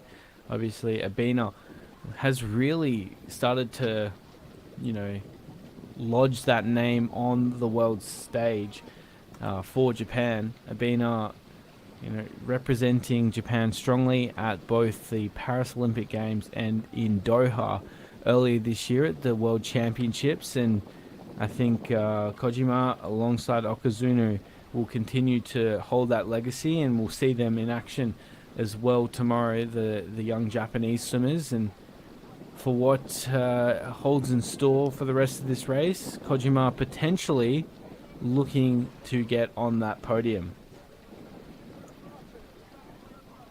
Yeah, absolutely. There's a lot of exciting Japanese swimmers at the moment, both in the senior but also the junior. We'll talk about him tomorrow, but I just want to highlight Imafuku. Again, a similar caliber to Luke Ellis in the pool. So, we've got some very fast pool swimmers at this competition. So it didn't quite work out for Luke Ellis in the boys 10K that's just gone, but it'll be interesting to see how Imafuku gets on tomorrow in the 7.5. Yeah, I had the pleasure of calling that race at the Junior Pan Pacific Champs, and Imafuku led for the entire race until the final 50, and we've talked already about Luke Ellis's prowess over the 800 meter freestyle. Thought the race was done and dusted, but Imafuku came home in that 1500 with a 27.0 final 50. And went 14:59.9 for the first time, also breaking the previous championship record held by Bobby Fink. So some serious class there for Imafuku, and someone that is going to continue to rise. He is a young superstar in the making, and really one of the brightest lights coming out of Japanese distance freestyle in a long time. Yes, yeah, this is really exciting. I've heard a lot about the Japanese training regimes and programs, and I've kind of known it's always going to be a matter of time until they get like some true superstars in distance swimming. Of course, we've seen some in the past, but I really think there's a lot of potential there as a country and the culture to really have some great distance swimmers punching into the 8, the 15, the 10. We've obviously got Sato in the 400 IM, but it'd be great to see them like starting to medal in the distances that go further. Yeah, and I'm sure that we could potentially be seeing that in about 30 minutes time, as we have the Japanese well represented in this front pack, the front pack of 12 that is separated well and truly from this field. We spoke earlier about just how long this race can be once you get dropped, and it looks like we're just seeing that happen once more with our 12th swimmer just falling ever so slightly off the pack. We have this this leg here between the two long straights. It sits at 233 meters. If you're falling off the pack, how hard is this 233 meters, and how important is this next turn? Yeah, falling off the pack in these situations is really tough, because that last lap can feel so long. It feels like the longest 1600 meters of your life, and it gives you a lot of time to think about what went wrong, like why didn't it work for me? I wish I'd stuck on her feet a bit longer. You can see, I don't know what country she is. Is it one of the Hungarians? Oh, I'm not sure. But you can see her like working to get back into it. And again, we've got an interesting shape of the pack at the moment, where you've got the Georgia, the Greek athlete, taking her own line and being confident in her own line. It looks like she's actually going to take the lead because of it, because the other leader doesn't, maybe hasn't, I think they must have noticed that they're breathing her way, but doesn't want to match her pace right now. Yeah, this is, I mean, it all gets very exciting when people play out, because obviously at water level you would be believing that you hold the best line into that turn can. So you sort of have an interesting point where you want to back yourself, and if you commit too late to swimming across to the other group, then it can really end up costing you some time. But at the moment, there's two distinct packs, and Macri really confident in her ability to pick the right line here. Yeah, and this is something that we see quite often, especially at the senior level, where there is more confidence in their ability to take the right line. I think this is the first, maybe we've seen it a bit earlier in the race, but it's the first time we've really seen it happen like this. And what happens is as they get towards the buoy, they obviously all have to go around the buoy, so it ends up like smacking back together. And it's a really tough place to be when you're in the middle, because all of a sudden you realize all of these lines are just converging on the same point. And then this is where this turn is going to be crucial for a lot of athletes, because you've got the front pack being 7 swimmers wide. That's going to be a very interesting turning point coming up. This is pure chaos here, as we see Macri sitting second from the bottom of the screen. It's just I think that's Bonnie Toth that leads the way ever so slightly. Bonnie Toth, if it is on the bottom of the screen there leading the way, is in a bit of a pinch point, as you mentioned, Alice. You have to get around this as quickly and safely as possible. You don't want to be squeezed, because you can go all the way from first to about 8th in a split second. But they've done a good job just consolidating this position as they come down to this turn can in about 20 meters time. You can see the official boat there just keeping a very careful eye. They know exactly what to be looking for here, and they have been squeezed into this turn can, but I think it's going to work out for Bonnie Toth as she leads the way to Macri and gets around it comfortably. That is textbook perfect swimming. Yeah, she did really well. She knew she had to commit to the pace and find her own space within that, and then I guess fortunately the swimmers on the far side of her, furthest away from her, started to drop back off the pace and were forced to come in behind them, so that already thinned the top line out. So she was able to get around that as cleanly as you could hope in that position, because that is tough. And it looks like everybody's really vying for this now. This is going to be a very, very good last lap.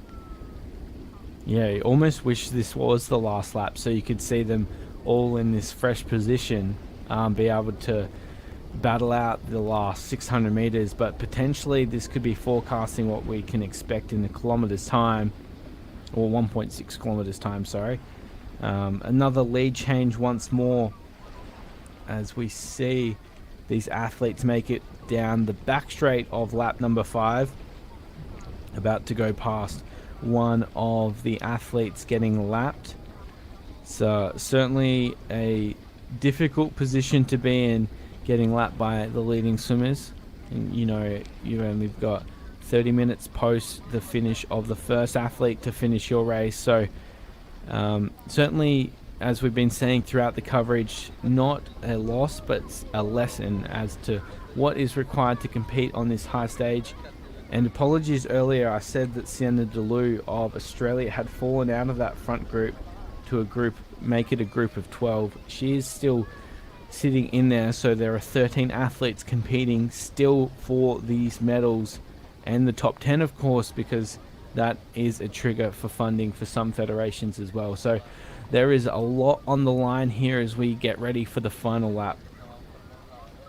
Yeah, as I've been saying all the way around, you know, for any position that you're in as an athlete at the moment, I would personally, in my ability, I would feel comfortable.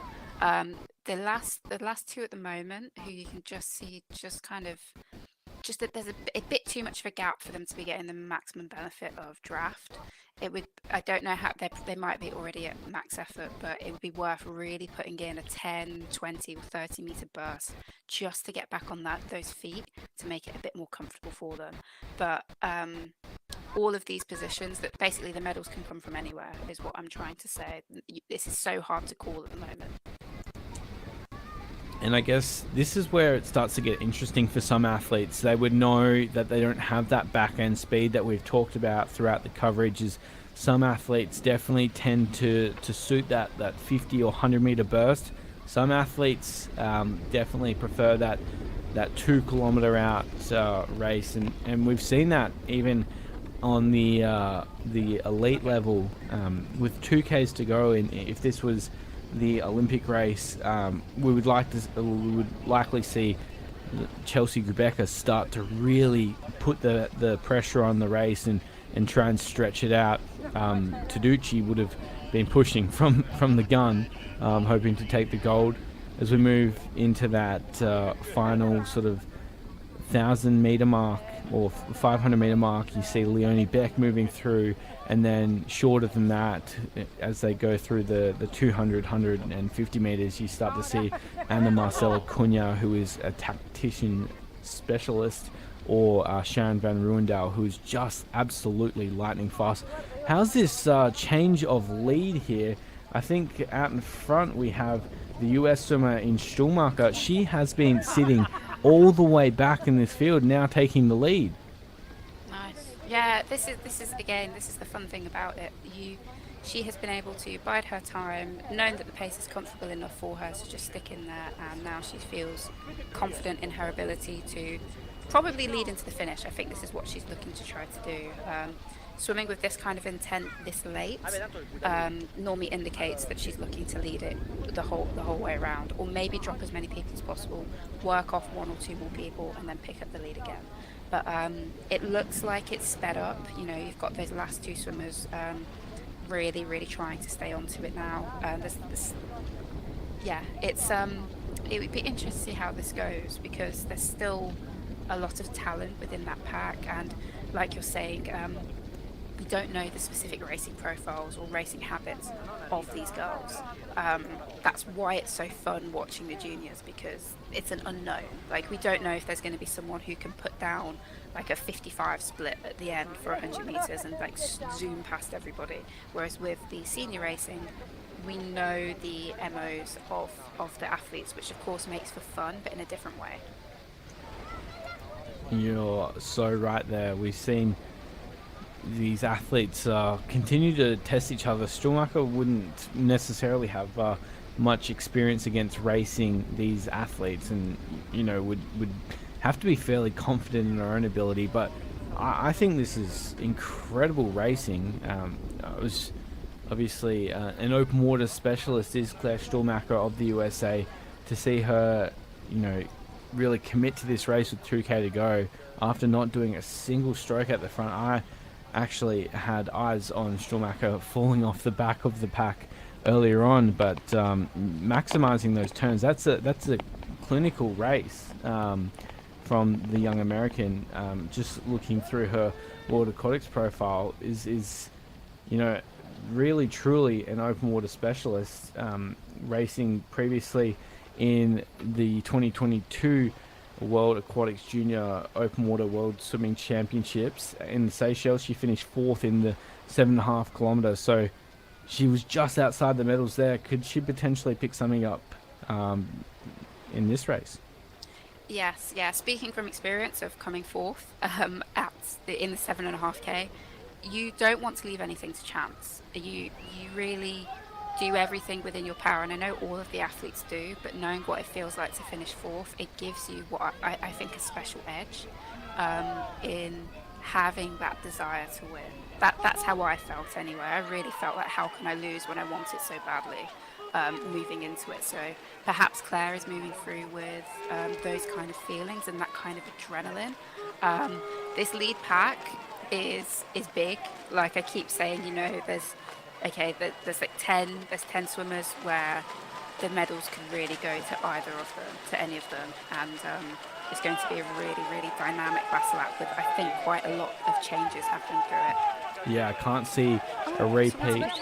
I can't see a repeat of the men's race happening. That's for sure. Yeah, no, I don't think anyone's going to have it their way as much as Sasha Veli did, and yeah, which was fun. But then this makes it for fun as well. This shows the dynamic aspect of open water, that we have 2 very different races back to back. Stuhlmacher moving from 12th into first position on that lap. What a sensational swim through lap 5 for the young American. We still have those top 13 athletes in touch. I'd say the medals most likely, though, now going to come from that top 9.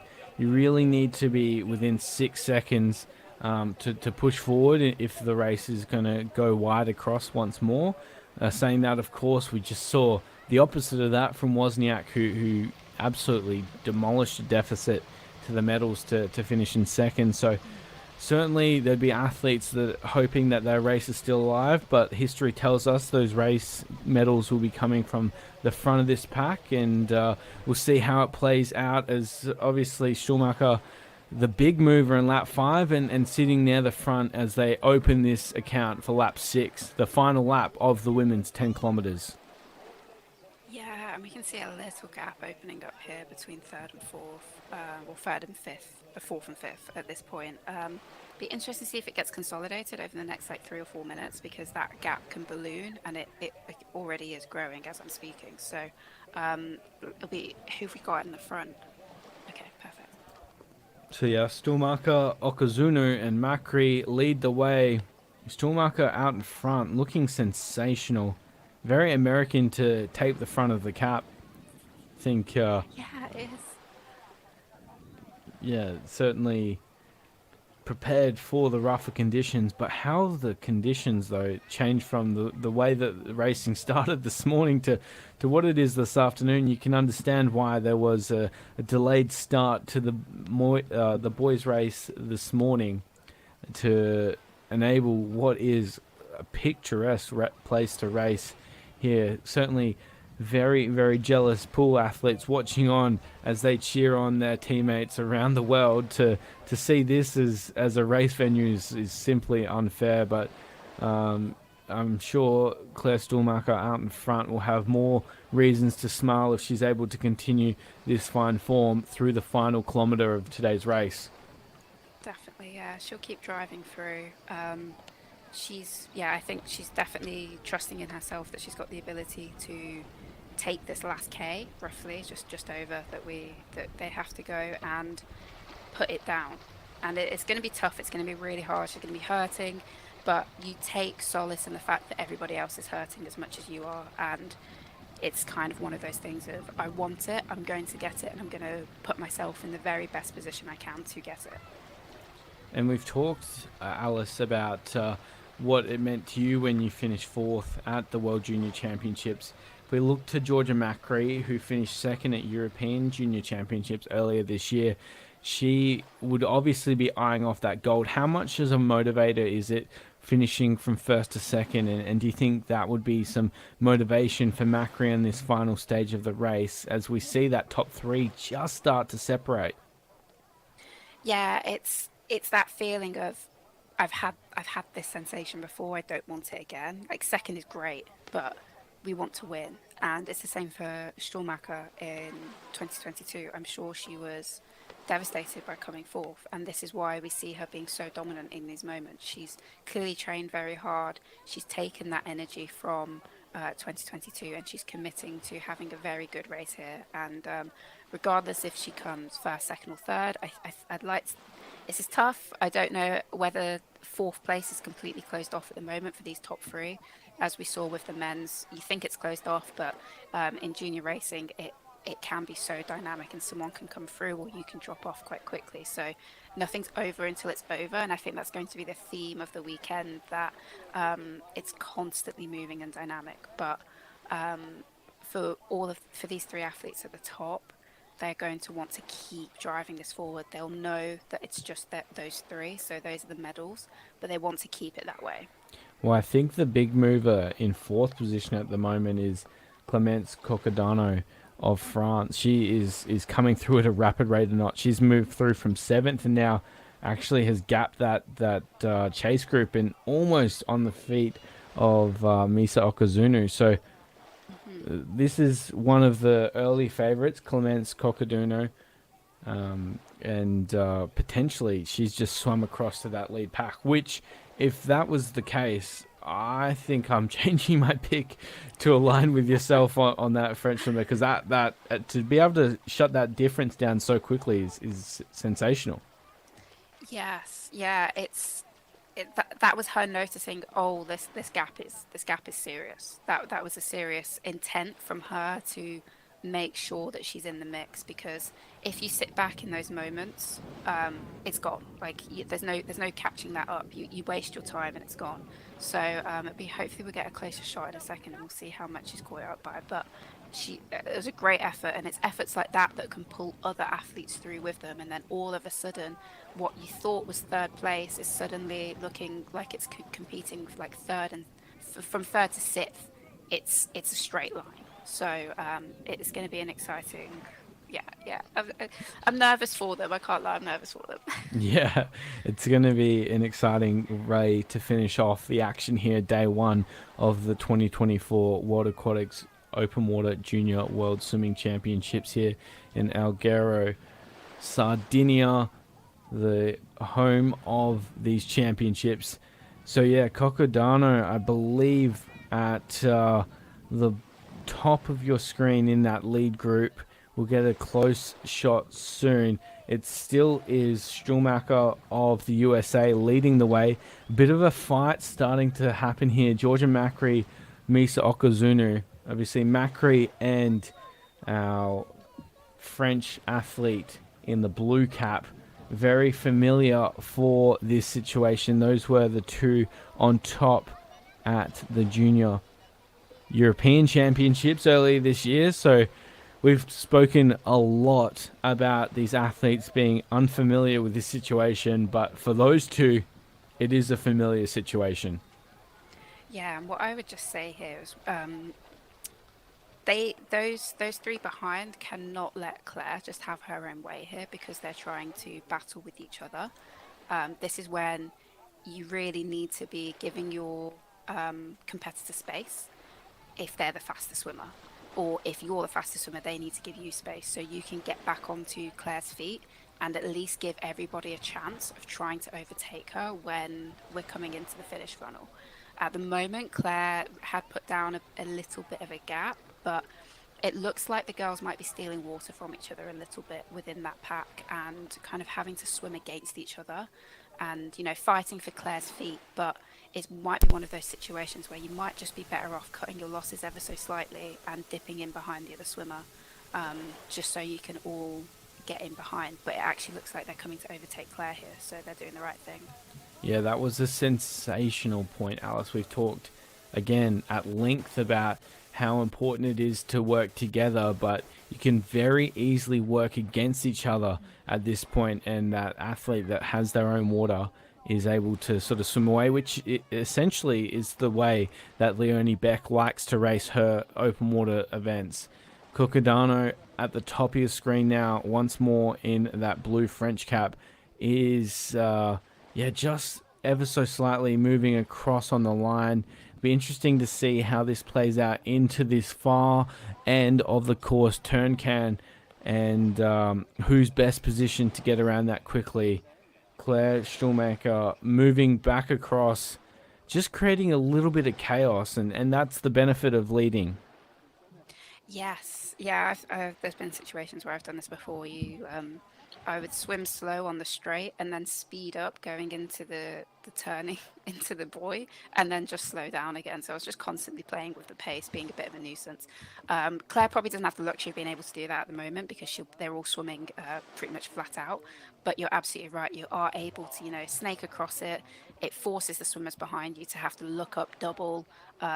So they don't like clash into you and ruin their own stroke. And it looks like it is very competitive between them at the moment. There's a lot of like toing and froing, and everyone trying to take their own line, but at the same time following each other.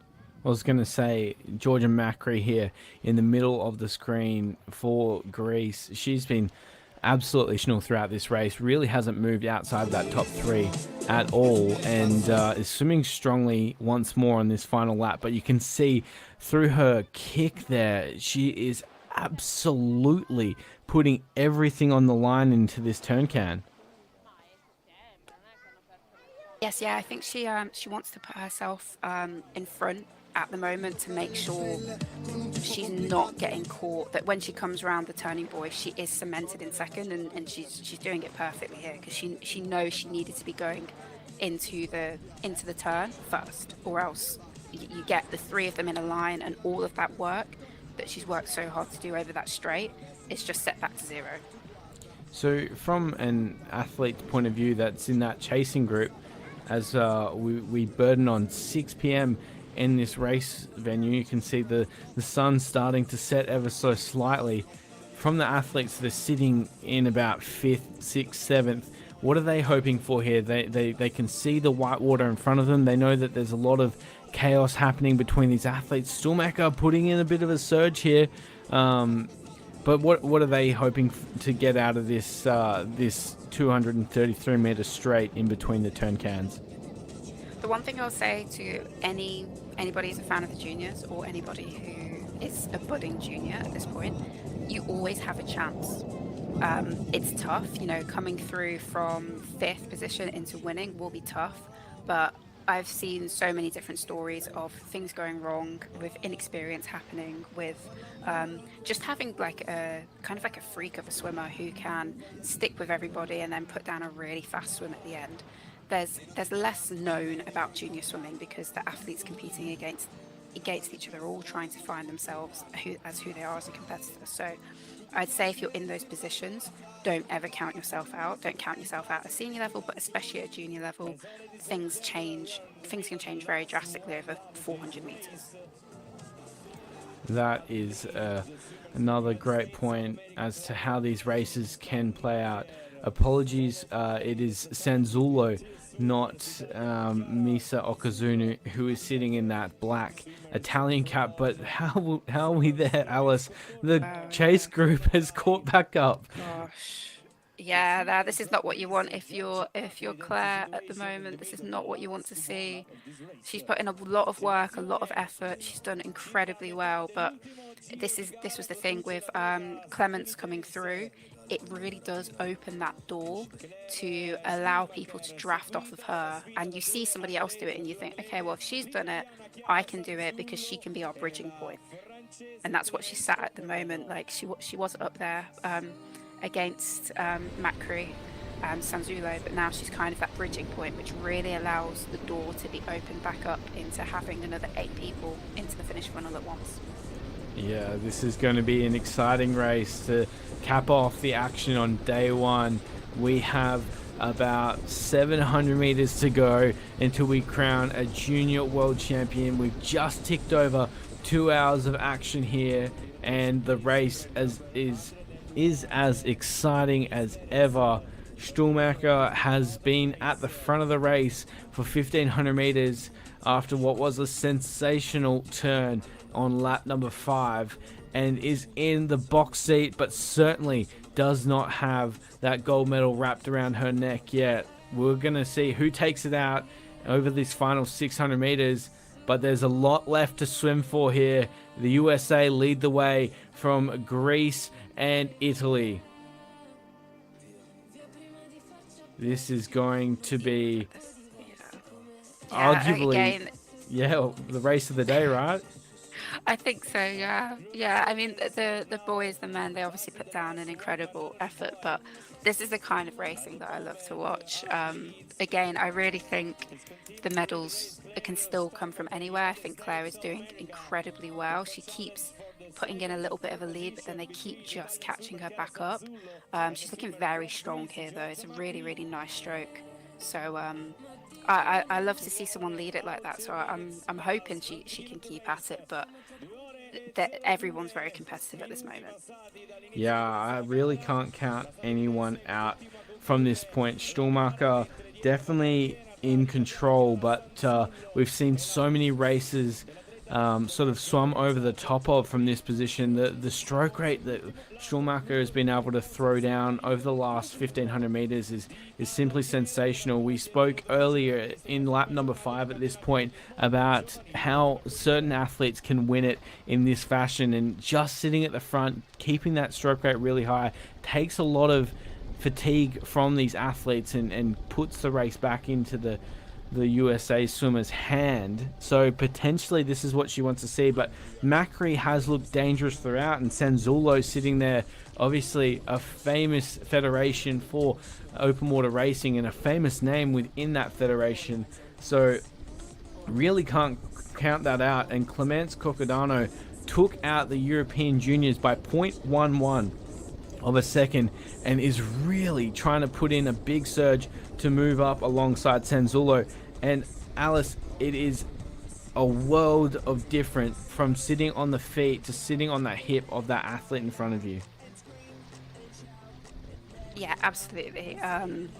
The hip is so annoying for the athlete that you're sat on. Like, it's so annoying. You can see it happening there. It's kind of a toing and throwing from Macri and Sanzulo, and you just don't want anyone sat on your hip. I hate it. You know, it happens. It's natural. But yeah, it makes for an annoying race, especially when you're putting everything down and wanting to get in front of Claire. But she's really been strong here, dominating her space, not giving anyone a chance, not opening the door for anybody to come past her, basically.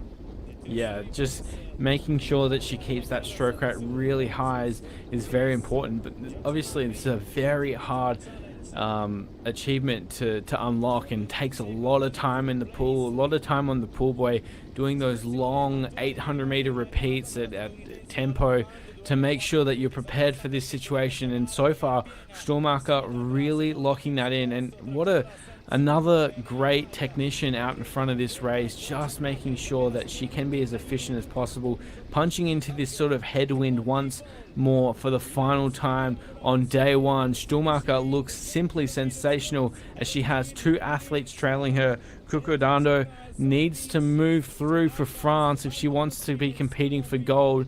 That bronze and silver still in contention, but it's going to take a big effort for the French European champion to come all the way through. I certainly didn't have Stuhlmacher as one of my pre-race favorites, but she is absolutely delivering down this final straight. Yeah, she's came through with commitment ever since about this time. I'm going into the last lap, and you constantly keep thinking, oh, will they get her, but she just keeps stopping that from happening. It's really, really great effort, and I'm sure she's hurting, but hopefully she can keep committing to this, because it's some great swimming. And we get this great shot once more for the final time. They talk about pool swimming in the 1500 and how much of a blessing it is to hear that final bell. But Alice, as an open water swimmer, there is no better sight than that finish chute, and Claire Stuhlmacher of the USA has that in her sights now. Yeah, she's consolidating her lead here as well. She's seen that funnel, and she's put in another spurt of effort, which I think Sanzulo is just falling off of, and then Macri's holding on to Sanzulo, and they're just kind of battling it out between them. But she's opened up maybe like a 2 meter gap, which, as long as nothing changes, is more than enough to finish the race and win on. So still like edge of your seat kind of stuff, because you know, if she lets off the pace for even like 10 meters, it can drastically change for her. And at what point do you think Macri and Sanzulo start trying to consolidate those minor medals? Because you can see that chasing group that is led by Kukurando really trying to push forward and contend for those medals. We know the Japanese swimmers can come home with a fury, and there's a bunch of talented athletes within that are all hoping to get onto that podium. So at what point do Macri and Sanzulo look to each other and say, we need to work together to take home these minor medals?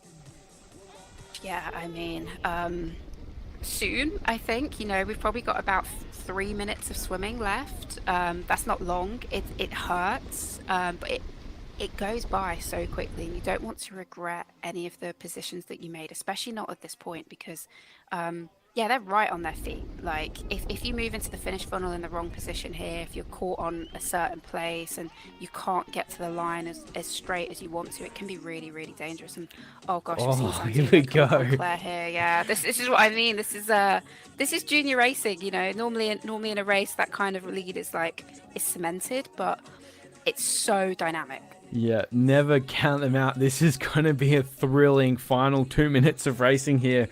Stuhlmacher leads Macri and Sanzulo of Italy in the black cap in the middle of those leading three. It is Macri who sat so far forward the entire race, really starting to put down a final push here. They're up alongside Stuhlmacher. Alice, this is going to be a cracking final. Yeah, this is really special, and Claire here, I think she's definitely going to be secured a medal. I can't see fourth coming up and changing that, so a great improvement on her result from 2022. But yeah, Sanzulo and Macri here have really put in an amazing spurt going into these last 100 meters and then coming into the finish funnel. So here we go into the finish funnel. It is Sanzulo leading Macri. It's still Stuhlmacher with a chance. The USA lift once more. So it's a race across three as they come down to the final 50. Macri in the light blue on the bottom of the screen. Moving through Sanzulo, Stuhlmacher with a final spurt for the USA. There's nothing splitting these athletes as they come down 10 kilometers. Who's going to be the junior champion? Onto the board, it's Sanzulo, I believe. Wow. Yeah, Stuhlmacher, and then Macri. And the time. We didn't speak about this all day, but the timing of the finish is so important. A huge congratulations to those three athletes. Great that they're all coming away with a medal, that it's not a line of four and someone mistimed it and unfortunately finished fourth. But huge congratulations. But yeah, the timing of the finish is so key.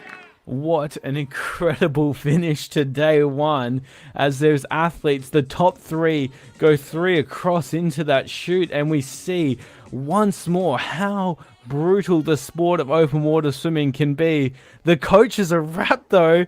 Italy on top in Italy. How good is that? This is absolutely fantastic. I mean, I really do have to shout out Italy as a nation which has forefronted open water swimming, forefronted marathon swimming, both with the amount of money that it's put into it, the amazing athletes that it showcases, and also the amazing venues which it can boast. I think it's really kind of that place to be for open water swimming at the moment, and it's absolutely fantastic that juniors from around the world get to experience that. And how good for the spectators around the world as well. Chiara Stuhlmacher really just was all the way there to the end and just never quit, which was just so exciting for the race. To see it go three across and Chiara Sanzulo be able to be on top ahead of Claire Stuhlmacher, simply sensational. And to your point, Alice, is why junior open water swimming is so exciting.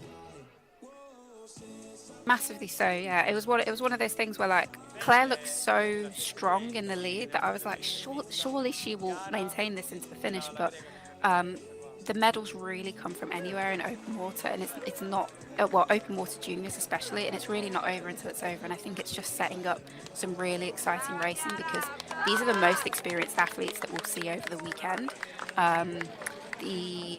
The less experienced athletes in the 7.5K and the 5K are still to come, so I think there's going to be some very exciting racing happening there.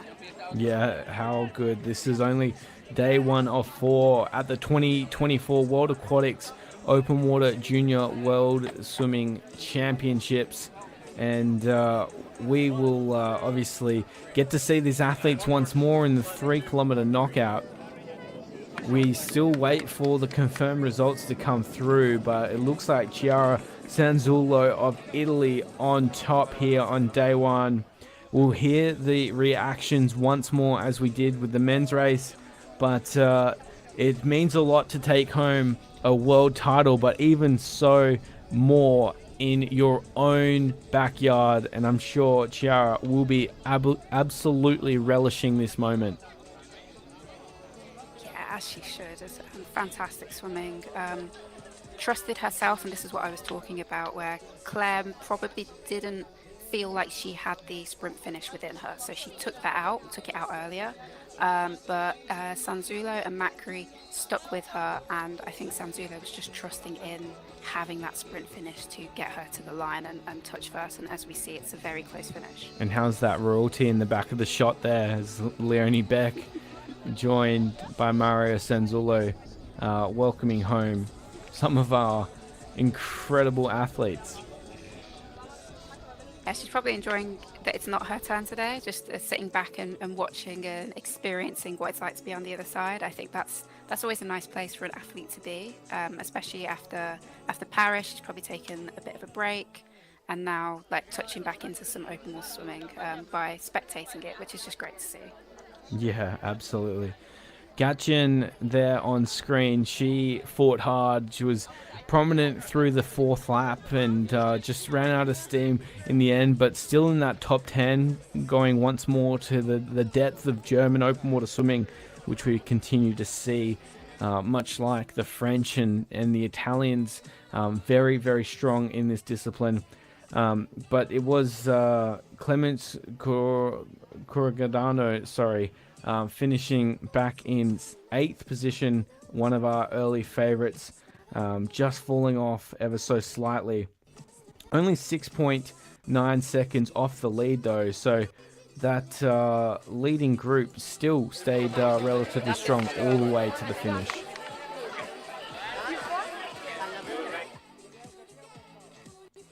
So we'll hear from our medalists very shortly. You can see the support there, what it means to the Italian Swimming Federation. Sanzullo on top, a simply sensational federation and a simply sensational family. Mario Sanzullo, a superstar of our sport, Schumacher of the USA, up and about in the medals, and Georgia Macri, who was so strong throughout the race, finished our medalist shortly. And of course, we'll have the medal presentation ceremony for both the men and the women's 10 kilometers shortly.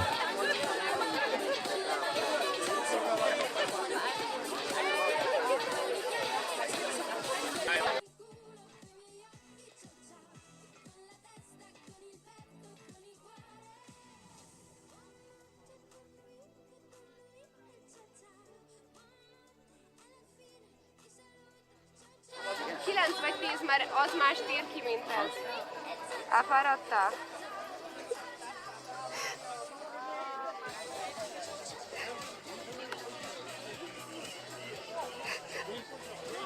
Mi a baj? So, ladies and gentlemen, result not the end official. International technical official checking video review about final, this incredible final.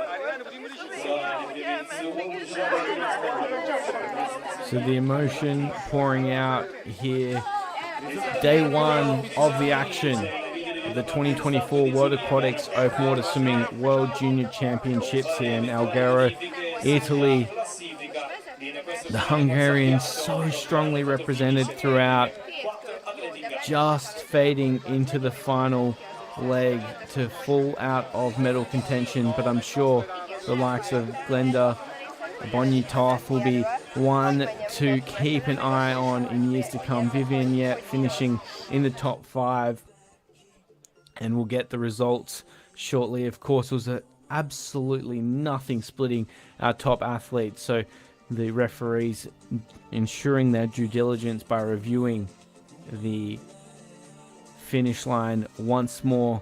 Of course, once we do have the ratified results, we'll go to the beach to hear from our athletes and then across to the medal ceremony for both the men's and the women's 18-19 years 10-kilometer world junior titles. So stay tuned wherever you are listening around the world and enjoy these scenes as the emotion pour from the junior champions. The next generation of superstars are born here in Alghero.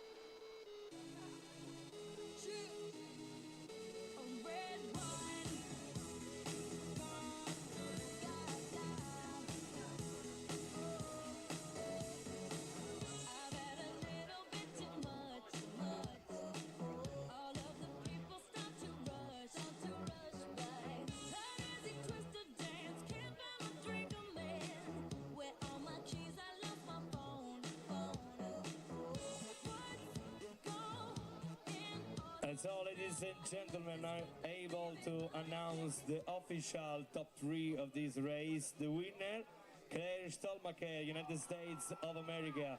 Second place for Chiara Sanzullo, Italy. Third place for Giorgia Macri, Greece. Annunciamo la top 3 ufficiale. Vince la statunitense Claire Stolmacher, seconda posizione per Chiara Sanzullo, terza è Giorgia Macri della Grecia.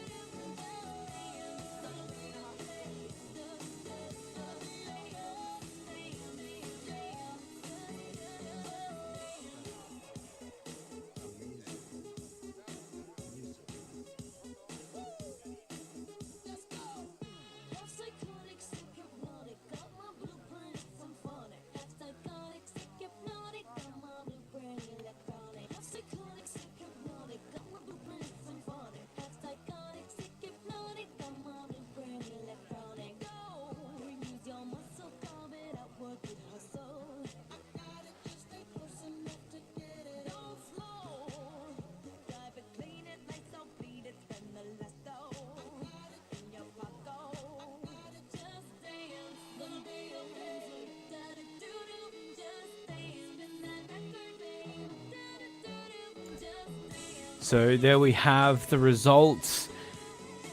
A change in the finish. Stuhlmacher of the USA gets the gold ahead of Sanzullo. Macri rounds out the top three. And that is why we have our officials out there to ensure the results are ratified. Claire Stuhlmacher of the USA claims the gold medal. Italy in second, Greece in third. We move through the 11th through 20. Rumler of Germany in 11th, 2:10:43, the time that gets it done. We move through Kanagaka of Greece in 18th. Finland well represented. We saw them early in the top 10. It's great to see these federations represented so prominently at the 2024 World Aquatic Open Water Swimming World Junior Championships here in Alghero, Italy. Moments away from the presentation of the medals of the men's 18-19 years 10 kilometers and the women's 18-19 years 10 kilometers. It has been a fantastic showing here on day one of 4 of these championships. Plenty of action still to come here, and we are very excited to call the action throughout. My name is Will Roller. I've been joined today by Alice Steering, and we're excited to see the presentation of our medalists and then welcome in the action for day 2, 3, and 4 as we get ready to uncover the next generation of open water swimming superstars and crown the next generation of world junior champions.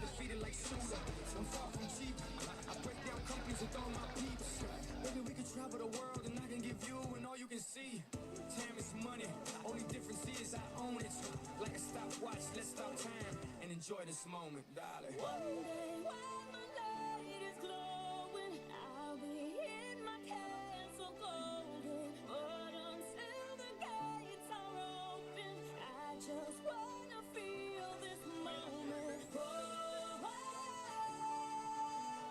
I just wanna feel this moment. Oh, I just wanna feel this moment. So, ladies and gentlemen, in 15 minutes, I give the appointment nearby the podium for the medal ceremony of the 2 races of the today's program. 10 kilometers boys, 18-19 years, 10 kilometers girls, 18-19 years. Come into the village to join us in this amazing day for the victory. Thank you. E tra qualche istante, tra circa 15 minuti, effettueremo le premiazioni delle gare di oggi, quindi invitiamo tutti i presenti in spiaggia ad entrare all'interno del villaggio e assistere alle premiazioni delle 2 gare di questa giornata. Pensavo che non ho ancora imparato bon ton ton ton. Stavolta spingo il tom tom, scappo dai radar, cambio la trama, no, richiedo da un po', se ne metto troppo, e faccio uno show in mezzo alla strada, tutto ubriaca, sembravi me. Tiriamo le 3, già che siamo qui, vediamoci il peggio, scopriamo di botto, quelli come me, senza un piano B, non vanno all'inferno,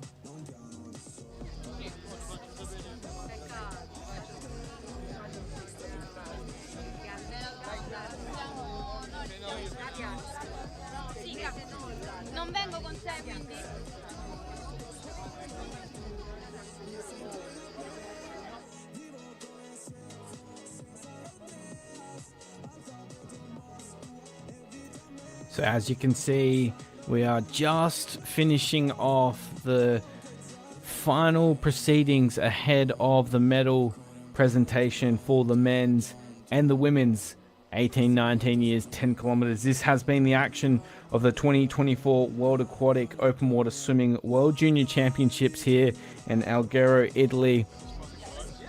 There's a bit to work through ahead of the medal presentation, so just bear with us as you'll hear with the ground announcements. We are looking to move to the medal presentation as soon as possible.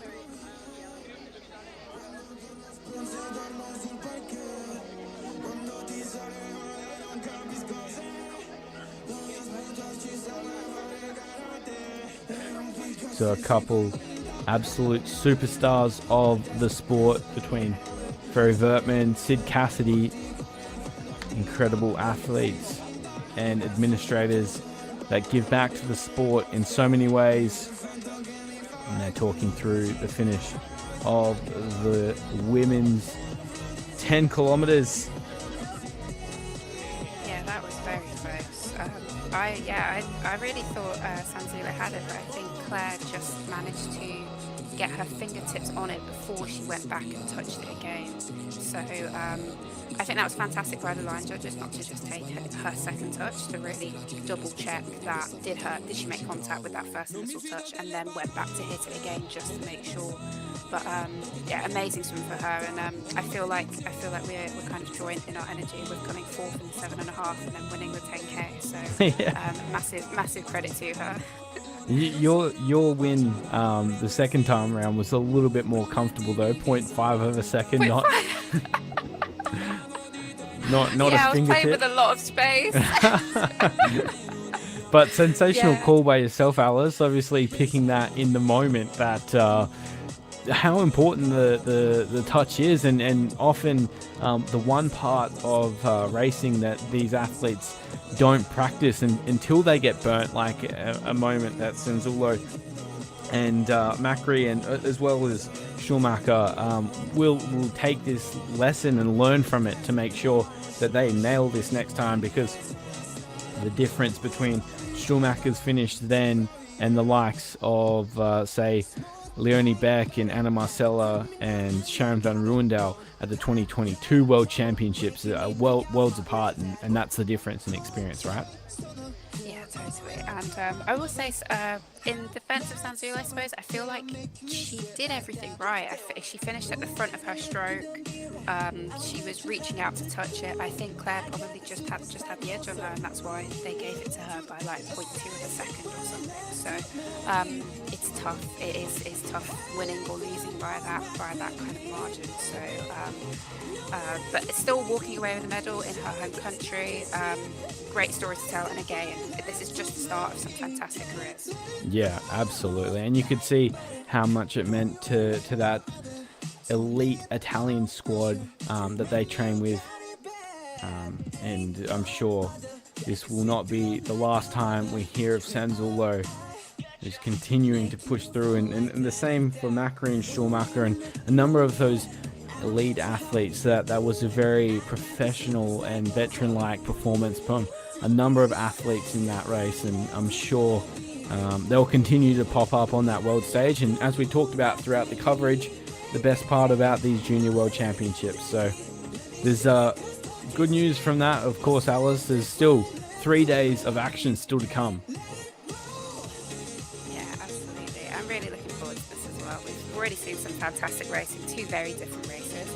We still see some swimmers finishing now. I'm not sure. I don't think it's been half an hour yet. It's going to be close, but it hasn't quite been half an hour, so they're still finished within the time allowed by the rules. And fantastic to see this effort still happening.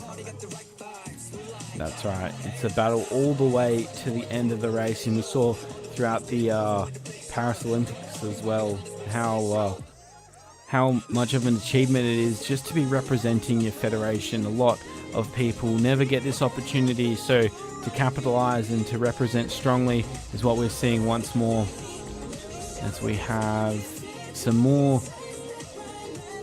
technicalities to work through ahead of these medal presentations. It's a good opportunity to celebrate these athletes that come through to finish off their race now. they've got people, friends and family watching at home, cheering them on, and you know, even just completing a 10K is so hard. So like credit to all of them. Yep. Credit as well to the technical officials. I know we've made note of them a couple of times throughout the coverage. We saw before Ferry Vertman and Sid Cassidy, both who sit on the Open Water Swimming Technical Committee, making sure that we do drive innovation through the sport alongside the very hard-working World Aquatics staff that travel around the world to ensure the successful delivery of the sport. I believe, Alice, we're moving to medals very shortly. Ready, all of you in front of the podium. So 10 minutes until we do the medal presentations for both the men's and the women's 18, 19 years, 10 kilometers. And we get to hear the national anthem of France and the national anthem of the United States of America.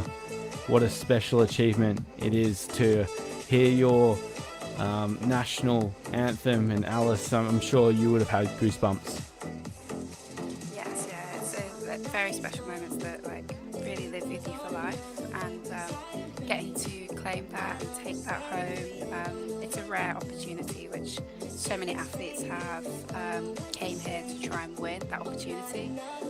As the nature is with sport, not everybody can get that opportunity, and that's what makes it so special. Yeah, that's I know a lot of athletes would dream of that moment. So for it to come to fruition for someone like yourself is truly a special opportunity, and I'm sure it's something that you will never forget. And you know, the most exciting thing about that is we get to witness it for both Sasha and Claire in just under 10 minutes time. So if you are tuned in around the world, be sure to stay locked in until the medal presentation has concluded. But Alice, I guess we've seen the race of the day and probably the performance of the day, but do you have a specific highlight? I think it's Wozniak from Poland swimming back into the medals was very, very impressive. My heart was hurting for the Mexican Paulo, but I see a lot of potential in a lot of those boys, those men, and it made for some really exciting racing. I love that. That's a great pick. That's a true open water fan pick in Peter Wozniak, just absolutely coming from the trenches into the medals. Absolutely. What was yours? That's a good question. You've stumped me there. I really liked, I mean, it goes without saying, but Claire Stuhlmacher's race, but more importantly, that fifth lap turn on turn 3, how she moved from 7th to 1st and just completely flipped the race on its head after being almost nowhere to be seen throughout the entirety of the field. So that throws back to Ferry Vertman for me. Although Ferry probably would have waited another lap and only hit the lead with 500, 400 to go. I like the old school racing that Claire Stuhlmacher threw out, and in particular making use of the skills that open water provide as opposed to just the brute force of swimming through the field. Oh, yeah, I totally agree. That kind of racing has a special place in my heart because that's how I won, that's how I raced, and it requires a real knowledge of yourself and a trust in your ability to go at the right time. Claire probably could have gone a little bit later if we're being very, very picky. She still got the win, so it honestly doesn't matter if when she went, because she clearly still won. But she was a very well measured race, and she should be very proud of herself. Getting that win is just such a special feeling. Yeah, and for the longest time, we've seen, well, at least for the last decade, we've seen the US men sort of lead the charge with Wilimowski sort of the head of that spearhead. We've seen obviously Haley Anderson just be a superstar on the world stage among other US swimmers, but to see the likes of Stuhlmacher and of course Weinstein and Grimes, we spoke earlier about how hard it is to make some of these international teams, the likes of the Australian women, the Italian men and women, French the same, and Germany similar, among many other federations that I'm not giving the due love to. But yeah, the US women's team is certainly shaping up to be something that is very, very hard to make. Yeah, absolutely. And like Mariah Denning in Yeah. as well. Just crazy hard to get onto those teams at the moment because there are so many girls, so many women wanting to compete there. You know, we had Ashley Twitchell, who also came back from having a baby and tried to qualify, but because of the likes of Claire Weinstein, Mariah Dennigan, and Katie Grimes, like Ashley Twitchell, who has competed at Olympic Games, been on podiums at the world level before, wasn't able to get onto the team. So yeah, it's a very, very exciting future for the shape of open water swimming. And I think moving into LA, if I'm an American woman, if I'm Claire, either of these Claires actually, Claire Schulmacher or Claire Weinstein, I'm looking at this thinking, what an opportunity. Like, America is on a different level with sports as it is. You've got home games, open water's probably, like, it's going to have a fantastic venue, and it's a real chance for you to make yourself a household name in America, and the opportunities that come with that are absolutely monumental. Yeah, you're bang on there, and like so correct about Ashley Twitchell as well. Not only is she just truly an inspiration for the journey back to swimming, but to see her competing at such a high level. She went 16:08 at the US Olympic trials in the 1500 meter freestyle, and you know, probably is the 5th fastest American over the 10 kilometers at this point. So yeah, what a federation to be a part of. And I'm sure that dominance that we've seen in the pool, maybe not too distant future for the open water swimming as well, which is great to see, because obviously the USA has an enormous swimming following, and it'd be great to see some more fans making their way across to see how great our sport is. But I tell you what, the conditions are completely different at the end of the day one to what they were at the start. Yeah, I'm interested to see what it's going to be like in the morning, whether the morning will it still stay flat, or is it typically a bit windier in the morning in this area. So yeah, I think an absolute beautiful setting, a nice way to finish the day. Started off a little bit rocky, having to have it pushed back, but as with open water, you know, things settle and you get in and you race, and winners are decided. And winners were decided. We'll be presenting those very, very shortly. The presentation of the boys 18-19 years 10 kilometers and the girls 18-19 years 10 kilometers. Two very deserving podiums and very deserving athletes that I'm sure will enjoy the day off tomorrow as they get to watch their teammates race in the shorter distances, the boys and girls 7.5 kilometers for the 16-17 years, and the boys and girls 5 kilometers for the 14-15 years. Alice, we've talked about Claire Weinstein, and she definitely looms large as the story tomorrow, doesn't she? Yes. Yeah, I think it's going to be all eyes on her. We will have the fact that the boys and the girls are racing both at the same times in the respective 7.5 and the 5K. So there will be a lot of things going on. Please bear with us if there's anything where we're just trying to get to bearings with what's happened in a different pack, as I'm sure the footage will cut across shared between the girls and the boys. But I'm really looking forward to watching both of these races play out, because there's some really exciting names and potential within each of these races. Yeah, you are absolutely correct. We talked earlier about Imafuku of Japan. He looms as someone to watch. Kazushi Imafuku recently just breaking that 15-minute mark for the 1500. And I'm sure, as we've learnt today, nothing will go as expected. So you're bang on about saying we will just have to get the spectators around the world bearing with us as we decipher what happens in both the men's and the women's race, and try and stay up to date. And obviously our incredible broadcast team around the venue, just keeping us up to date with everything that's going on.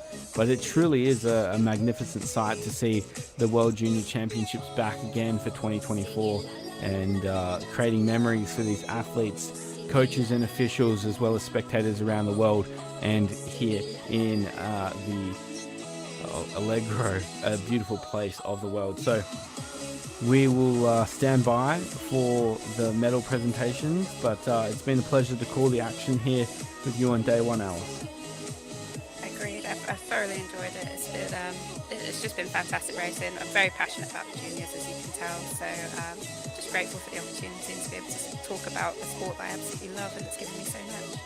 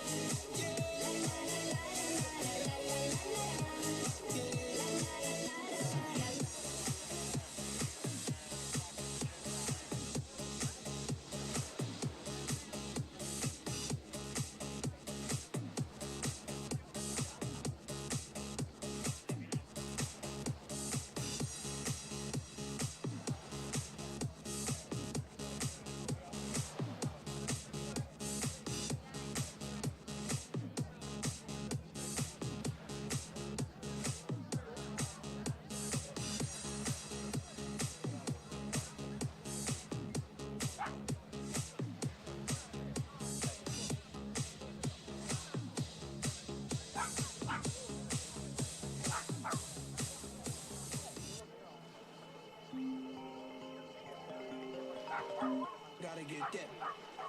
Gotta get that. Gotta get that. Gotta get that. Boom, boom, boom. Gotta get that. Boom, boom, boom. Gotta get that. Boom, boom, boom. Gotta get that. Boom, boom, boom. Gotta get that. Boom, boom, boom. That boom, boom, boom. That boom, boom, boom.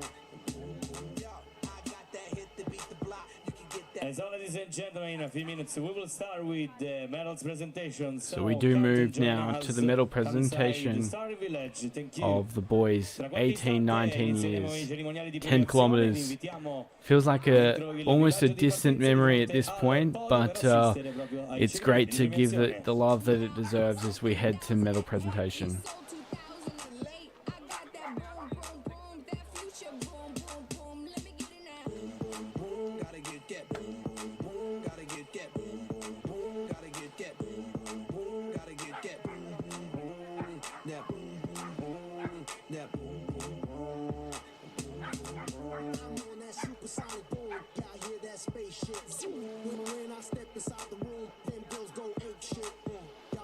Super 8 shit, that low-fi stupid 8-bit. I'm on that HD flat, this beat go boom boom bap.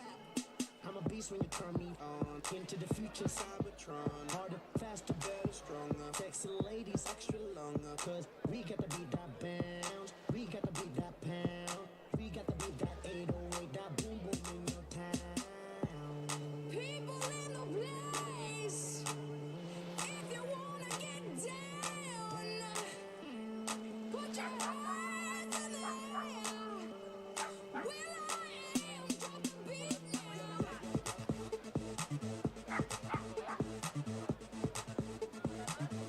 I'll be rocking their beats. Yup, yup.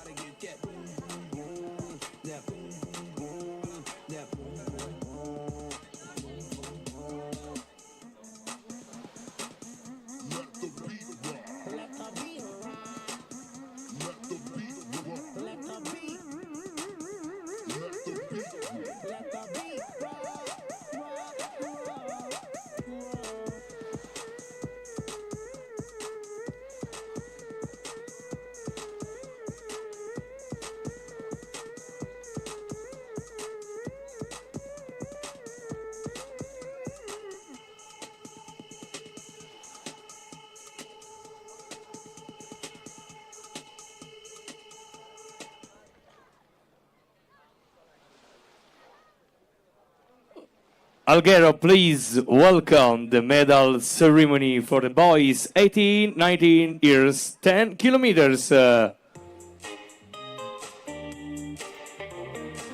here we have it, the medal presentation for the boys 18, 19 years, 10 kilometers. 3 very deserving medalists. And The one medals standout and performance. gifts will be presented by the World Aquatics Bureau member Zuhair El Mafti, the triple World Aquatic champion Leonie Beck, the double world medalist Mario Sanzullo, the winner of the bronze medal representing Italy, Vincenzo Caso. A dominant performance by our bronze medalist, Caso. The was winner very of the close silver throughout. medal representing Poland, Piotr Wozniak. Just a quick shout out, I love to see Leonie Beck helping give out the medals as well. Just fan. Yeah, fantastic. Winner of the gold medal and world junior champion representing France, Sasha Veli. And there he is, Alice, the man of the moment, on top of the podium. Absolutely amazing swim going into the finish on this race against his competitors, and a big shout out to Peter Wozniak, as we've done already, with his incredible stint to pull himself into second place. He should be very, very proud of himself. Yeah, absolutely. As should all the top 3, as we've discussed. So great to have these superstars presenting the medals. Mario Sanzullo, Leonie Beck, and the representation from World Aquatics at the World Aquatics Junior Open Water Swimming Championships here in Alghero.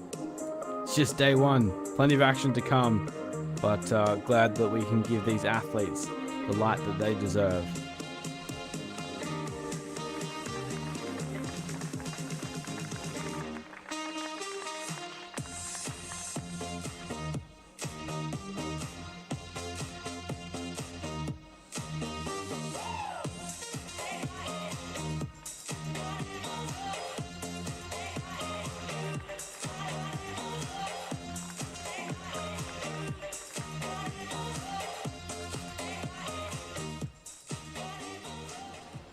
And now, ladies and gentlemen, please stand for the national anthem of France.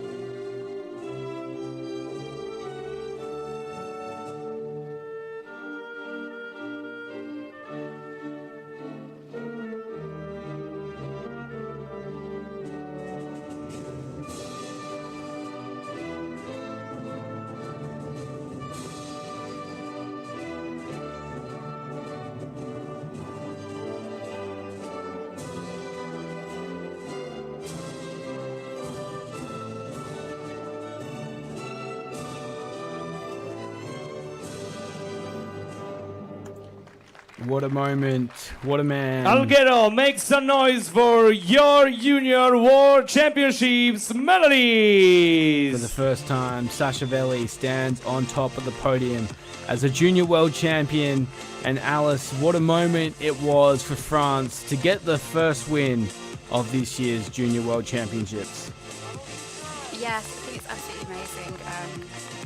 Seeing these nations come out with a real intent of this is what we want to be performing like at these World Championships. We've got France, top of the podium here. We've got 2 Italians taking medals one in the men's race, one in the women's race. So I think it's making for some very exciting racing, and I really can't wait until the team race, because I think that's when we'll really see a lot of effort get put down, because I think that's quite a special one to win. Absolutely, and so many federations really putting their hand up saying, hey, we're here and we want to get in the mix for the medals. Wozniak and Caso on the podium there. And what a result that was for them as we now move to the medal presentation. Alghero, of the please women's 10 welcome the kilometers. medal ceremony for the girls. 18 years, 10 kilometers. The winner of the bronze medal representing Greece, Georgia Makri. Winner of the silver medal representing Italy, Chiara Sanzullo.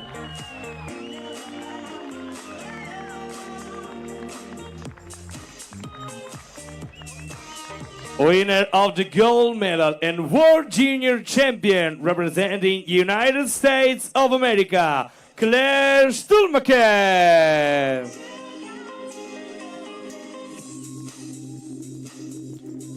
What a finish this was. Day one really providing it all. Schumacher reinstated on top, Alice. Yeah, I love. But this is why we love open water, right? It's dynamic, it's exciting. You know, you think it goes one way and it goes the other. We just watched it back, and I saw that Claire did get the fingertip finish, but then she went and hit it again. So I thought that second touch was actually her first touch. But it's great the officials picked up on that, and it's also great to see Sanzullo smiling because you know that's not easy to think that you've won and then have it changed. So great athlete, great sportsmanship from her, and I really hope that as all of the medalists and contestants should be very proud of their efforts and achievements. What a special moment as well to share between the Sanzullos up on the podium at a Junior World Championship.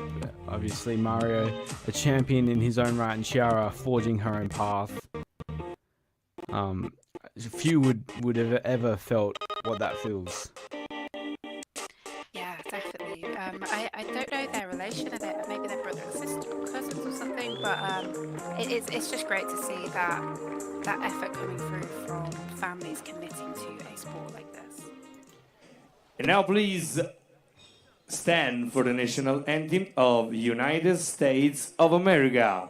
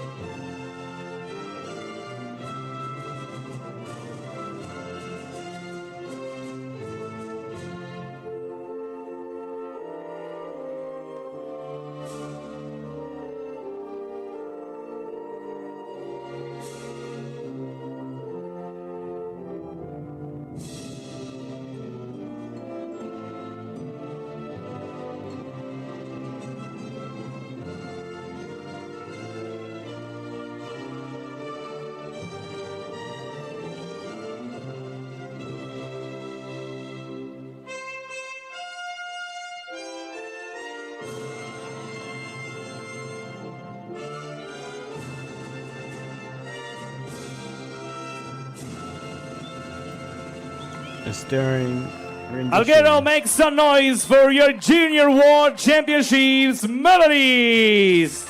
of the United States of America's national anthem. Claire Stulmacher rounds out the action here for day one of the 2024 World Aquatics World Junior Open Water Swimming Championships. Alice, it's been a pleasure to join you on the commentary, and looking forward to the action over the coming days. Yeah, absolutely. It's been great doing this with you all, and really looking forward to the next 3 days. It's already setting up for some very exciting racing. And that concludes the action here on day one as we see So, our girls, athletes celebrating. It was a busy finish. their So let's achievements. make Truly a a short special interview. moment for these athletes. How are you? We Your hear feeling? their Here's thoughts, on the podium. and that will round out the broadcast here for day one. We'll see you for tomorrow and more action. So yeah, I'm really excited. Thank you. Make an applause. And what about you, Chiara? How is your feeling? We can make it in Italian. Chiara Sanzullo. Grazie a tutti, sono emozionatissima, è tutto bellissimo, soprattutto qui ad Alghero. Voglio ringraziare la mia famiglia e il mio allenatore e tutto il team Italy. Congratulations, Chiara. Thank you. What about you, Claire? What is your feeling on the top of the podium? You're the junior world champion. I'm really excited. Go USA. So. Go USA! Come on, please make some noise for our junior medalists! Thank you, girls! So once more, that was day one's broadcast of the 2024 World Aquatics Junior Open Water Swimming Championships here in Alghero, Italy. We'll be back tomorrow for day two's action and more And for junior today's champions to competition, be that's crowned. all. Thank you to all of you.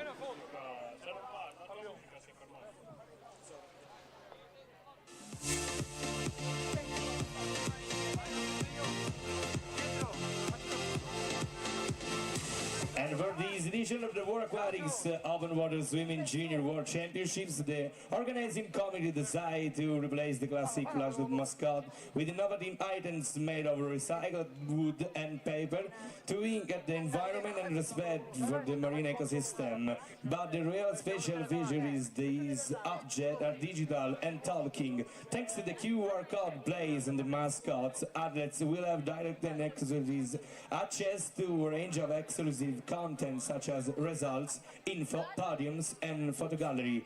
Is this way they will be able to take home not a physical souvenir but also a digital one. E per questa edizione dei campionati del mondo di nuoto in acque libere giovanili abbiamo sostituito le classiche mascotte in peluche con sagome innovative realizzate in legno e carta riciclata per strizzare un occhio all'ambiente e dal rispetto dell'ecosistema marino. Ma la vera particolarità è che questi oggetti e trofei sono digitali e parlanti. Grazie infatti al QR code posizionato sulle mascotte, gli atleti avranno accesso diretto ed esclusivo a una serie di contenuti esclusivi come risultati, informazioni, podi e gallerie foto. In questo modo potranno portare a casa non solo un ricordo fisico ma anche uno digitale. Quindi grazie al comitato organizzatore, grazie a tutti voi, appuntamento a domani, buon pomeriggio, buon proseguimento di serata.